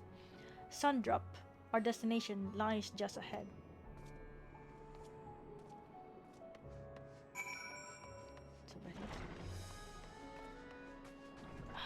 There's this Doman delegate? Alamigan delegate? Uldan, Luminson, Verdanian delegate? Ishgardian delegate? What the heck is happening here?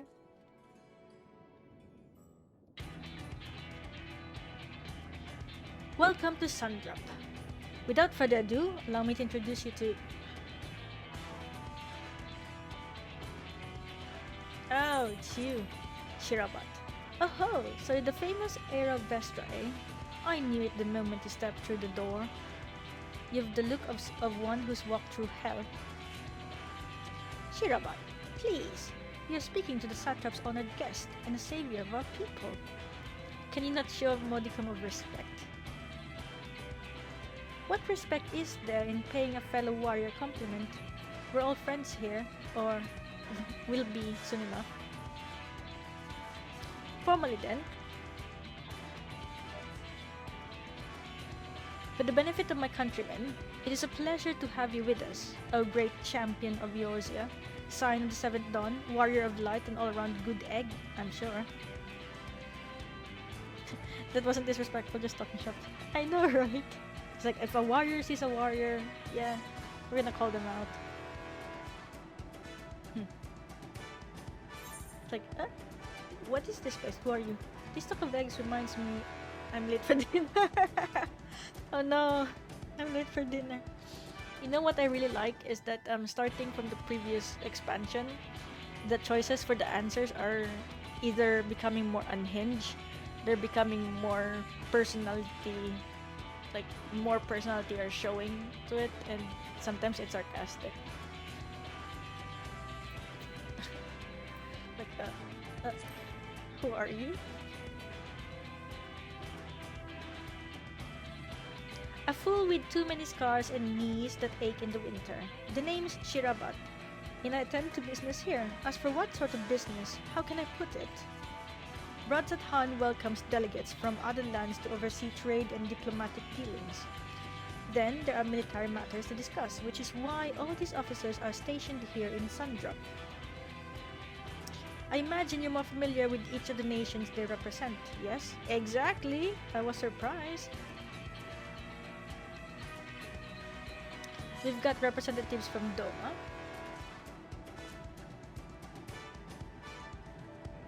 Ulda and Alamigo,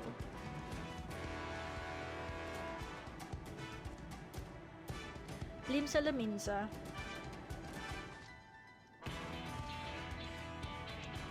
Gridania, and last but never let it be said least, Ishgard. They're the eyes and ears and mouths that bridge distance between Ahewann and their respective homelands.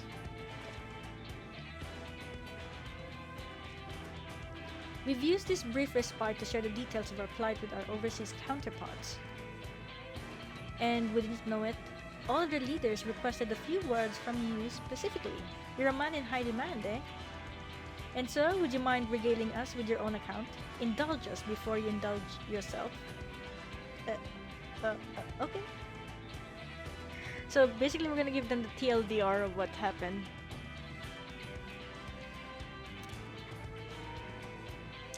I thank you for the report. The conditions under which men are turned to beasts, the etheric anomalies you have observed, you have given us much to consider. It is concerning that the first transformation apparently occurred before the skies turned red. It is contrary to what one would expect. Thankfully, the information you conveyed to Lucia upon your return from the moon has already proved invaluable. As soon as reports of the calamity here in Thavnair reached the Grand Company of Eorzea and our Far Eastern allies, our leaders knew at once that the final days were indeed upon us. They began taking steps to assess the extent of the phenomenon's spread. Our agents were able to confirm that, for the time being, the skies burn only over the Bounty, including this island and Corvus. Alas, that is of little comfort. Aye, all throughout allied lands, there have been reports of people transforming into hideous beasts. From what little we have learned, these incidents are similar in nature to that involving the merchant Khalzal.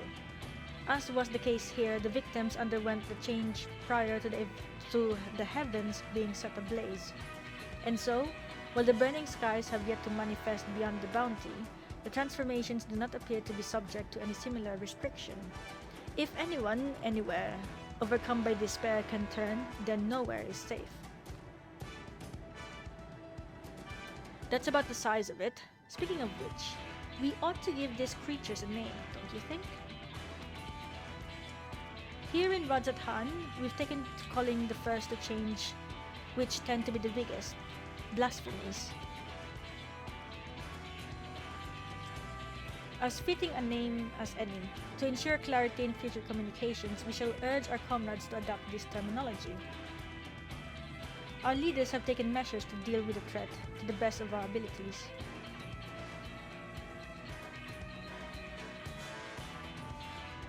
Each nation has assembled their own groups of elite soldiers to put down these so-called blasphemies and their spawn, as and when they appear.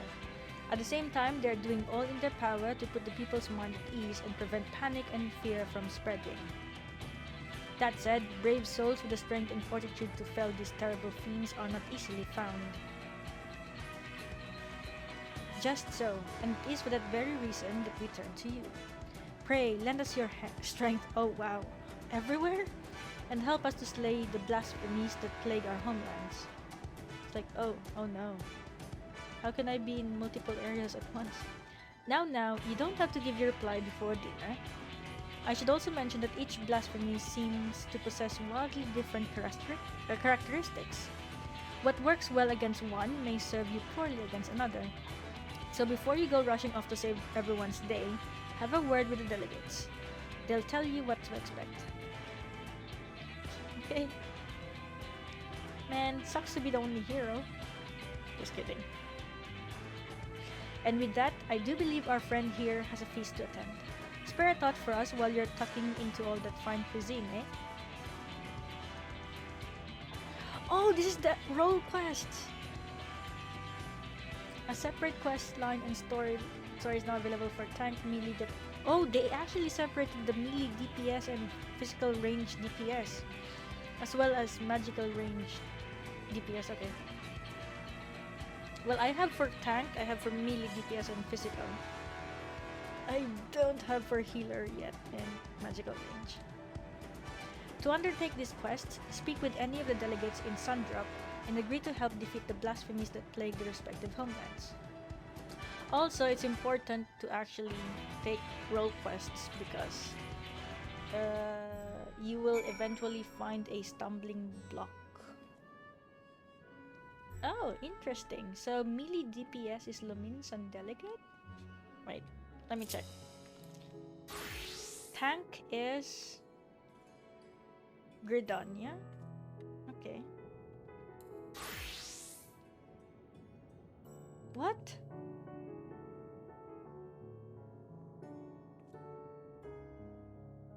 What? Oh, because it's 85. Okay. Wait, what's this? Physical range. Okay, so this is where we go with the physical range. Wait, but what about Ishgard? No! No! I want to do Ishgard!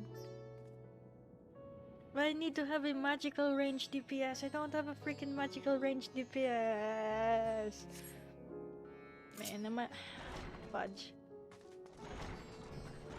Wait, let me check. What level are you? It's okay. I can't. What level is my freaking...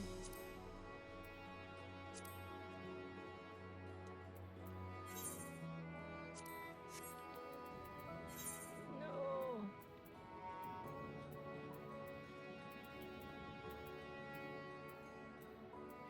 Eh? Wait.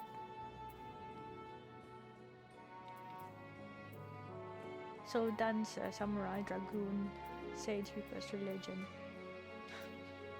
plumage. Oh no! Oh fudge!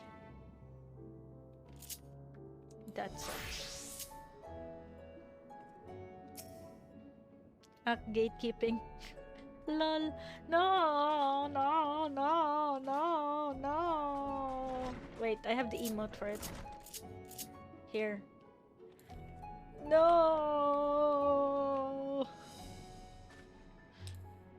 No. Kick the floor. Be in defeat.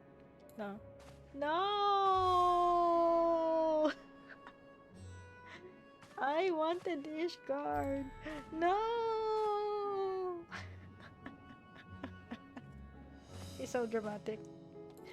No, I want Ishgard. Yes, exactly. That's the emote. Okay, well, actually, wait. Of all the crap,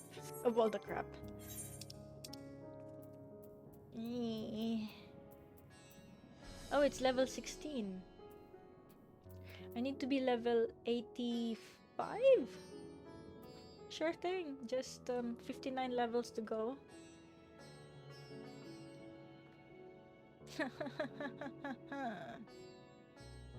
Because I'm pretty much a melee DPS anyway.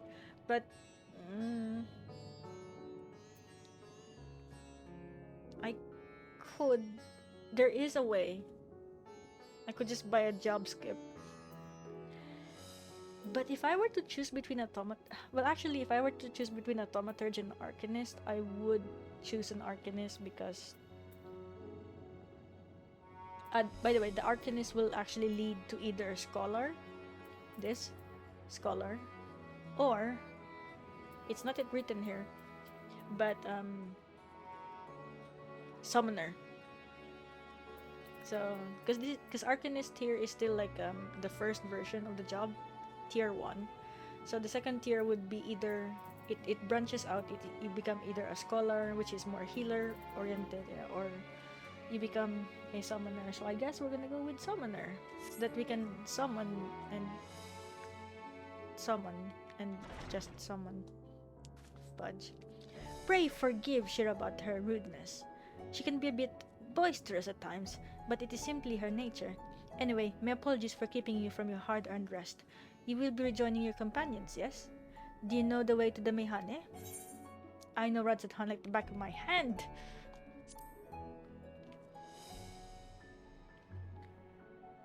Glad to hear you're becoming familiar with our fair city. You'll be pleased to hear that all the drinks are on the house, so order whatever suits your fancy.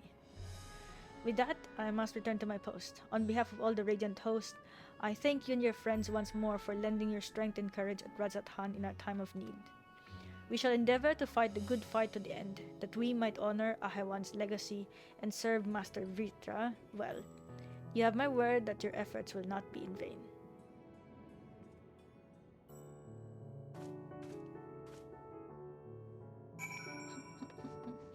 Okay, let's just finish this. I think this is the since this is the last anyway. Maybe this may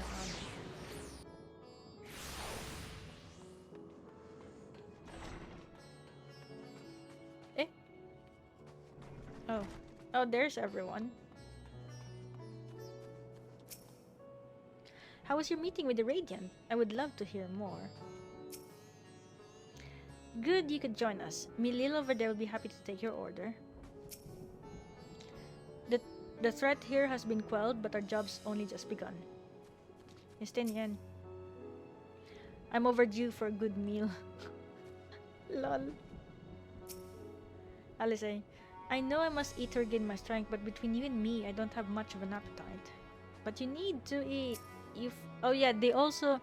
So basically here in this game, you expend magical energy, ether. They actually developed this particular Sharlayan land. They developed a food called Archon Loaf. It's this one.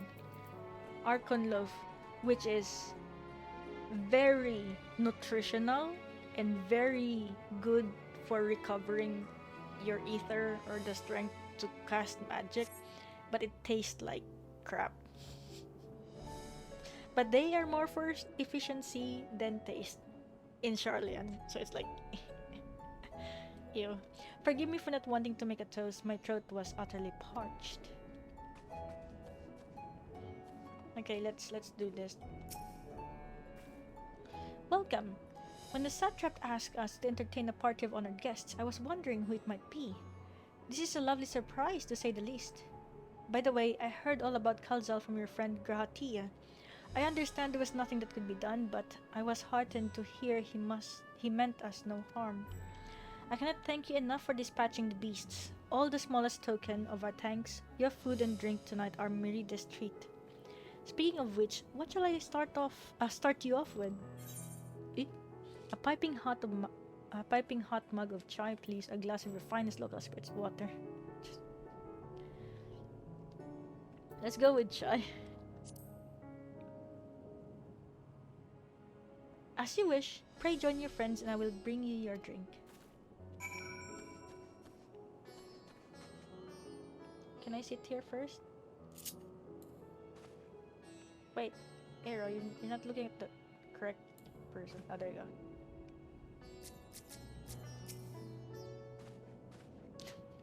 I'm standing.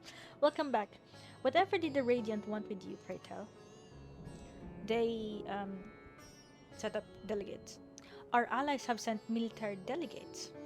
That's news to me. Mind sharing the details? Sure. here's the TLDR.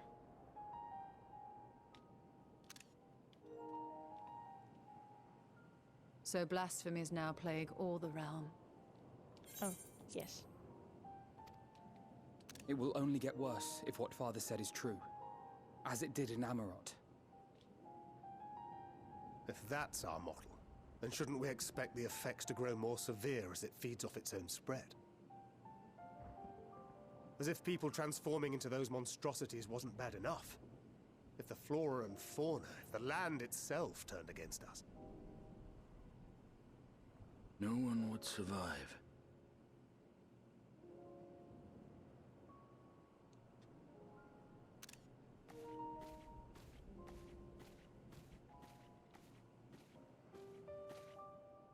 Here's your order, friend.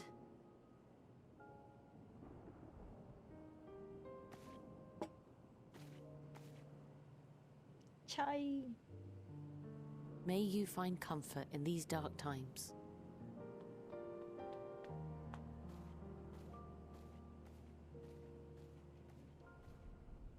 Where do we go from here? If there's one thing we've learned, fighting blindly and simply reacting to what comes will accomplish nothing.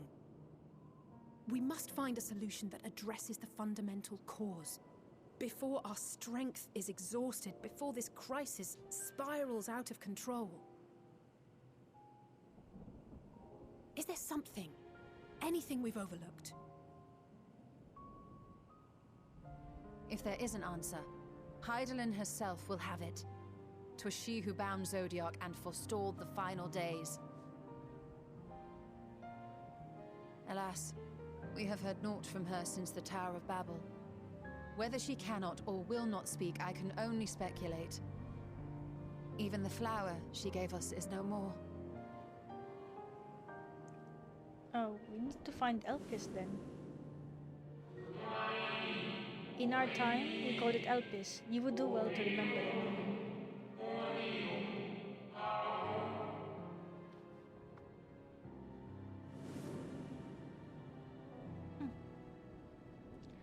It was called the Elpis. So advised the Watcher. But what could be the significance of that name? It is entirely unfamiliar to me. To me as well. It meant something to the ancients, though. In our time. Yep. Can we go back to Amarot? Most surely. Yet I do not recall a single mention of it in the records of Anida. Another dead end. And quite literally. It's not as if there are any ancients living we could go and ask. Actually. Not alive as such, but not quite dead. We could go to Amarot.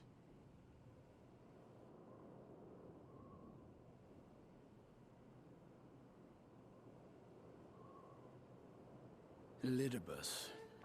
Oh, fudge! Freaking I sealed Elidibus. him in the White Horus site at the Crystal Tower back on the first. That's right. Contained within that reservoir of ether that maintains it, ether that is returned little by little to the sea. Naught may remain of his soul. However, if part of it lingers, we might be able to speak with him there. I know we can no longer make that journey, but you, my friend, still can. Yes, let's go back to Amarot, please. It's worth a try. It would be an opportunity to look in on the others as well. Yeah, I need to make sure that the first is also saved. Thank you, my friend.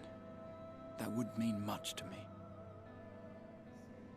If nothing else, should we learn the first is safe, we'll have that much more reason to keep fighting the good fight. That said, the odds are not in our favor, to say the least. Which is why we're fortunate to have Urianger up there on the moon, working hard to make all the necessary preparations for our departure, should it come to it. And why we have nothing to lose by staying the course till the last instant. Indeed. To the last, let us all do what we can. I will consult with Master Matoya and see if she knows of a way to reach Hydaelyn from the Ethereal Sea. And I will visit the nation's leaders and attempt to ascertain how far the final days have progressed elsewhere. Keep me abreast of your findings. I can seek out and slay the worst of the immediate threats, if only to slow the spread. Oh yes, send Justinian, the one-man army. Unease, terror, despair. Try as we might to suppress them, these emotions will return to harry us time and time again. But when they do, remember this. Your friends and loved ones are out there somewhere, sharing in your struggle. You are not alone.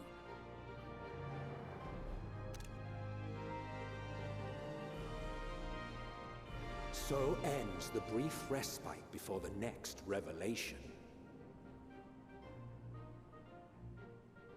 Yes, so much left for you to see. Oh man, Emmet, when can Where we meet beginning again? ends and end begins.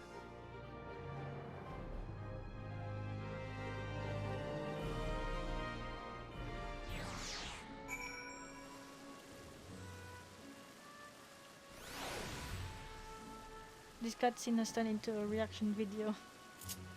I know. Wait.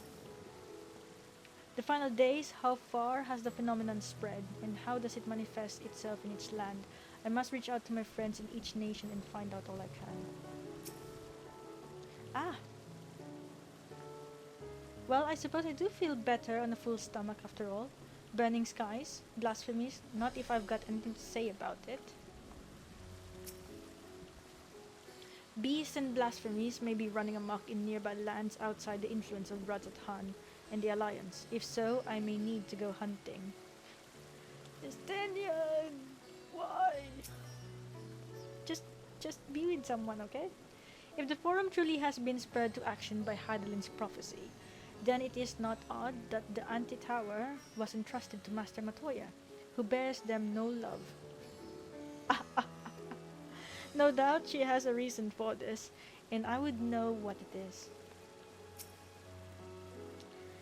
Nothing like a feast to lift the spirits. I trust you enjoyed yourself as well. Now then, is there anything we've forgotten to mention? Are your arms and armor in good order? Pretty sure.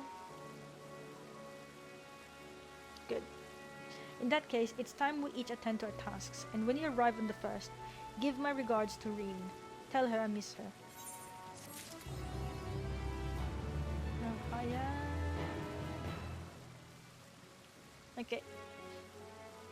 Well, I guess that's actually the best place we can stop tonight, because from here it's going to be the next part, which is the level 86, 87 quests. Another 20 quest chain quest. 20 quests of chain quests ish. Anyway, thank you so much for joining me tonight in this supposedly short stream. Jay will probably be laughing at me tomorrow again. Right, anyway, thank you so much also to Jay for joining me in tonight's adventure. We were able to do the dungeon together. Thank you so much, Somni, for dropping by. I hope you have a great day ahead of you. It's FF time. It's FF time. Yes. Thank you also to Crystal and Tanuki, who was here earlier. And yeah, tomorrow, hopefully, we'll... Oh wait, tomorrow we will continue the MSQ, but I want to do at least one of the role quests, because we just want to make sure that we won't have a stumbling block in the MSQ later on, because role quests are required at some point in the MSQ. So if we can do it already tomorrow, we should do it. We can either go with Dragoon or Samurai, or even Dark Knight. Anyway, that's about it. Tomorrow will not be this long. Like, I really cannot make it this long. Probably 3 hours max, but we'll start earlier. That said, thank you so much for dropping by. I hope you guys have a great day ahead of you. If your day is about to end, I hope you had a great day and will be able to have a good night's rest. So yeah, I'll see you guys next time. As always, stay safe and take care. Finger hearts, heart, heart, heart, and a big heart. Night. Bye bye. Oh yeah, Somni, I cut my hair, right? Oh yeah, you already know. Lol. Alright, see you guys. Bye.